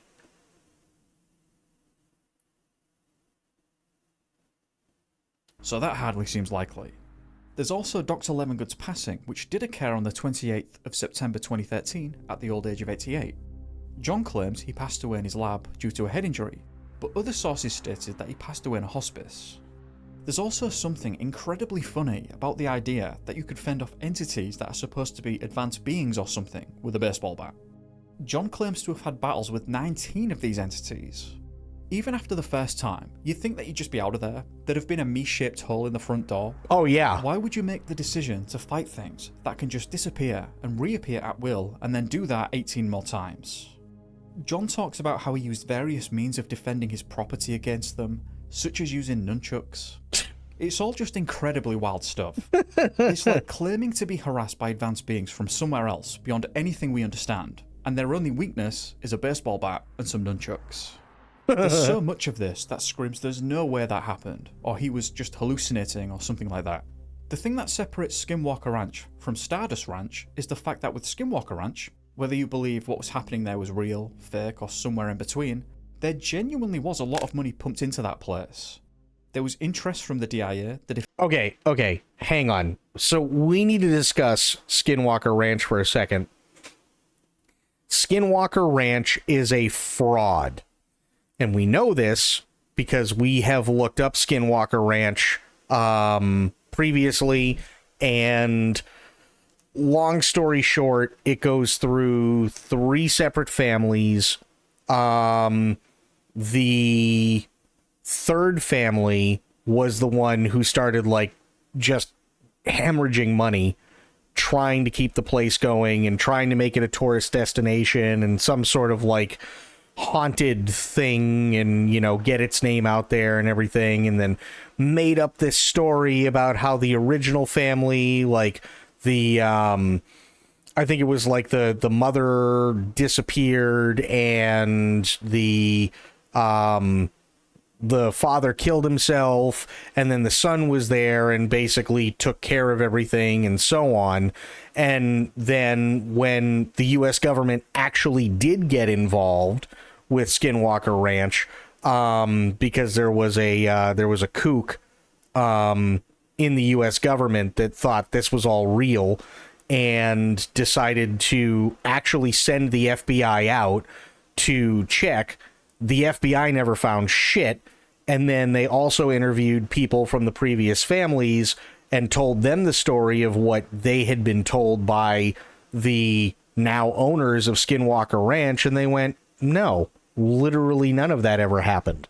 In terms of the wife dying, she died at home, yes, but what you're referring to is because it's assumed that she had some sort of dementia. She got out of bed one morning, was not in her right mind, walked out and got lost, and she was missing for only a certain period of time, and then they found her, and then, you know, later on down the road, she just died peacefully in her sleep, and they got all this not only from the son, but also his best friend who used to work there year-round. And they're just flat out going, what? No. None of this ever happened. That's all bullshit. Defense Intelligence Agency, military personnel, Senator Harry Reid, among others. Whereas with this one, there just isn't any of that. In fact, the only person who seemed to show any interest was Robert Bigelow, before he did an immediate 180 and walked away from the ranch. There's only speculations, of course, and we'll never truly know what happened there between the two parties. There is speculation that perhaps it could have been thought that by exaggerating the claims, or trying to be like Skinwalker Ranch, it might inflate the price of other ranches or something like that. Though I don't like to attribute malice to people without evidence, so obviously I'm not sure. So what's the deal then? Did John just make up the entire thing? What reason could he have had for doing that? Again, I'm not in the business of calling people liars without absolute evidence. It's also not usually the case that people just outright lie like this for no reason. It really could be instead that John truly believed that these things were happening and that this is just his reality. It's not completely unheard of after all. There are people who experience intense paranoia and believe they're being targeted by someone or something. Yes, and most of those people have to be, as much as I hate to put it this way, extremely medicated. Just throwing that one out there. I know, I used to work with them. Robert Bigelow, Stardust Ranch. Let's see if we can come up with anything. Sherman Ranch. Why did Robert Bigelow... Yeah, Robert Bigelow. Oh, really? He sold Skinwalker Ranch? Really? Comes from the book Skinwalkers at the Pentagon and comes from a public interview with Bigelow and reliable insiders. This debunks the claims that nothing happened on the ranch during Bigelow investigations or that he sold the ranch because nothing was happening. A lot of things happen on and off the ranch, some directly to Bigelow. The decision to sell the property after 20 years of ownership and the oversight of 2 different investigations, NIDS and Bass, Wasn't that difficult for Bigelow. He wanted to focus his energy and finances on Bigelow Aerospace projects. I was very disturbed toward the end because of something that happened to some of the government people, Bigelow said in an interview with George Knapp in 2020. With George Knapp, again, everybody took things home with them. I took things to my house. Things happened to my wife and to me. Everybody took things home. We all did, but we didn't know it was going to be like it was. We didn't know it was like going to be kind of permanent. We didn't know that we didn't know that this is going to stay with you for maybe years and years of the rest of your life. Who knows? And it's not that it happened on the ranch. It was when they left the ranch. I do say hitchhikers. And these are government people, and it affected them in very dramatic ways, A lot of shit happened, but Bigelow got frustrated because the paid investigators couldn't communicate with the non-human intelligence. So Bigelow then went and bought fucking Skinwalker Ranch. That's probably what it was. He went and bought Skinwalker Ranch, if I had to take a wild guess. Yeah. Because it's all coming up with Skinwalker Ranch. Nothing about Stardust Ranch. So chances are, and this is Robert Bigelow. This is the guy. Same guy. Aerospace entrepreneur Robert Bigelow made a cryptic announcement in September of 2008 in a radio interview with George Knapp. Bigelow revealed he had just created BASS, a subsidiary of Bigelow Aerospace, and that BASS had entered into partnership with an unnamed entity to study the UFO mystery and related phenomena. The public didn't know it at the time, but 1 week earlier, Bigelow had signed a contract with the Defense Intelligence Agency to carry out an investigation under the umbrella of OSAP, the Advanced Aerospace Weapons Systems Application Program. The impetus for the program had occurred a year earlier when a senior scientist from DIA visited Skinwalker Ranch and had a highly unusual encounter with an unknown intelligence. The scientists returned to Washington, met with U.S. Senator Harry Reid, Daniel Inouye, and Ted Stevens, and proposed the creation of a special classified study of UFOs and related phenomena. The three lawmakers agreed to sponsor such a program and secured $22 million to fund it. OSAP was born. That was the federal thing for Skinwalker Ranch. So they dumped $22 million into Skinwalker Ranch, and they still couldn't find shit, which is really fucking funny. They're not lying to you when they share this information. They truly believe it. That's the reality they truly believe they're living, even if it's based on a flawed or perhaps non-existent premise. Of course, I'm not saying that John was paranoid or anything like that. That's not for me to say. It strikes me as though that John really does believe the things he said that he'd experienced. In an interview with a woman named Kerry Cassidy, actually around the same time he started to talk about the nunchucks in the conversation, he expressed that he'd sustained a severe head injury in 1973 and had some long-term damage to his skull, which may have affected his fear response. It's not specified what the injury was, specifically, or how he got it. It wasn't stated if he had experienced hallucinations or anything weird in between the time period of sustaining the injury and purchasing the ranch. If there was an underlying injury there, I wonder if the stress of the move, financial stress if there was any, and everything else got to him. Though I don't want to speculate too much on that. I'd also point out that if you'd seen a loved one literally hovering in the air and being pulled through a wall somehow, it seems to me that first, you might decide not to stay there anymore. True. Or you'd set up cameras or something. A lot of this is just beyond credulity, and generally speaking, I'm someone that's quite open to these kind of things. I don't believe that we know everything about everything after all. Anyway, I'll leave it there and hand it over to you in the comments below. What do you think about all this? I'd just like to take the time to thank you for watching. And a big thank you to the patrons who've been running around. Do you still have that other one, True? Revamped Arizona Ranch from Ghost Adventures back up for sale just in time for Halloween.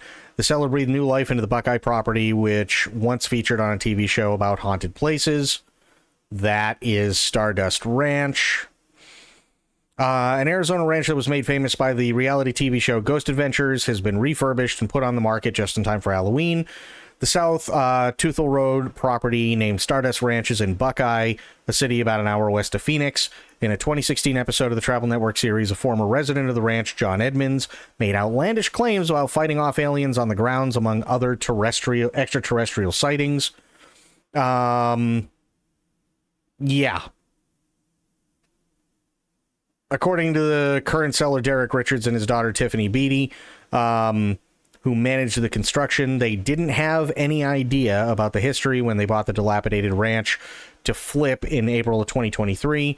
It was a foreclosure auction that closed at $680,000 according to property records, which, fair. After extensive renovations, property is now listed for $1.3 million. The listing includes a revamped main house that underwent what listing agent Hillary Key of Arizona Associates called the $350,000 full gut restructuring. What I saw was a property with a lot of potential, said Richards, who bought the property under Buckeye Toothel Partners, LLC. There were nice bones. Richards subdivided the original 9-acre property into 4 1.2-acre lots and the main 5.4-acre Stardust Ranch lot, which is the one for sale. The listing includes the 3,400 square foot main house with 4 bedrooms and 3 bathrooms. A separate barn includes 2 bedrooms and 1 bathroom. Both buildings are completely redone. You could see an outside structure, but the inside was really torn up, added Beatty. The makeover was thorough, with renovations including plumbing and electrical improvements, updates to the kitchen and bathroom fixtures, and floor resurfacing. It does look really nice if this is the picture. The cleanup was also detailed, according to Beatty, including natural brick that was salvaged and finished with a gray wash. I think that was one of my favorites because it really keeps the integrity of the ranch feel.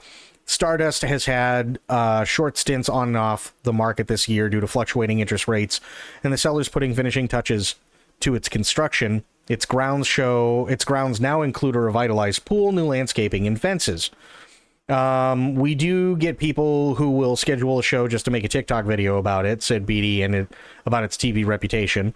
But for anybody who's actually been around working on the property over the last 2 years, it's become a joke. They're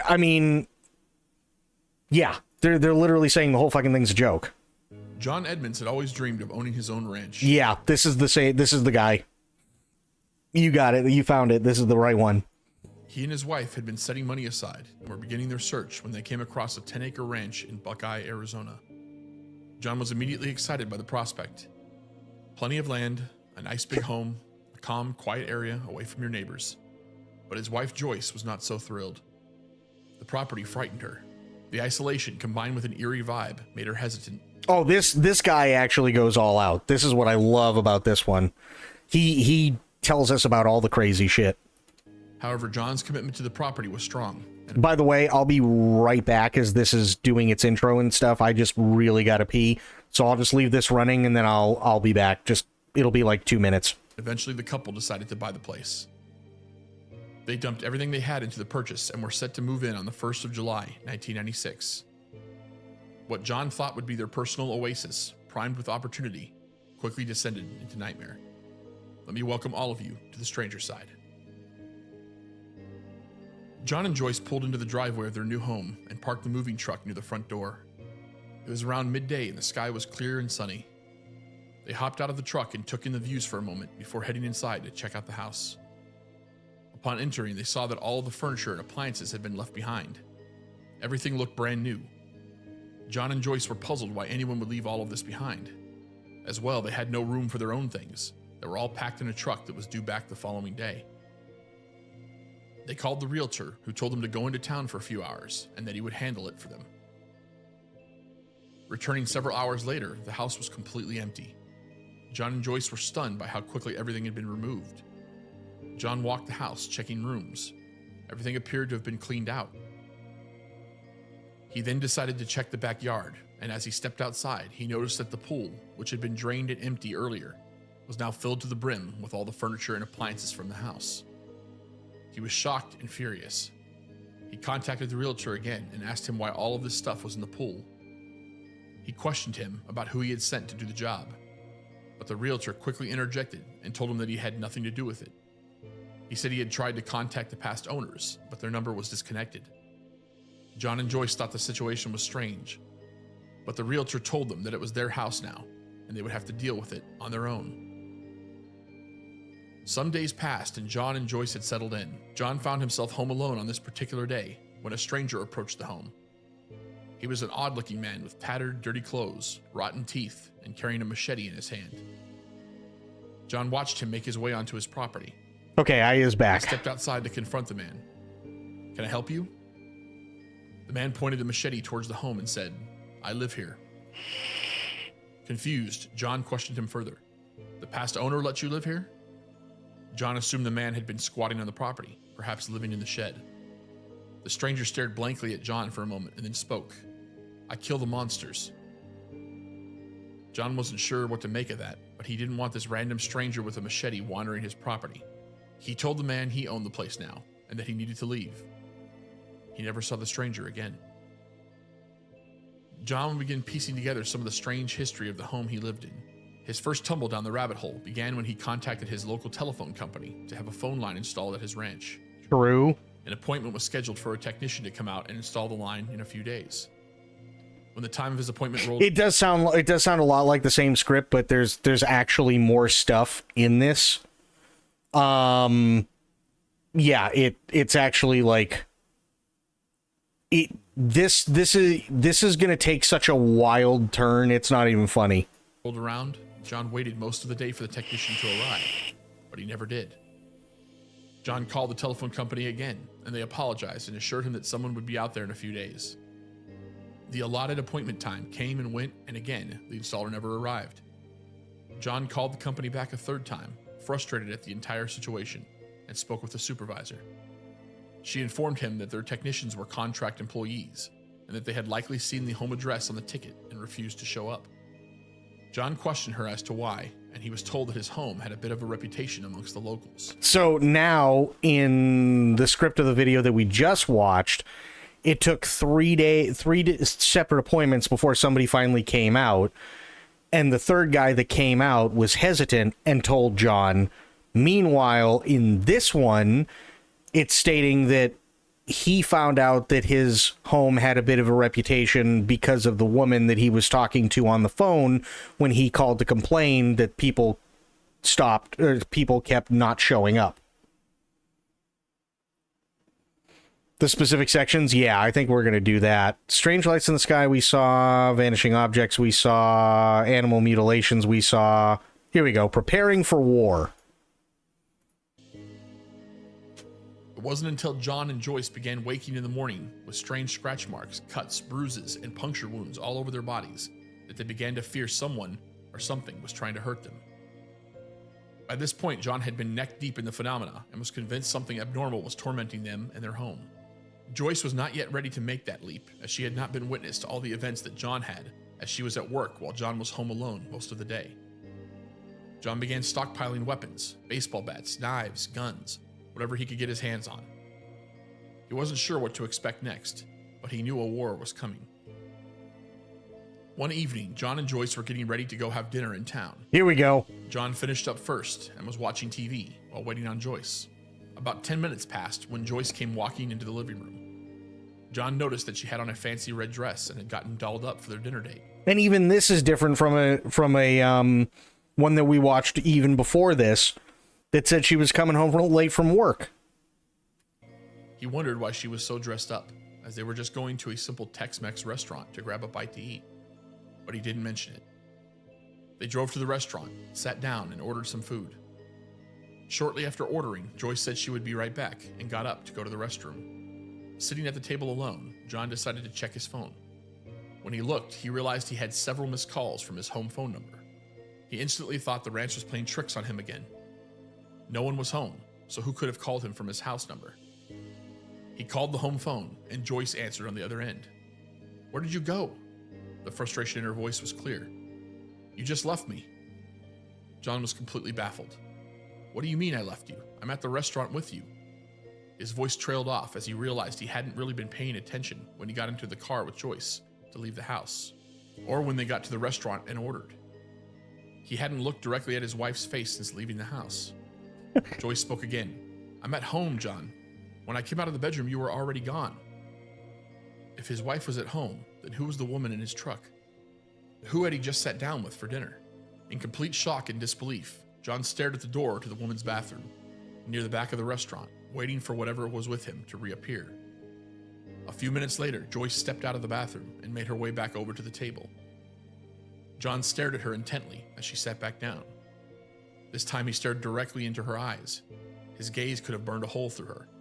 He immediately thought, This isn't my wife. But before he could even finish the thought, Joyce's eyes turned black. Not just the pupils, the entire eye. Solid black, dark as night. They stared back at him like bottomless pits, and her face was expressionless. John quickly got up out of his chair, rushed out of the restaurant, jumped in his truck, and sped home.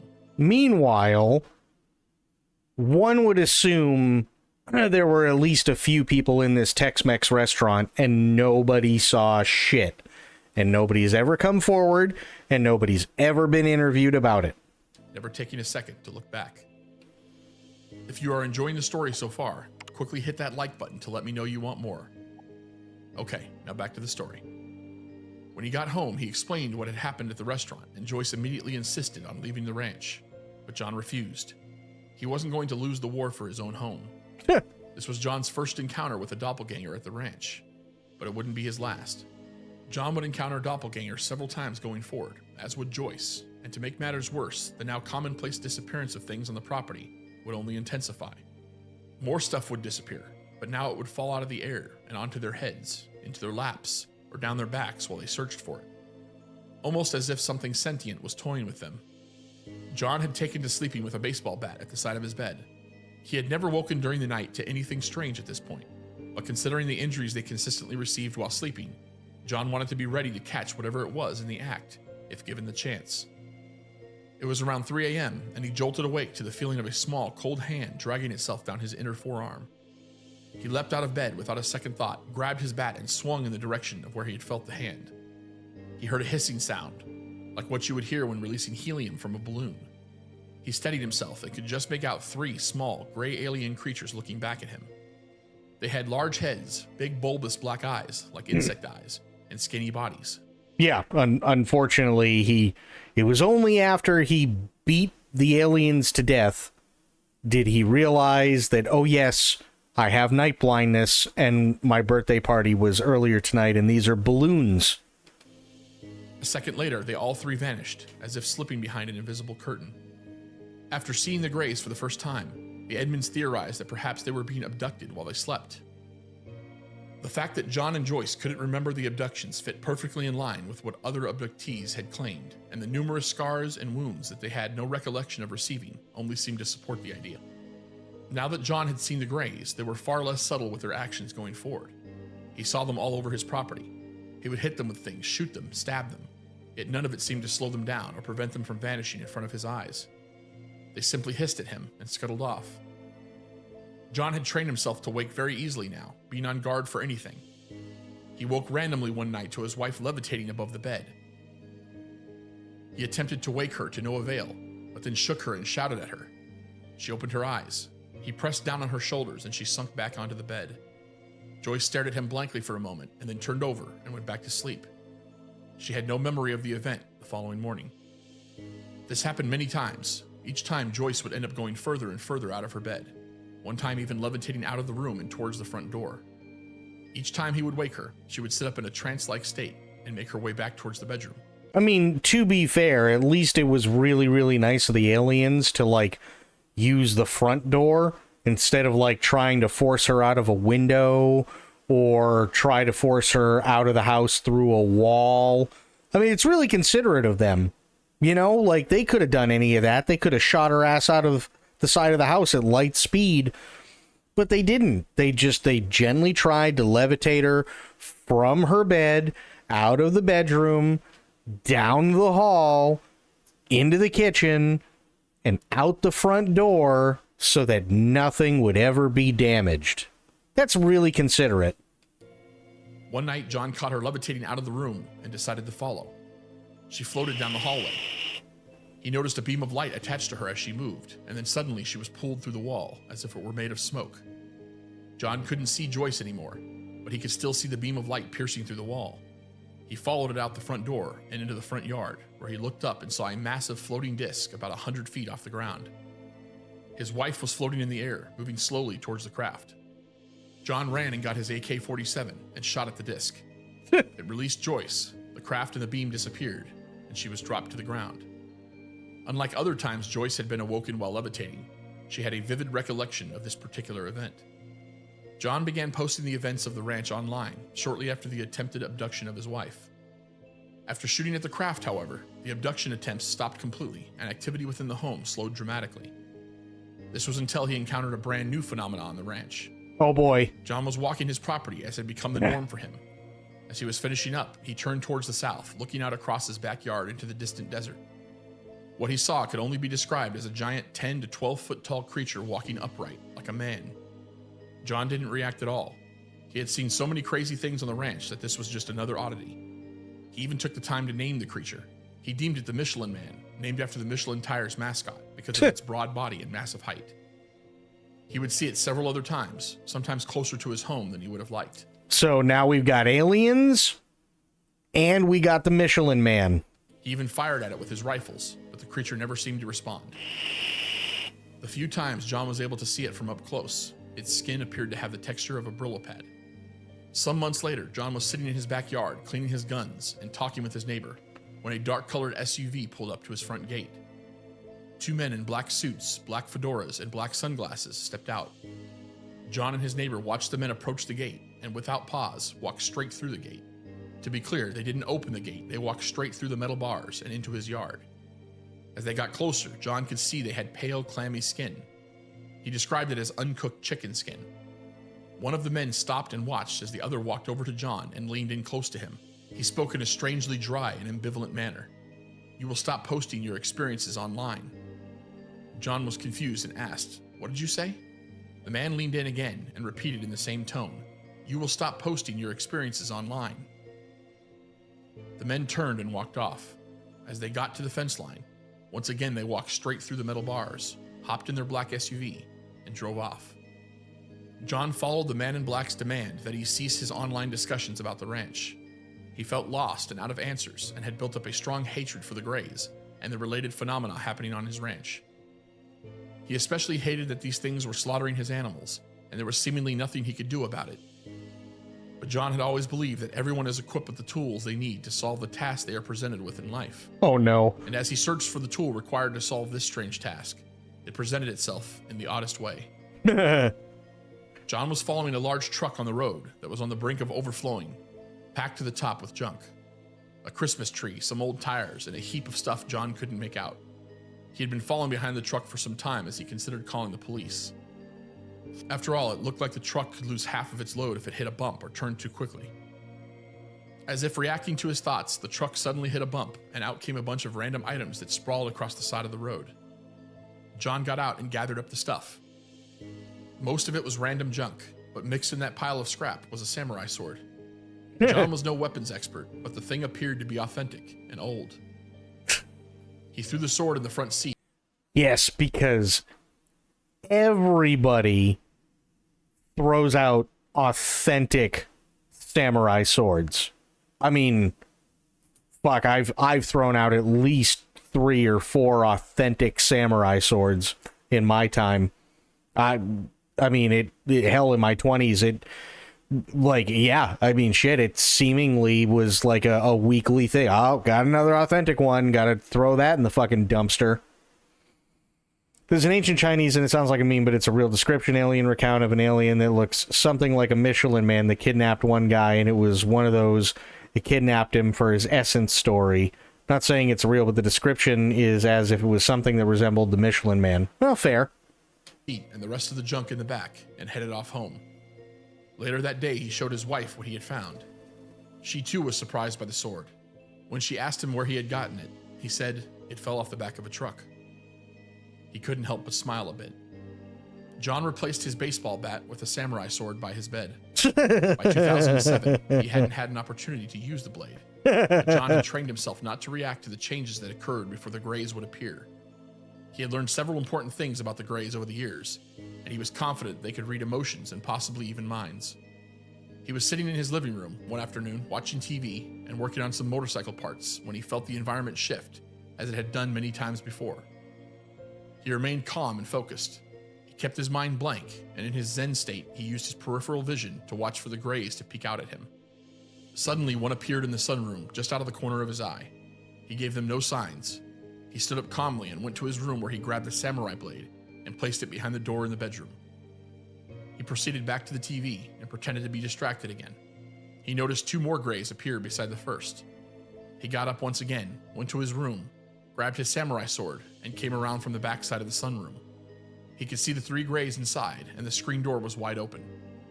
He composed himself, took a deep breath, and then charged as hard and fast as he could at the 3, slashing quickly and powerfully with the blade. He struck cleanly and sliced one of the Greys' heads off. The other 2 dissipated immediately, but the dead one remained. He had struck, shot, stabbed, and fought the Greys many times before, but nothing had seemed to faze them or stop them from disappearing at will, until now. John gathered up the corpse, wrapped it up in plastic, and stuck it in a freezer. This was his opportunity to prove his experiences to others, and John decided to send tissue and blood samples of the alien body to a professional lab for scientific testing. So here's my question with all this. So in the other video, it said that he did hit an alien. There was a chunk of organic matter that fell off. He sent it to Dr. Livingood or whatever the fuck his name is. And the doctor went, you know what? You got the smoking gun here, Sonny. But I'm not going to go ahead and send it off to do that newfangled DNA thing because it's too expensive. But in this one, specifically says he lobbed the head of an alien off and then took the corpse, wrapped it up, and shoved it in a freezer. So where's the body? He came in contact with a scientist and researcher by the name of W.C. Levingood. In addition to sending the samples to a lab, he also provided Levingood his own samples. Upon review, he determined that the tissue and blood had unique properties he had never seen before, and that they were not a match to any known plant or animal. When the results from the lab were returned, a somewhat different and intriguing match was found for the samples. The lab had reviewed DNA from animal mutilations throughout Arizona and found the blood and tissue samples to match trace samples found on the bodies of these mutilated animals. John understood this as proof of a connection between the Greys and not only his mutilated animals, but other similar cases across the state and possibly the world. Over his years of research, John began to delve deeper into his understanding of abductions and decided to work with government medical doctors, who, through regression hypnotherapy, helped John realize he had been abducted 18 separate times. He had no conscious memory of the abductions, but many of the times he had awoken with strange wounds on his body were actually times he had been abducted in the night. His wife had been abducted many times as well. However, the exact number of times is unclear. Over time, John's work with government medical doctors revealed more and more about his abduction experiences. He and his wife consider the events too personal to discuss and refuse to elaborate on what exactly happened. I mean, of course they do. Like, why would they come forward with anything like substantial? Why? That wouldn't add anything whatsoever, would it? Also, why is it that every time somebody talks about an alien abduction, right, it's not like a sexy alien abduction? You know what I mean? Like, it's always got to be, well, we're going to mutilate a dog today. Oh, no, look, cow. We're going to go for that one because it's bigger.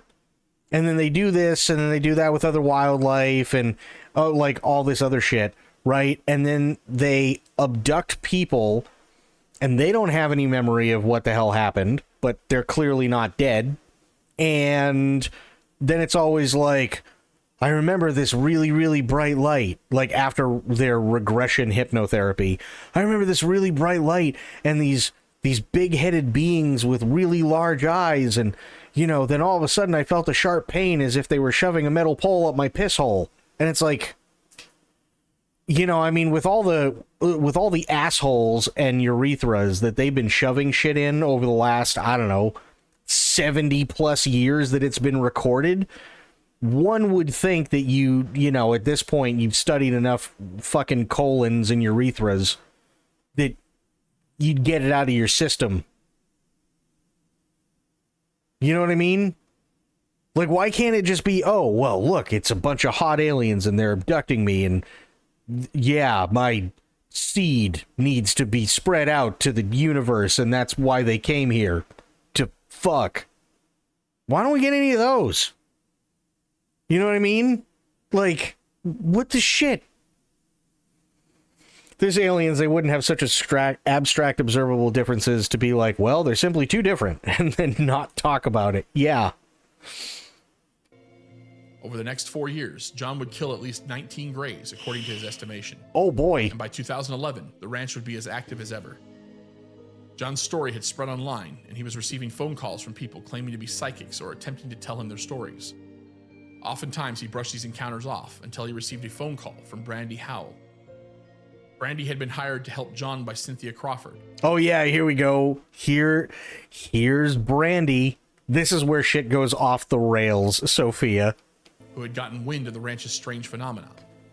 Cynthia was a twin and the daughter of a high-level member of the OSS, the progenitor to the CIA.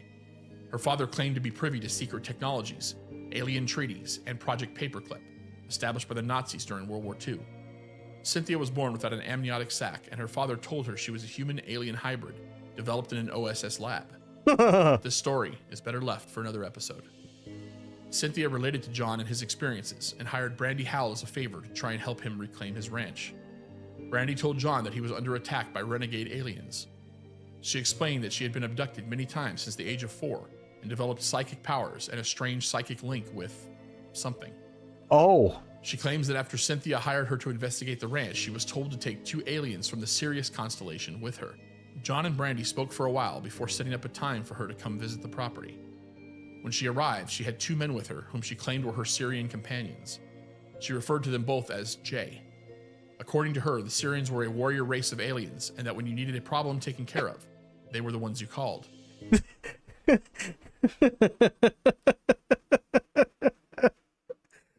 2 men from Syria are alien warriors, and when you need help, that's who you call. You call Syria.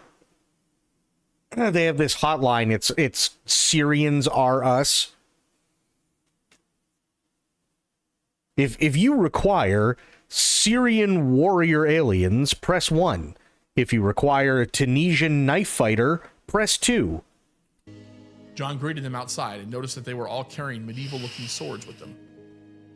He thought back to when he had found the samurai sword and pondered if there was some sort of link. Brandy walked the property and almost immediately pointed out a location to the Jays where she felt a disturbance of energy, a portal hub or congregating location for the Greys, as she saw it. Brandy and the 2 Jays performed a cleansing prayer in the house and at different points on the property. Brandy then told John that she had created another portal in the home and that some of the other aliens wanted to communicate with him. She said it created a doorway through which the aliens on the other side could speak through. A globe that appeared to be like a hologram from a movie appeared in the air, and 3 beings wearing breastplates and carrying swords stepped through. Brandy couldn't see the beings, only John. John's wife. He's, just for the record, he's saying beings, not beans. Would later corroborate the story and say that she saw the hologram and the strange lights in the room, but like the others, she did not see the aliens that appeared only to John. After a strange and surreal conversation, Brandy got up to walk the property again.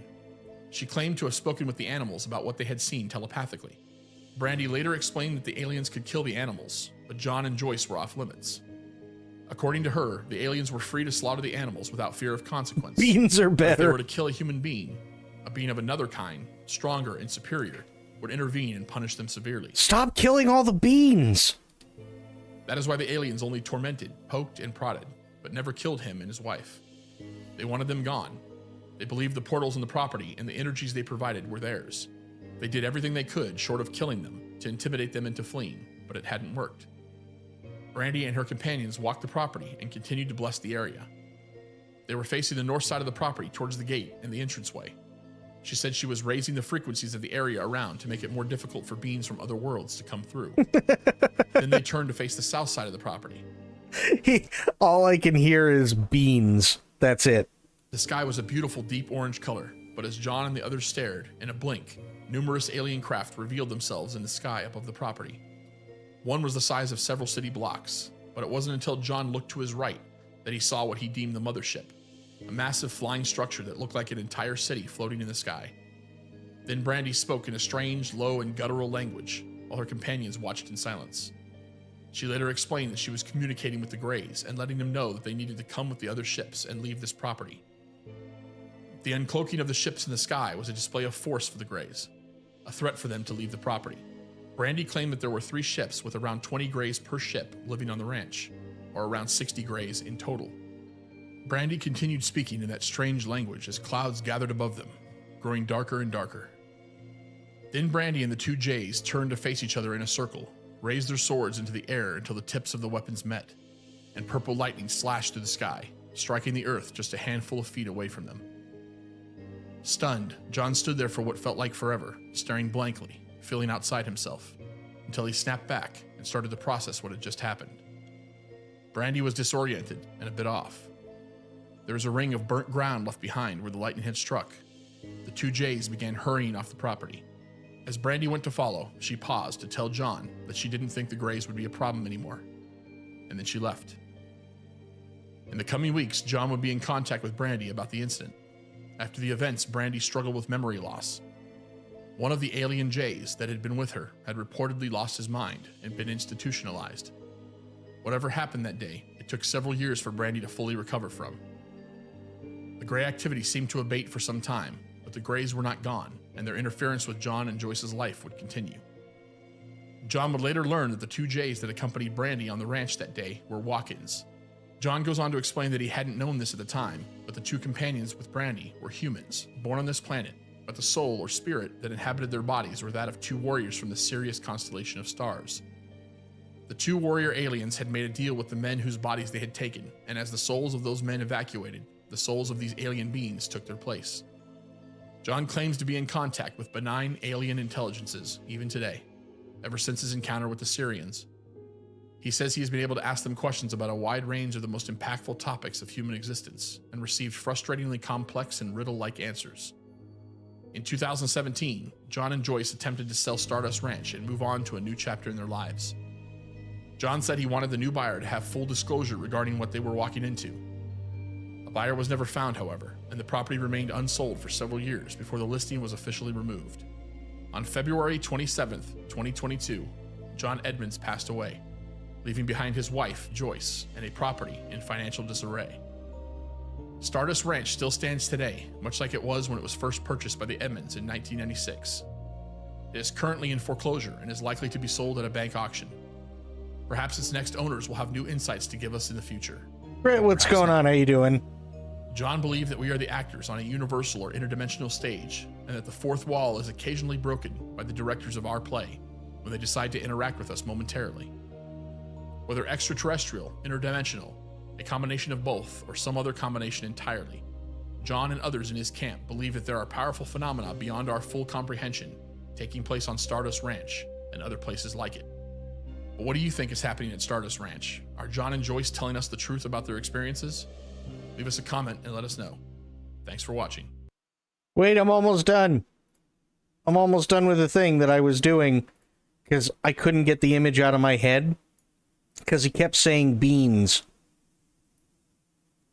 And he described them pretty well. So I'm almost done. Just give me a minute. It's stupid I'm doing this.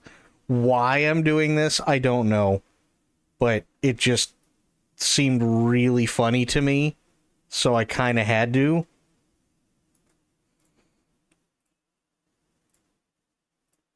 There. Good. Nope.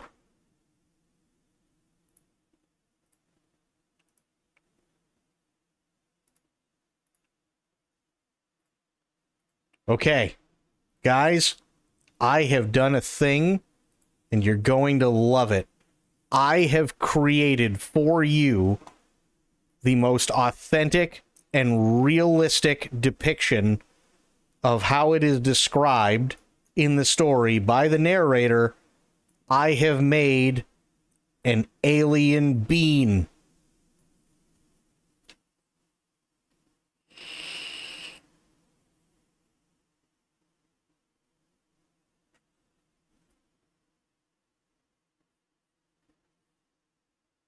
There it is. That's what came out of the portal.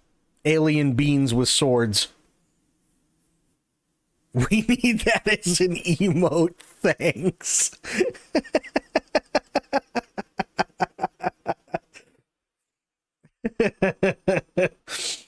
Well, hang on. You gotta listen to it, Crit.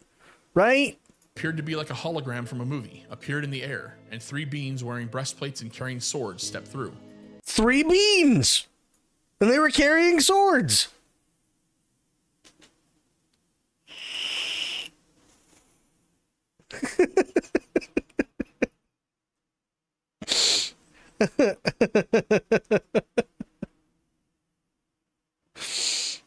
I love it now. Put it in 3D art. Oh, God. Or put it in the art channel. Yes. Hang on, I can do that.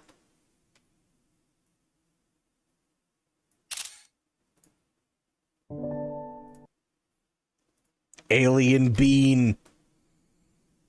Can that be a bit emote? You know what? It would be really, really funny. Obviously, I'm not an artist, but if somebody wants to take that and turn it into an emote, I'm all for it. That's about the best that I got. Hang on.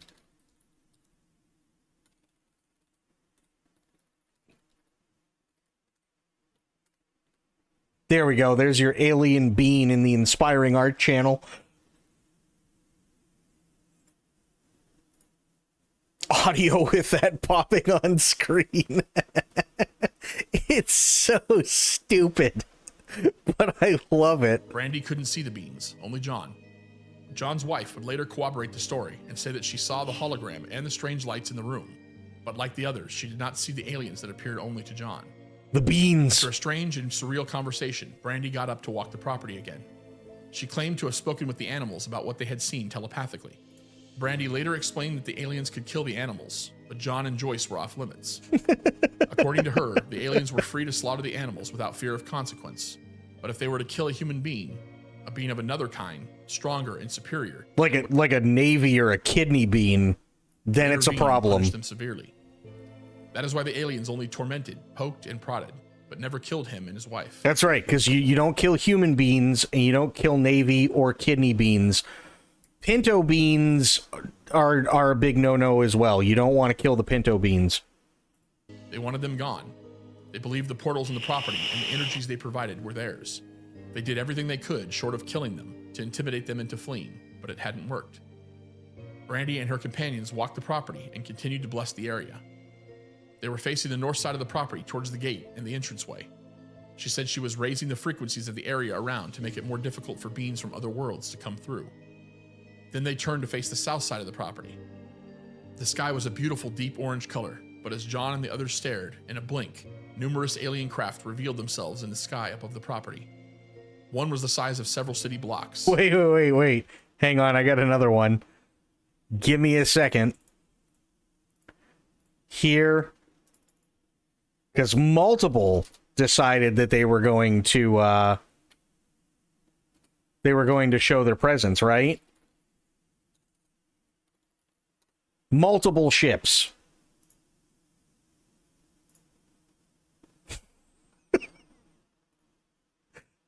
multiple ships. Absolutely. They came out of nowhere. They revealed themselves. It's the French. That's what it is. It's just the French in their pyramids that they're coming out to show their presence. Just like in Kung Pao Enter the Fist. That's what's going on. She baking the beans to make them hard to come through. I'm just reading between the lines. Fair. But it wasn't until John looked to his right that he saw what he deemed the mothership. A massive flying structure that looked like an entire city floating in the sky. Hang on. Then Brandy spoke in a strange, low, and guttural language, while her companions watched in silence. She later explained that she was communicating with the Greys and letting them know that they needed to come with the other ships and leave this property. It's so stupid, but I love it. The uncloaking of the ships in the sky was a display of force for the Greys, a threat for them to leave the property. Brandy claimed that there were 3 ships with around 20 Greys per ship living on the ranch, or around 60 Greys in total. Brandy continued speaking in that strange language as clouds gathered above them, growing darker and darker. Then Brandy and the 2 Jays turned to face each other in a circle, raised their swords into the air until the tips of the weapons met, and purple lightning slashed through the sky. Let us touch striking the our earth tips. Just a handful of feet away from them. Stunned, John stood there for what felt like forever, staring blankly, feeling outside himself, until he snapped back and started to process what had just happened. Brandy was disoriented and a bit off. There was a ring of burnt ground left behind where the lightning had struck. The two Jays began hurrying off the property. As Brandy went to follow, she paused to tell John that she didn't think the Greys would be a problem anymore. And then she left. In the coming weeks, John would be in contact with Brandy about the incident. After the events, Brandy struggled with memory loss. One of the alien Jays that had been with her had reportedly lost his mind and been institutionalized. Oh, good. Whatever happened that day, it took several years for Brandy to fully recover from. The Grey activity seemed to abate for some time, but the Greys were not gone, and their interference with John and Joyce's life would continue. John would later learn that the two Jays that accompanied Brandy on the ranch that day were walk-ins.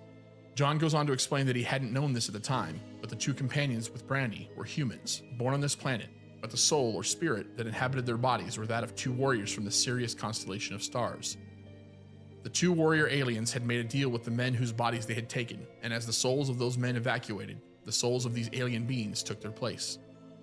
John claims to be in contact with benign alien intelligences, even today, ever since his encounter with the Syrians.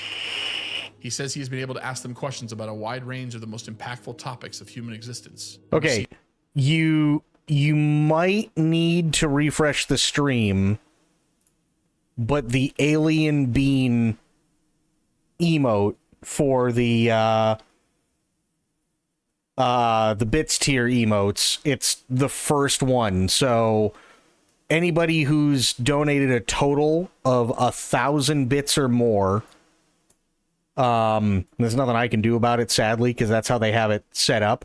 But yeah, you should all have the bean emote now. Received frustratingly complex and riddle-like answers. In 2017, John and Joyce attempted to sell Stardust Ranch and move on to a new chapter in their lives. John said he wanted the new buyer to have full disclosure regarding what they were walking into. A buyer was never found, however, and the property remained unsold for several years before the listing was officially removed.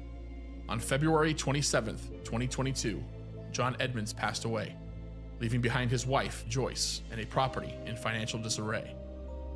Stardust Ranch still stands today, much like it was when it was first purchased by the Edmonds in 1996. It is currently in foreclosure and is likely to be sold at a bank auction.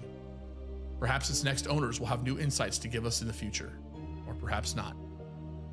John believed that we are the actors on a universal or interdimensional stage, and that the fourth wall is occasionally broken by the directors of our play when they decide to interact with us momentarily.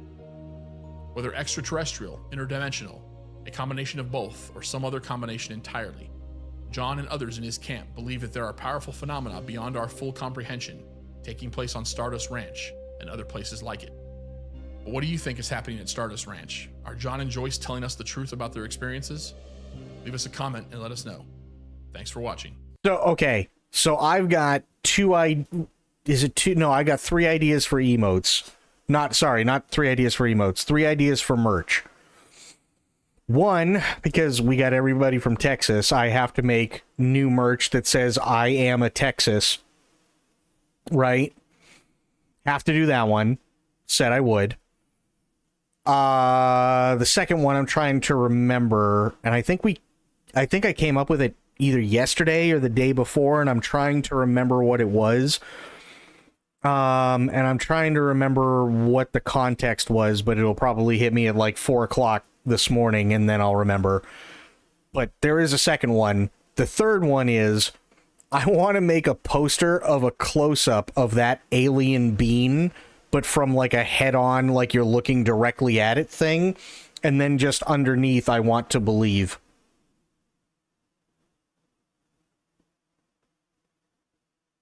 That's what I want. That's what I want to do. I want to turn that alien bean into that. And just, I want to believe. Okay, this one is of Bradshaw Ranch, which is aliens, portals, and the paranormal. This is an hour and 34, so we're not going to watch the whole thing. Oh, shit. Actually, no, wait a minute. It's already almost 1 a.m. So we won't be watching that today. But I will save this so we can watch it another time, because it's almost 1 a.m. So, yeah. But that's, yeah,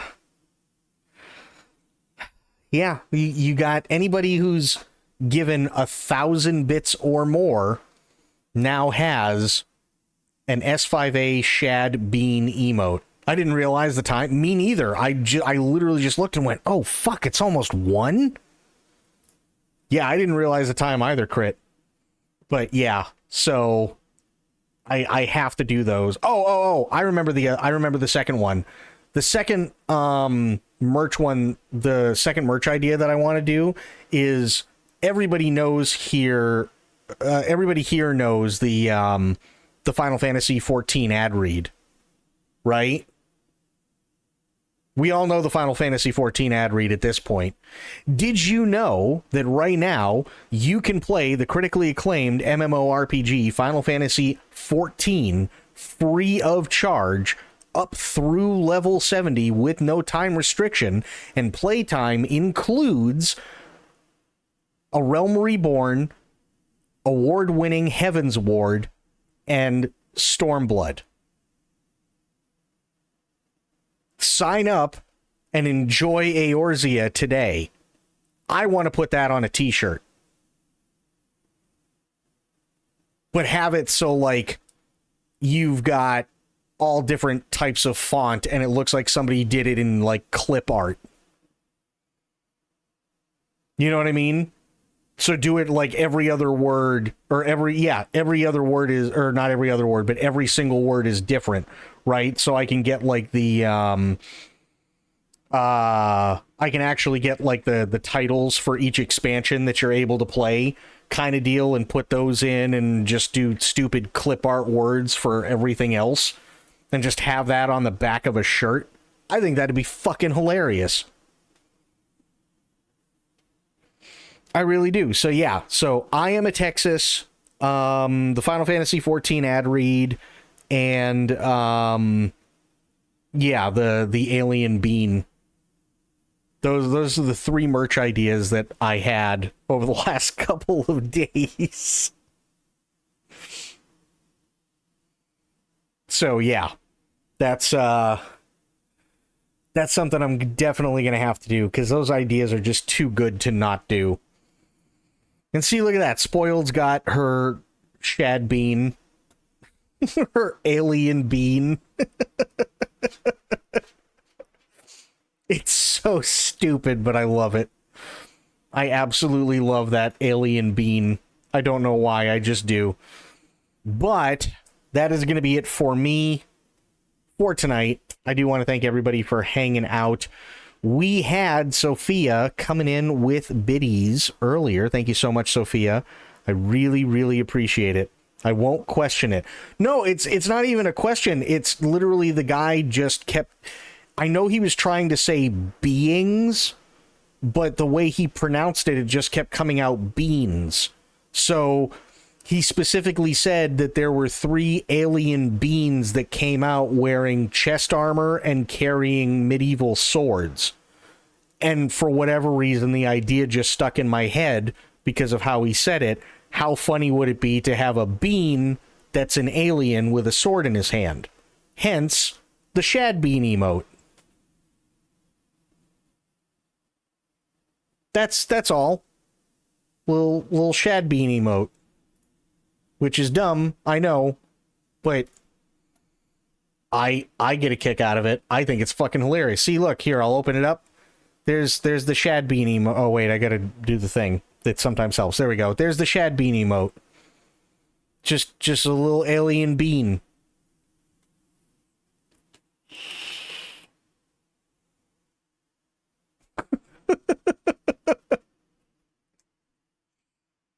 Yeah, you're just an alien bean. That's it. He's just a bean. So yeah, that's what I want to do. I Am a Texas, the FF14 ad read, and do this from like a head-on shot with I Want to Believe underneath. Yeah, just a little bean, just a little alien bean. So yeah, there you go. There's your new bit emote.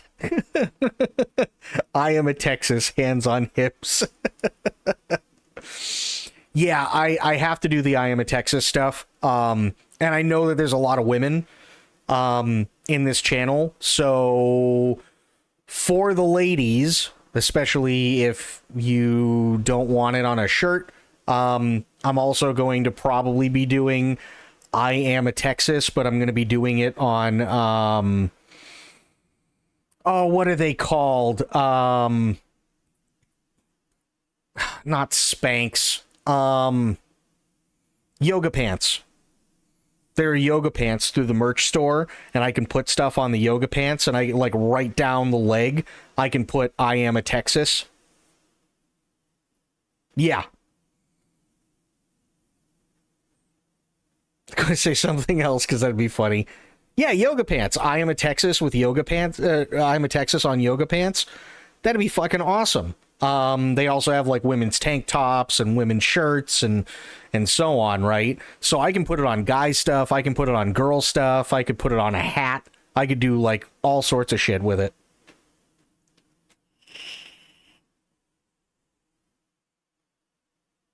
And it's just I Am a Texas.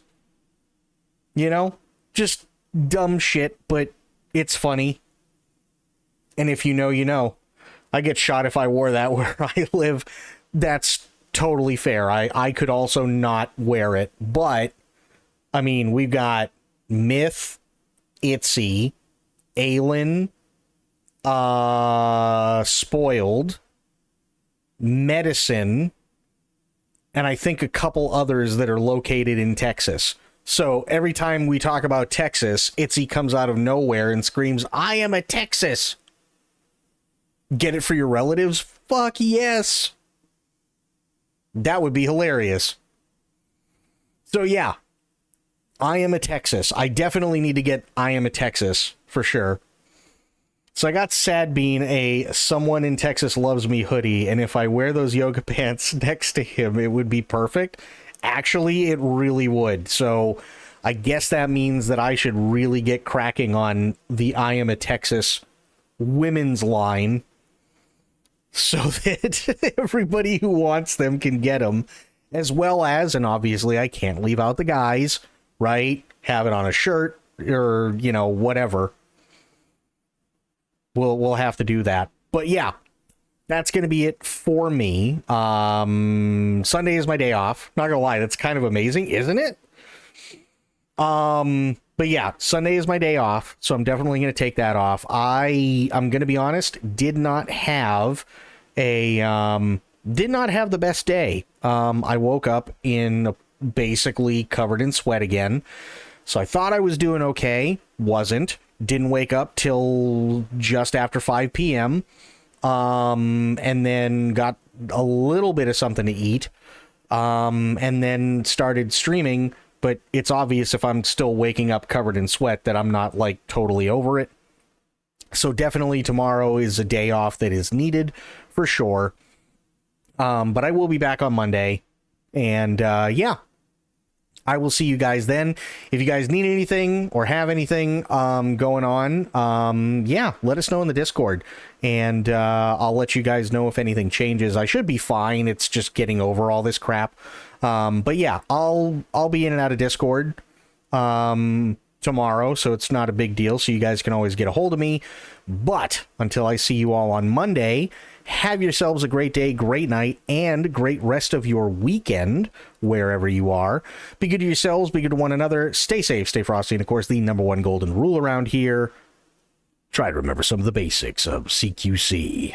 And we had Sophia, we had Spoiled, we had Crit, we had Myth, we had Aelin, we had True, we had Bloop, we had Corgi. We had a bunch of awesome people tonight. So thank you so much, everybody, for hanging out. And to anybody who was lurking, I appreciate all the lurks. You guys are awesome. Thank you so much. I am out for now, so have a great rest of your weekend, and I will see you on Monday. Thanks so much, guys. Take care. Bye now.